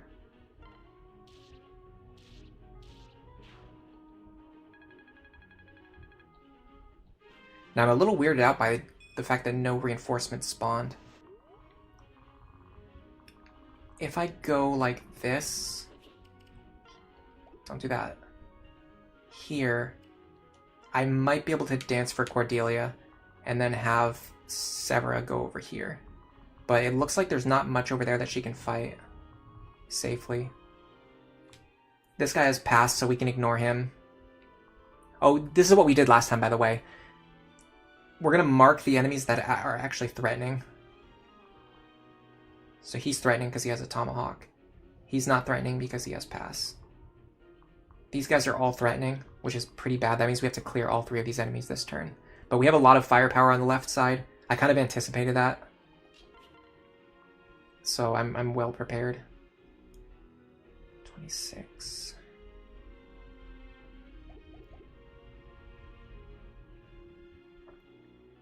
The only thing I don't have is Olivia. I kind of wish I had Olivia on this side.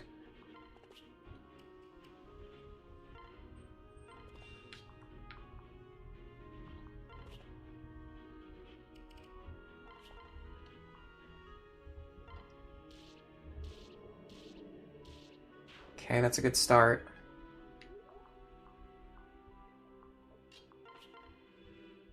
$19 is not enough. 44 is pretty good.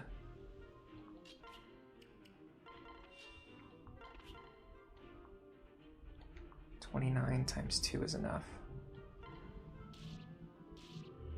Okay. Robin should be able to defeat you.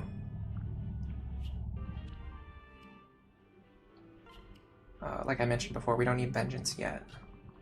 So Crom goes here. I do have to worry about the fact that that guy has a spear, but it's not that big of a deal. I think I'm just going to have to start pairing everyone up. It's better to have them split up so you have more actions. But I don't really have characters who can like win with actions.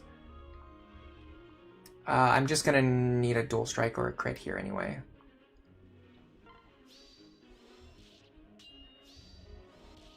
Did not get it in any way, shape, or form. 11 Swords not going to do it. Yeah, I think I just screwed myself. 23. But...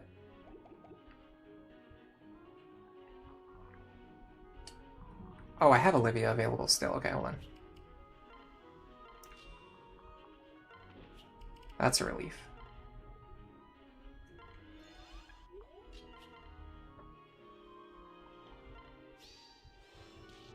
There's... oh, never mind, it missed anyway.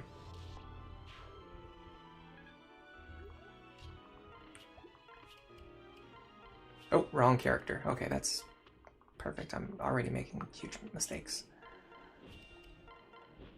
Okay. So here comes this group.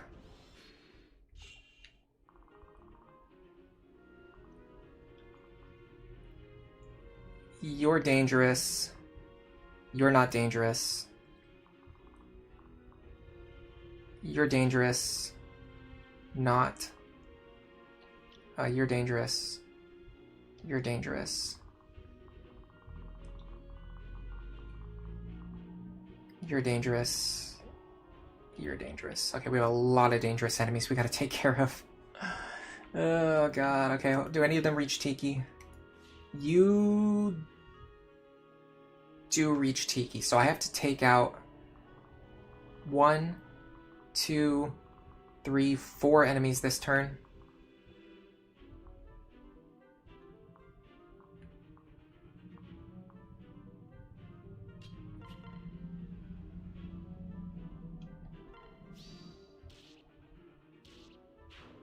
It's a good start. Not only do I have to take out 4 enemies, but I also have to actually successfully body block.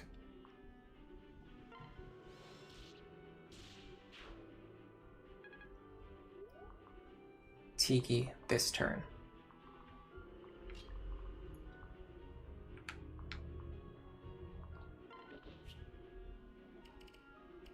I'm very scared about my ability to kill this guy. I don't really see who can accomplish that. Does he have Lance Breaker? Of course he does. Yeah, like...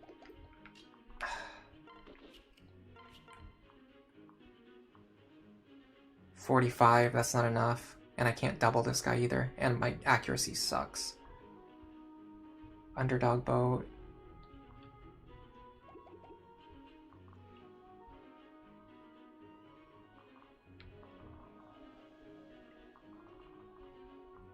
It's almost better for her to just go down here and start getting rid of these guys.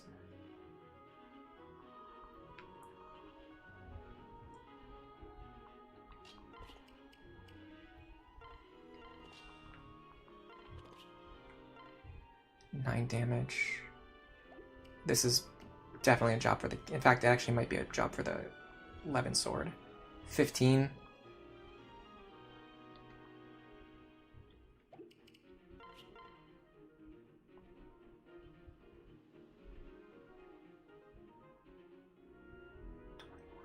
Okay, if we get a killing edge dual strike crit, we can kill this guy. Is it better to just... Hold on a second. Is it better to do this? Which direction are we going to go? I think we're going to go right.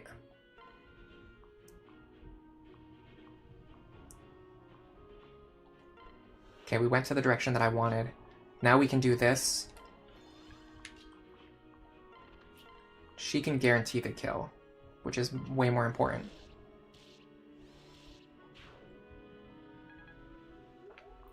Now, Muriel can focus on this guy, which is a much easier kill. Okay. Now there are no longer any enemies threatening Tiki. Which means if Frederick moves here, he body blocks this guy, but because this guy has pass, he thinks he can still attack Tiki.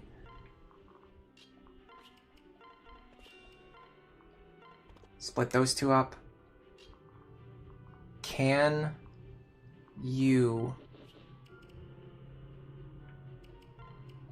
get this kill in a meaningful way? Yes.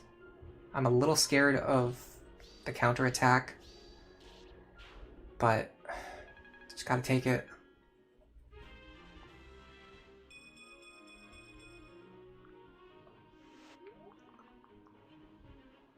Because I can also get rid of this guy. Okay, Severa, I've been talking a long time about how good snipers are in Lunatic Plus.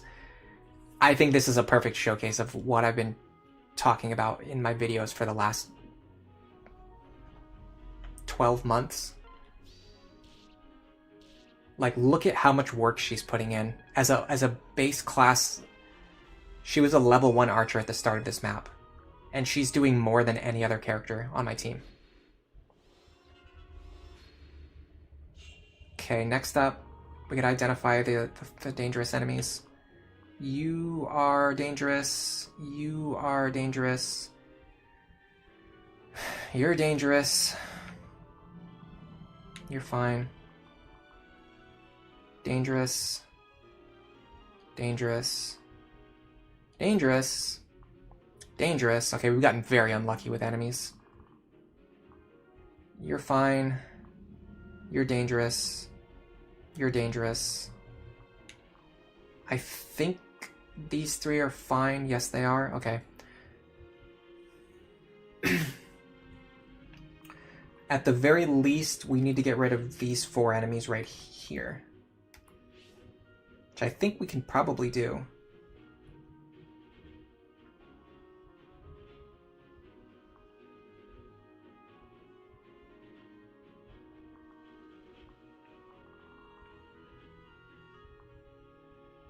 These guys are also going to become problems very soon. I don't think I can trigger Gale Force anymore. There's not anything in my range.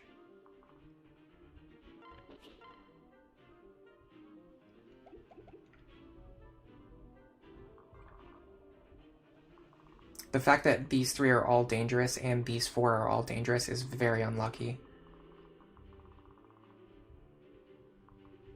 That means my next turn is going to be extremely high pressure. And I can't... And Sebra's not in a good position where she can deal with anything either. The best thing I could do is get a dual strike here.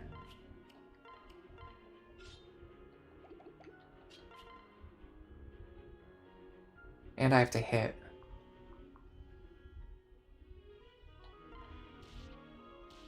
Clutch. Clutch.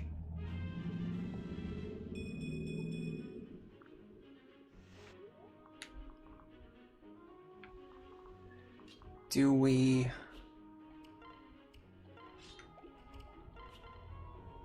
We're just short of the benchmarks. Again, a dual strike here would be nice.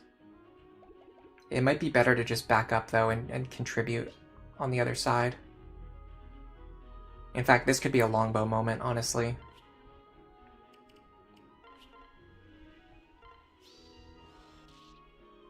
Just to get that guy's health down.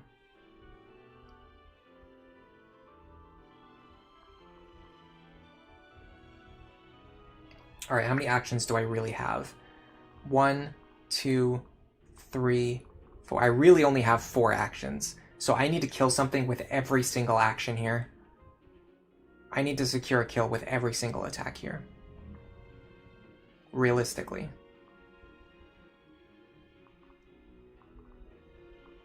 What is the most difficult thing to remove?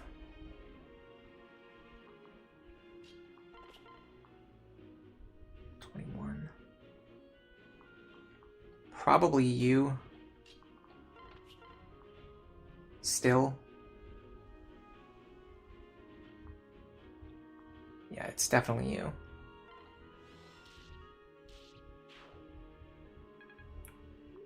Then we... Oh, I cannot dance. Okay, hold on a second. Then I have to clear you.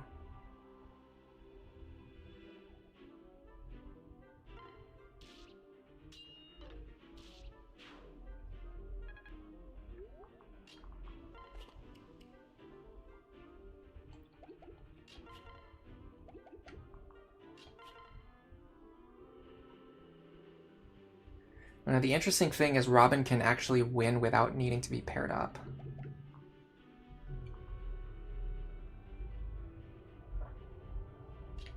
Which gives me some flexibility next turn.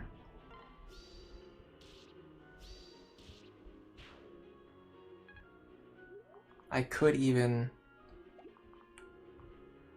2, 3, 4, 5, 6... Go here. I'm gonna go for the one shot just so that I don't take any damage.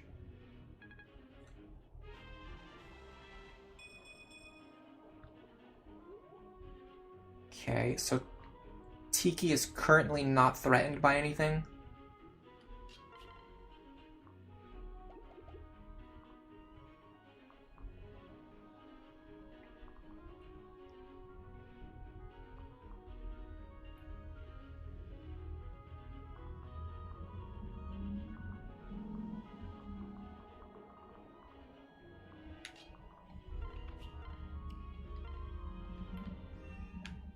Just start getting her health back up.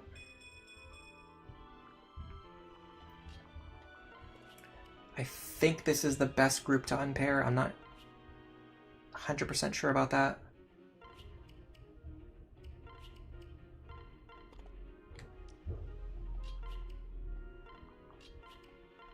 I think I physic here. Because I need her to be on full health in case she needs to fight something next turn. Okay, here we go. It's really going to come down to how dangerous this last group is. Or this next group is. This isn't even the last group. This is just like the next group. Dangerous. Dangerous. Dangerous. Dangerous. Okay, we're in a lot of trouble. I don't think we're going to win. We just got really unlucky. Dangerous. Dangerous. Not dangerous. Not dangerous. Dangerous. Dangerous.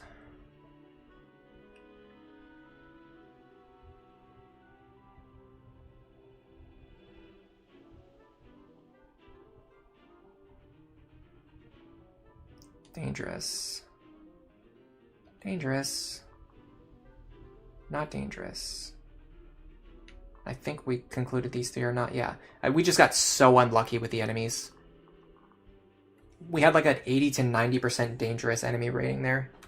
And usually it's only going to be like 60% or less. I think we're overwhelmed at this point, but let me focus on getting rid of the enemies with 2 range attacks. I think there's a chance that the enemies with 1 range attacks, they won't reposition. And if that's true, then there's no longer any way for them to hit Tiki. The enemies with 2 range attacks, I know they will reposition. Like this guy right here will move out of the way to make room for a 2 range attacker. So we still have to make sure we get rid of all the 2 range attackers.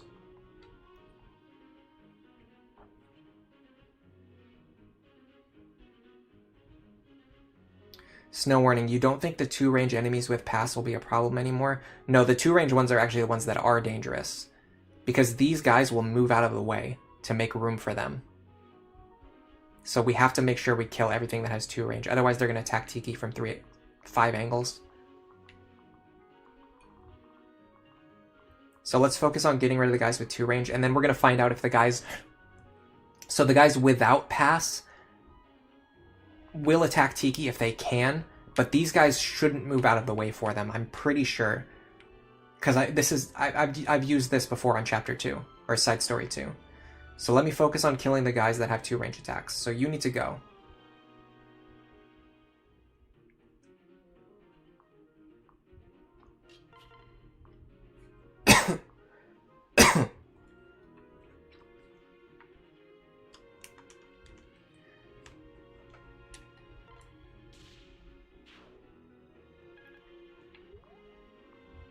You need to go.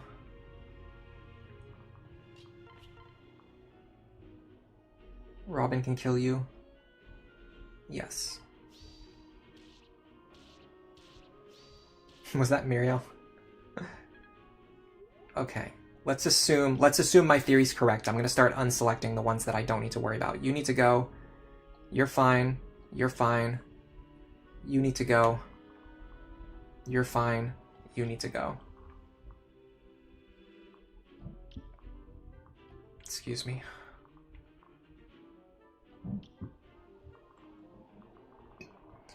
If this is all we have to worry about, we're in a better position. The tricky thing is Severa just not having any easy targets anymore.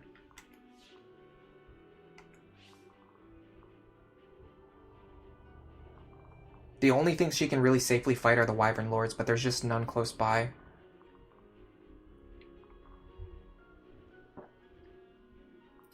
Might be another, like, prey... for a dual strike moment. We can at least get rid of you, I know.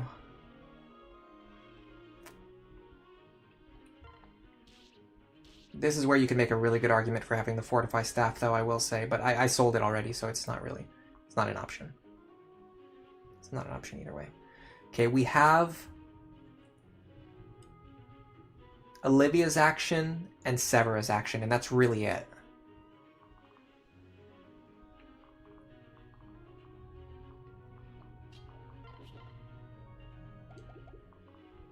No, you're actually not a threat. So hold on a second. We can use Olivia's action here.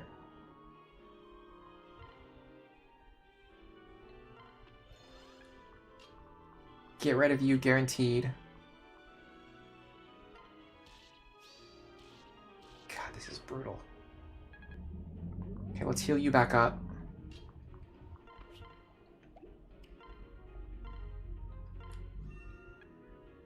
Now, I can use Tharja to chip down an enemy. Something like this. I mean, she doesn't really deal that much damage, so I don't know if it's even worth it.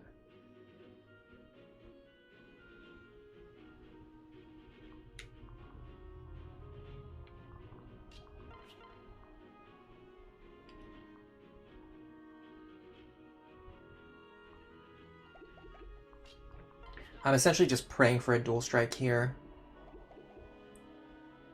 I don't need to pair up for that to happen, though. I can just do it unpaired.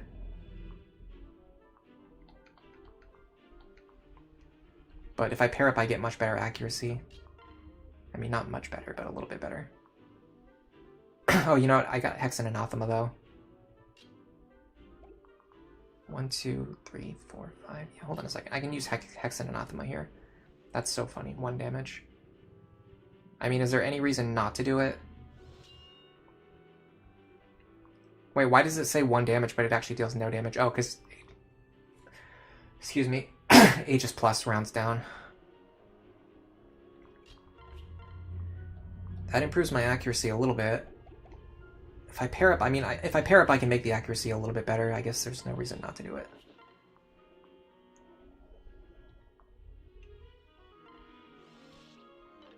We got the dual strike, but we actually missed. That's funny.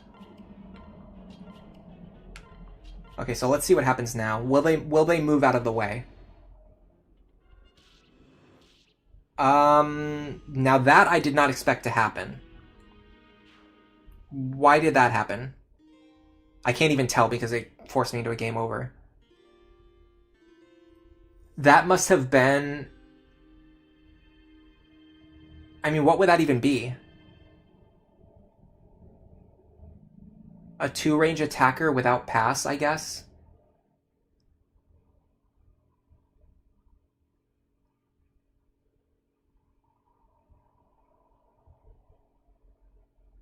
Yeah, this map is really tough. Honestly, I've never beaten this map without cheesing it.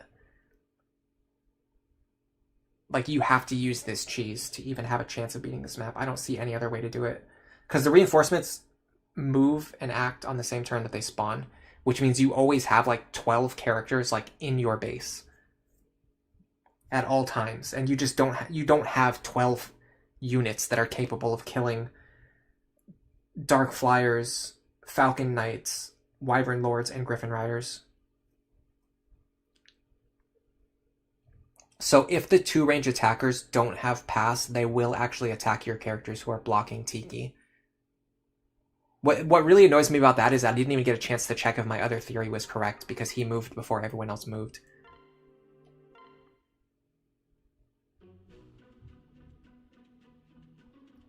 Olorin says that it looks doable. This is brilliant tactics, not cheese. I mean, everyone... Yeah, I mean, you can take it whichever way you want. Okay, so here's the thing.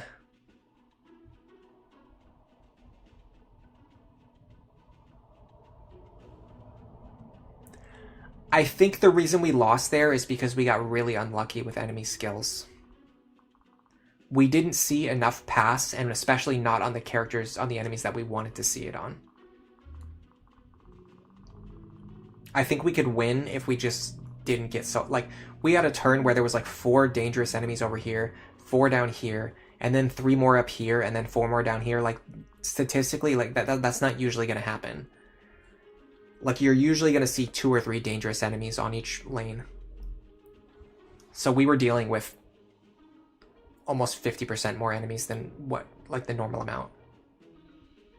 You've cleared it in 2 turns with 6 high movement Gale Force units. Oh yeah, so if you fly out and you kill everything before the reinforcements spawn, you can beat the map that way. Yeah, I've done it that way before too, one time. It was a long time ago, that's why I forgot about it. You always use the huddle method? Yeah, the huddle method's pretty good, isn't it?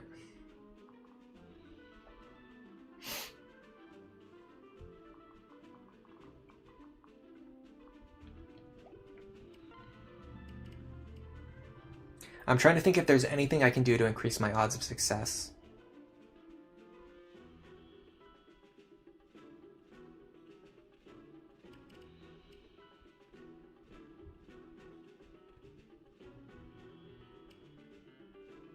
Is there anything I'm overlooking here?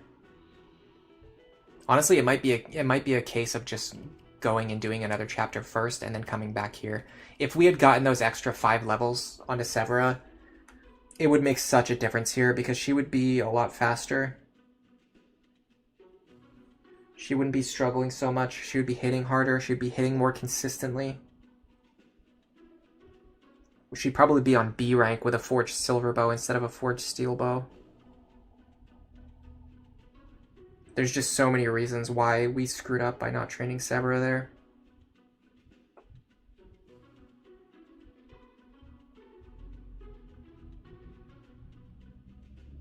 I'm trying to think if there's anything I can do.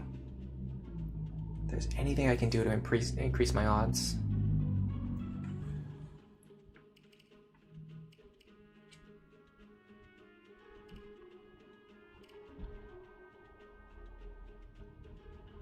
Playing on normal mode. It's a little too late for that. We're 20 chapters into the game, my friend.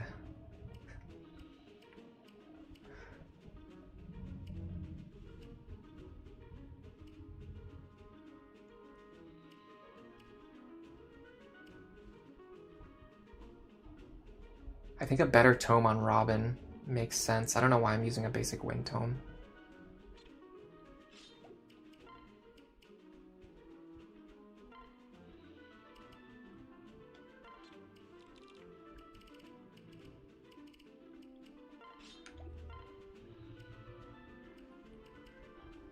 Yeah, that's very accurate and very powerful for the turns when I need it.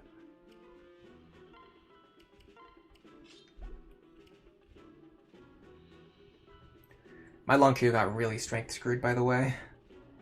It's almost incredible how bad his strength is. If I separate Laurent and Morgan, I could check their speed thresholds. Yeah, I was thinking about that too, actually.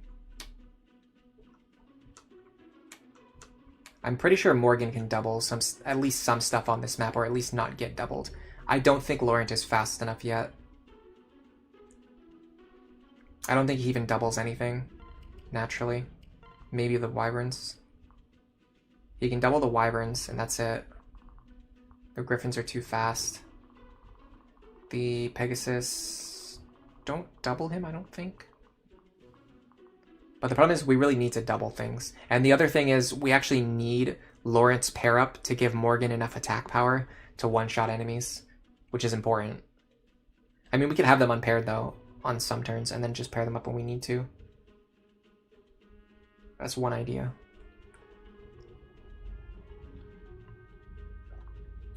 Alright, I'll give it one more honest attempt, and then we'll see. I don't think Zarya can fight on her own. No, she was dealing like 1 damage to the enemies. She actually didn't get a lot of training on this run. She has, remember, she joins at level 10. We promoted her. She has not even gained 2 levels yet. Like, we have really not trained her at all.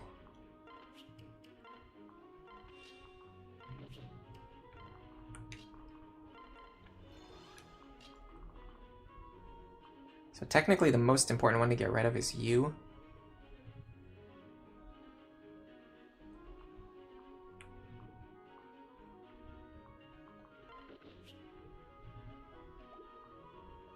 But I have to put myself in a position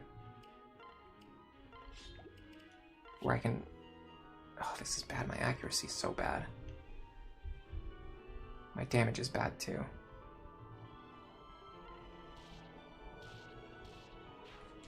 Just pure luck, basically. Okay, so if I'm here, that sets me up for next turn. I'm getting very lucky with her attacks, by the way. Her accuracy is atrocious.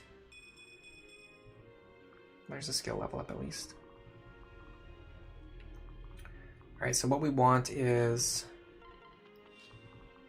Yeah, these two over here.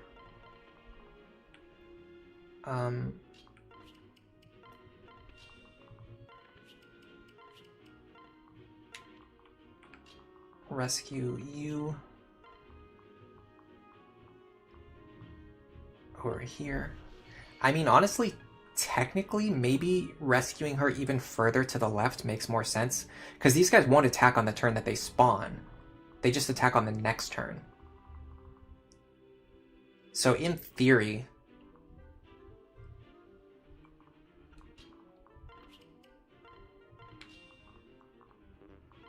I don't know, there's a lot of ideas you can explore with that.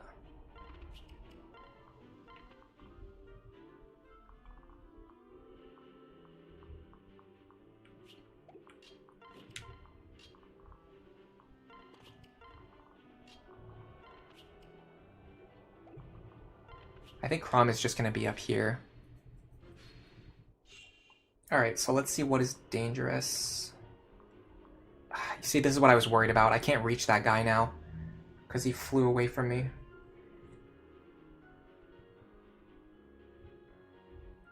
That screws up my whole plan, because now I can't trigger Gale Force without wasting longbow charges.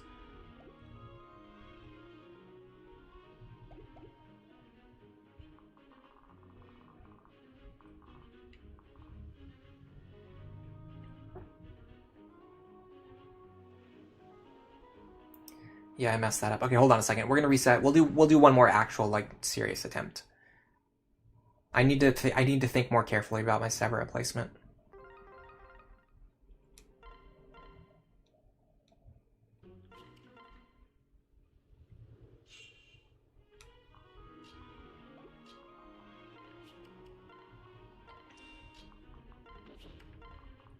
So what we're actually gonna do is go like this. I think we need to fight the guy with the spear first, even though we're going to take damage from him. Or that. Because then you can go up here and hit this guy. And the other guy can't move out of our range. So we can actually get the other guy next turn to trigger Gale Force. Are the longbow charges worth it? Absolutely not. It took me 10 seconds to reset.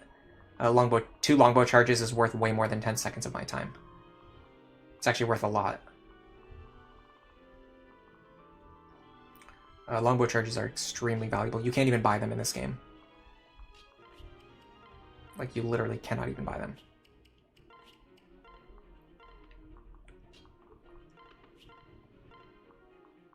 You only get the longbows that you find.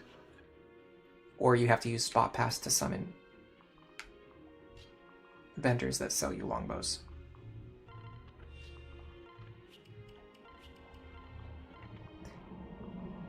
If I can't get something that looks or feels like a winning attempt here, what I'll probably do is next week we'll do the Walhart chapter first, and then we'll come back to this after that. But having a trained Severa before we go into that chapter would be really nice, and I think this is the best place to train her. Alright. So now we should be able to go here, hit this guy. We're getting really lucky with those shaky hit rates.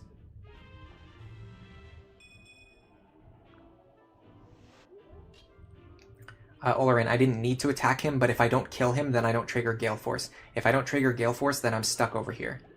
I'm stuck way over here, when I need to be way over here. I have to kill him so that I can trigger Gale Force so that I can get back to the left side. Alright, you are a threat. You are a threat. You are not a threat. You are a threat. Threat. Threat. Threat. I got 4 threats coming from the bottom this turn. So I want to be in a good position to deal with them. Especially because dealing with these two is not going to be that difficult, I don't think. Okay, so hold on a second. Robin still pretty comfortably kills these guys. So I think what I'm going to do is this. Yeah, see, the problem is Severa deals... sorry. Why can't I say the characters' names right? The problem is Saria deals no damage to them. So even if I get the Robin dual strike, they still have a ton of HP.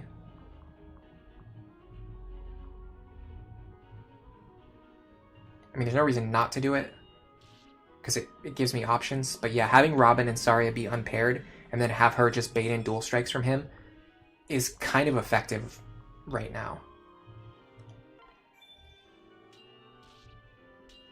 Because I can do this. I don't think she gets experience if she deals 0 damage. No. Okay. I actually want Lisa over here with nothing equipped. That's going to prevent what happened last time. Because if something runs up and tries to attack her, instead of Crom, it can't actually kill her in a single turn.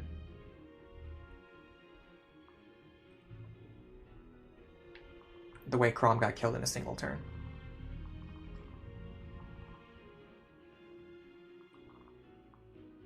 Okay, I believe this is the better play. Griffin Riders. Because I can't double these guys anyway, I actually don't want to go down there, because if I go down there, I can't get back up. So I actually think this is the smarter play. Go like this. Pair these two up. And I actually want to send Morgan down here.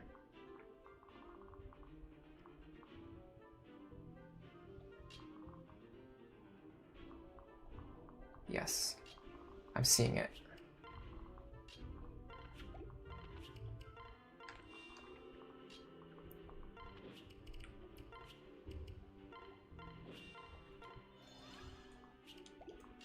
Okay, which one is more effective to get rid of sooner? Probably you. No, I think it's actually you. Especially because if I can get a dual strike here... No, in fact, I can actually one-shot him before he does anything. Yeah, so that's good, because then someone else can attack this guy who doesn't need to take damage at 2 range. Or who is incapable. Who cannot safely take damage at 2 range. Can focus on that guy instead. Man, these guys have a ton of res. Okay, we're fine. We got just enough to kill him. Okay, so we want Lisa here.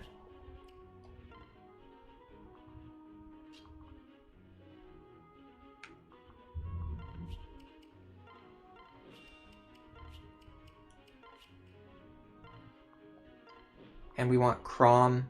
Actually, we want Anna here. And we want Crom here.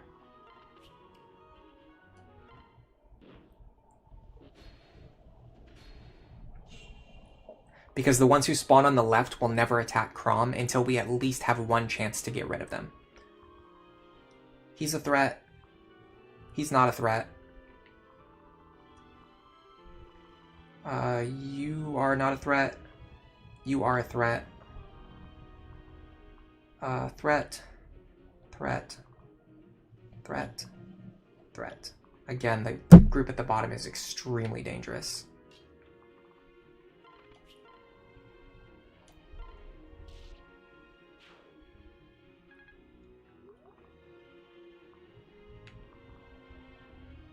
This guy's gonna be a problem. I'll let Morgan deal with him in a turn.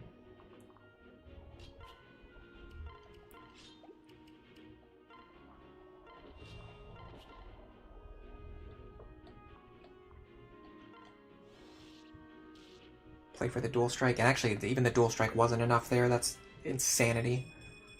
That is something that's not ever been known by human hands.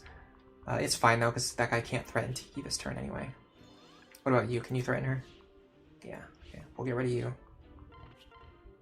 That just makes him a nice Gale Force target for next turn. So I think it's fine. Okay, so again, I think actually think Muriel's... No. I think Robin's the better attacker here.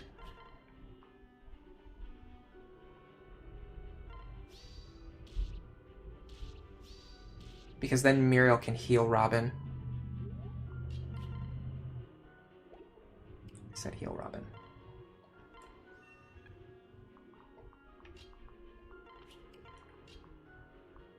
This gives us a lot of flexibility on the next turn's movements.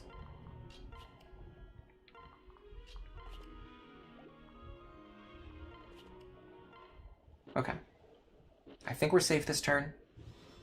Yes. Now this turn's going to be a little dangerous. Let me see how many turns of reinforcements there actually are. I think it's a lot. I'm pretty sure there's a ton of there's a ton of reinforcements in this chapter. This just goes on forever. Because I remember it taking a long time during the last time we streamed this chapter. It goes on to turn 5, which is actually not that bad. We're already on turn 4. If we can make it through the next like couple turns, I think we'll actually be fine. The problem is there's a lot of dangerous enemies inside of our base now. And there's more dangerous ones spawning. So you're dangerous. You're dangerous. You're not dangerous. Okay, so we got a little bit fortunate there. Dangerous. Dangerous. Not dangerous. That's lucky. Not dangerous. Honestly, if one of these guys was going to be not dangerous, I would love for it to be the Falcon Knight. So I'm a little happy about that. Okay, what about up here? You guys are safe. I know I confirmed that already. You are dangerous. You're dangerous. And you're dangerous. Okay, we have... Oh my god. Can he reach Tiki? He can't reach Tiki, but he can reach Lisa. I don't know if he'll attack Lisa, but let's focus on these 1, 2, 3, 4, 5, 6, 7 enemies first. If we can somehow get rid of these 7 enemies. Somehow. I think Severa can get this guy. Pretty reliably.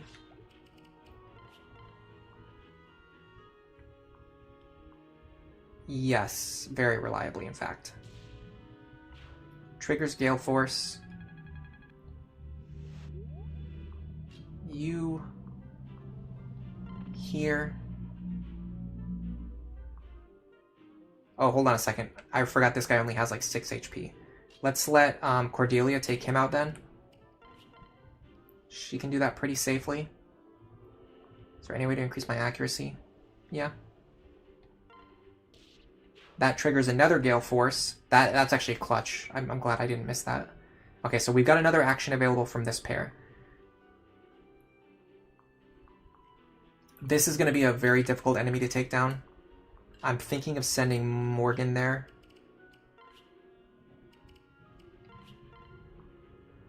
Even with my Forged Elwyn Tome, I don't guarantee it.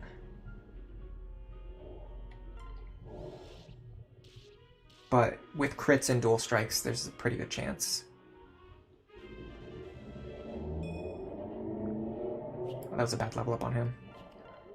Alright, now we've got 4 left, and we have 1, 2, 3... We have 4 actions and 4 enemies to deal with, so we are not doing so hot here.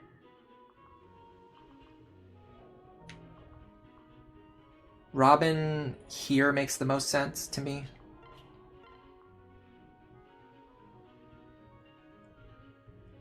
No, because of Aegis Plus, I can't actually guarantee this kill. I mean, I don't know if that means Muriel could do it either, though. Lonku deals no damage. You know what he needs is a Worm Slayer. I don't know if it'll matter, but... Yeah, this is bad. I don't think I... Okay, I mean, Muriel can take this guy, or... Yeah, Muriel can take this guy. The problem is a lot of enemies spawn with Aegis Plus. Muriel can for sure take this guy, though. That's a start.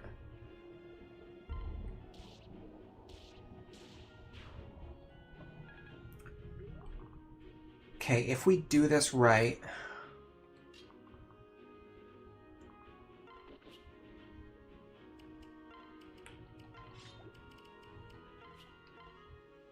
We go here.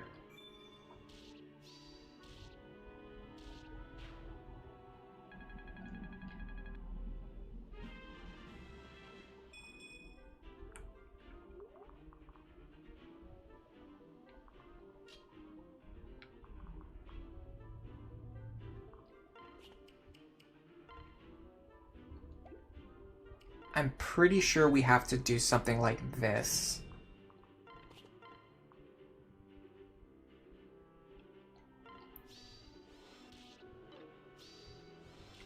That's bad. That's really bad. That's really bad. That's about as bad as it could have gone. Okay, what do we have left?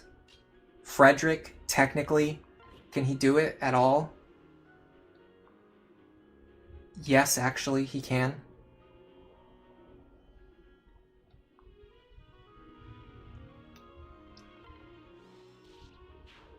Cannot believe we just had a Frederick moment this deep into the game.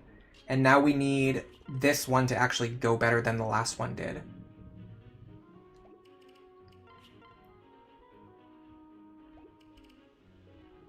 It's extremely likely, but it's not a guarantee. Okay. The vengeance triggers aren't really helping us is the problem. We need our health to be lower. Okay, right now, everything feels okay. For one turn. I bought myself one turn. I think. That was... No. Oh, crap. Yeah, see, I had a feeling this guy might attack Lisa, but there wasn't anything I could do about it. Luckily, she survived anyway, which is why we had her in this position instead of Crom. So here's the problem now. Anything on the left side that just spawned as dangerous needs to be removed, and that's you, you, and you.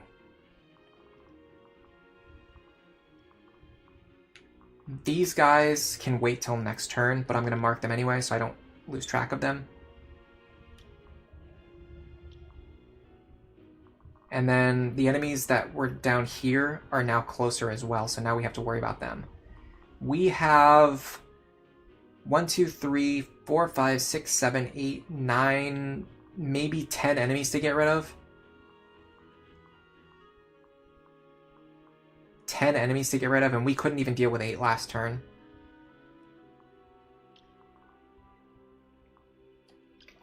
If we can survive this turn, I think we can win. If we can survive this turn, I think we can win. Oh, that guy having a tomahawk really sucks. I want Lisa to fight him, but she can't do it with a tomahawk in play.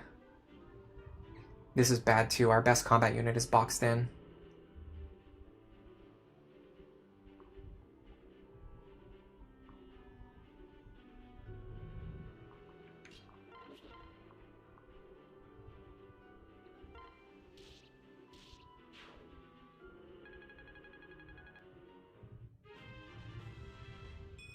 I don't think we have enough attacks. I don't think we can survive this turn no matter what we do.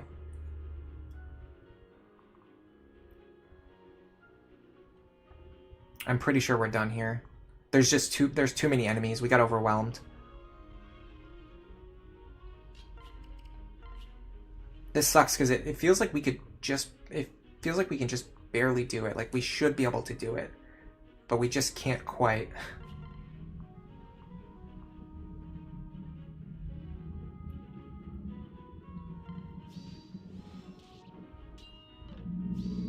Okay, that's really bad. I should have sent Morgan over there. Yeah, I think we're done. I don't think we could have won from this position anyway.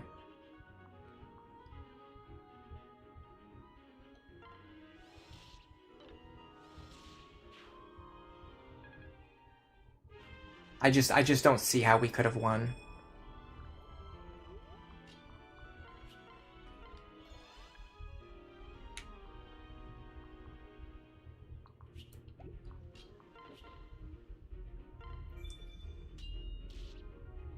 So I think our team might not be strong enough to fight this number of enemies yet.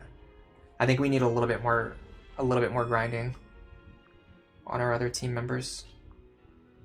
So you would go here.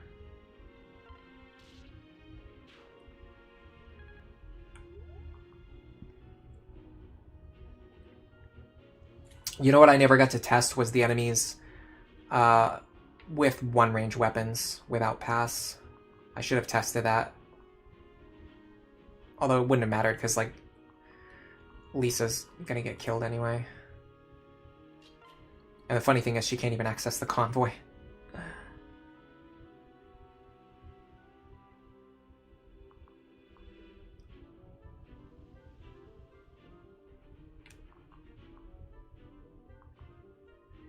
Yeah, these enemies, these high-res enemies are a big problem for me.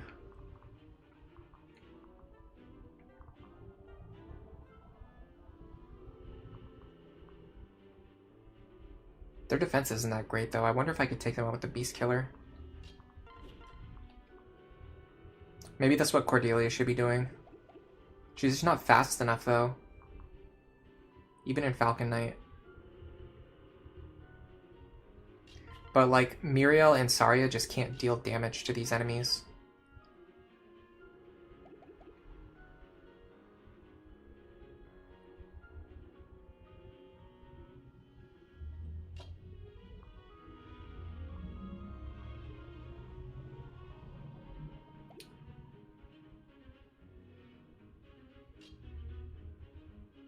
The best I could do at this point is just, like, get rid of you.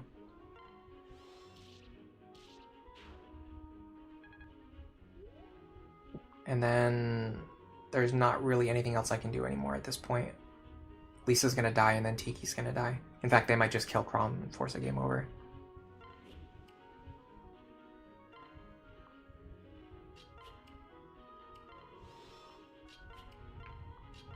Let's just see what happens.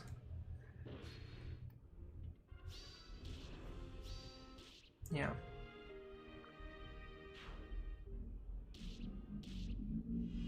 It's weird that they did that before the game over. Usually if they see a game over, they go for it immediately. Alright. I think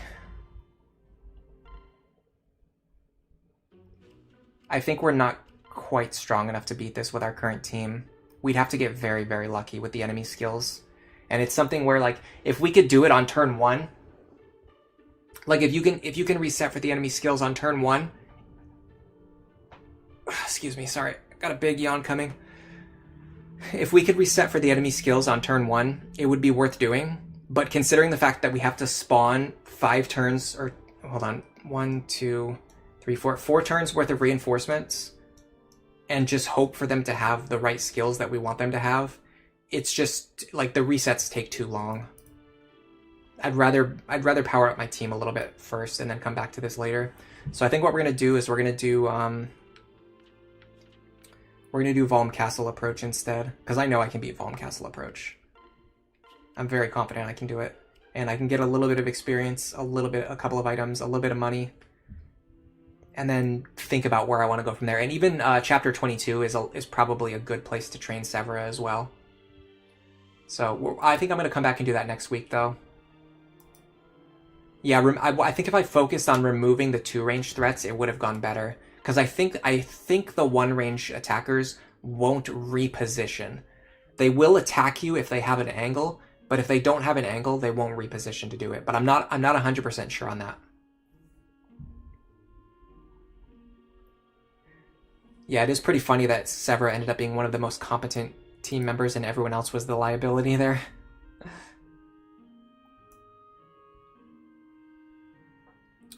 The shop on Priam's map actually sells longbows. Yeah, that's right. But I mean, that's like one of the last maps you'll ever beat. Should I give a skill tome or a secret book to Severa? The thing is, I don't really need to, because after she gains a couple of levels, she's already got the 100% hit rate. So it would only improve my consistency on, like, that very first turn, and only by a little bit. Like, I never failed an attempt from Severa missing attacks, so that wasn't really the issue. The issue was more that my team is very magical weighted. I don't have my trained bow user yet. And Tharja and Muriel, Laurent, and even Morgan and Robin to an extent could not deal the damage that I needed them to deal. And so we were just getting overwhelmed by the enemies. Also, if Cordelia gets even, like, a little bit more strength, like, she could get within range of potentially one-shotting with the Beast Killer. So that's another thing that we could try to do. instead of the position we're stuck in now where we just can't quite one-shot. So we're not able to trigger our double gale force. But anyway, man, exhausting day for me, to be honest. More looking forward to tomorrow. I'm probably just gonna relax and do nothing for the rest of the day. Sorry for the people who are not doing so good this year. Hope your year improves. Looks like a lot of people are at least doing okay or doing great, so that's good. I'm gonna call it. I need to get something to eat, something real, not just like eating 2 carrots. And again, thanks everyone for coming. And for now, enjoy the rest of your day.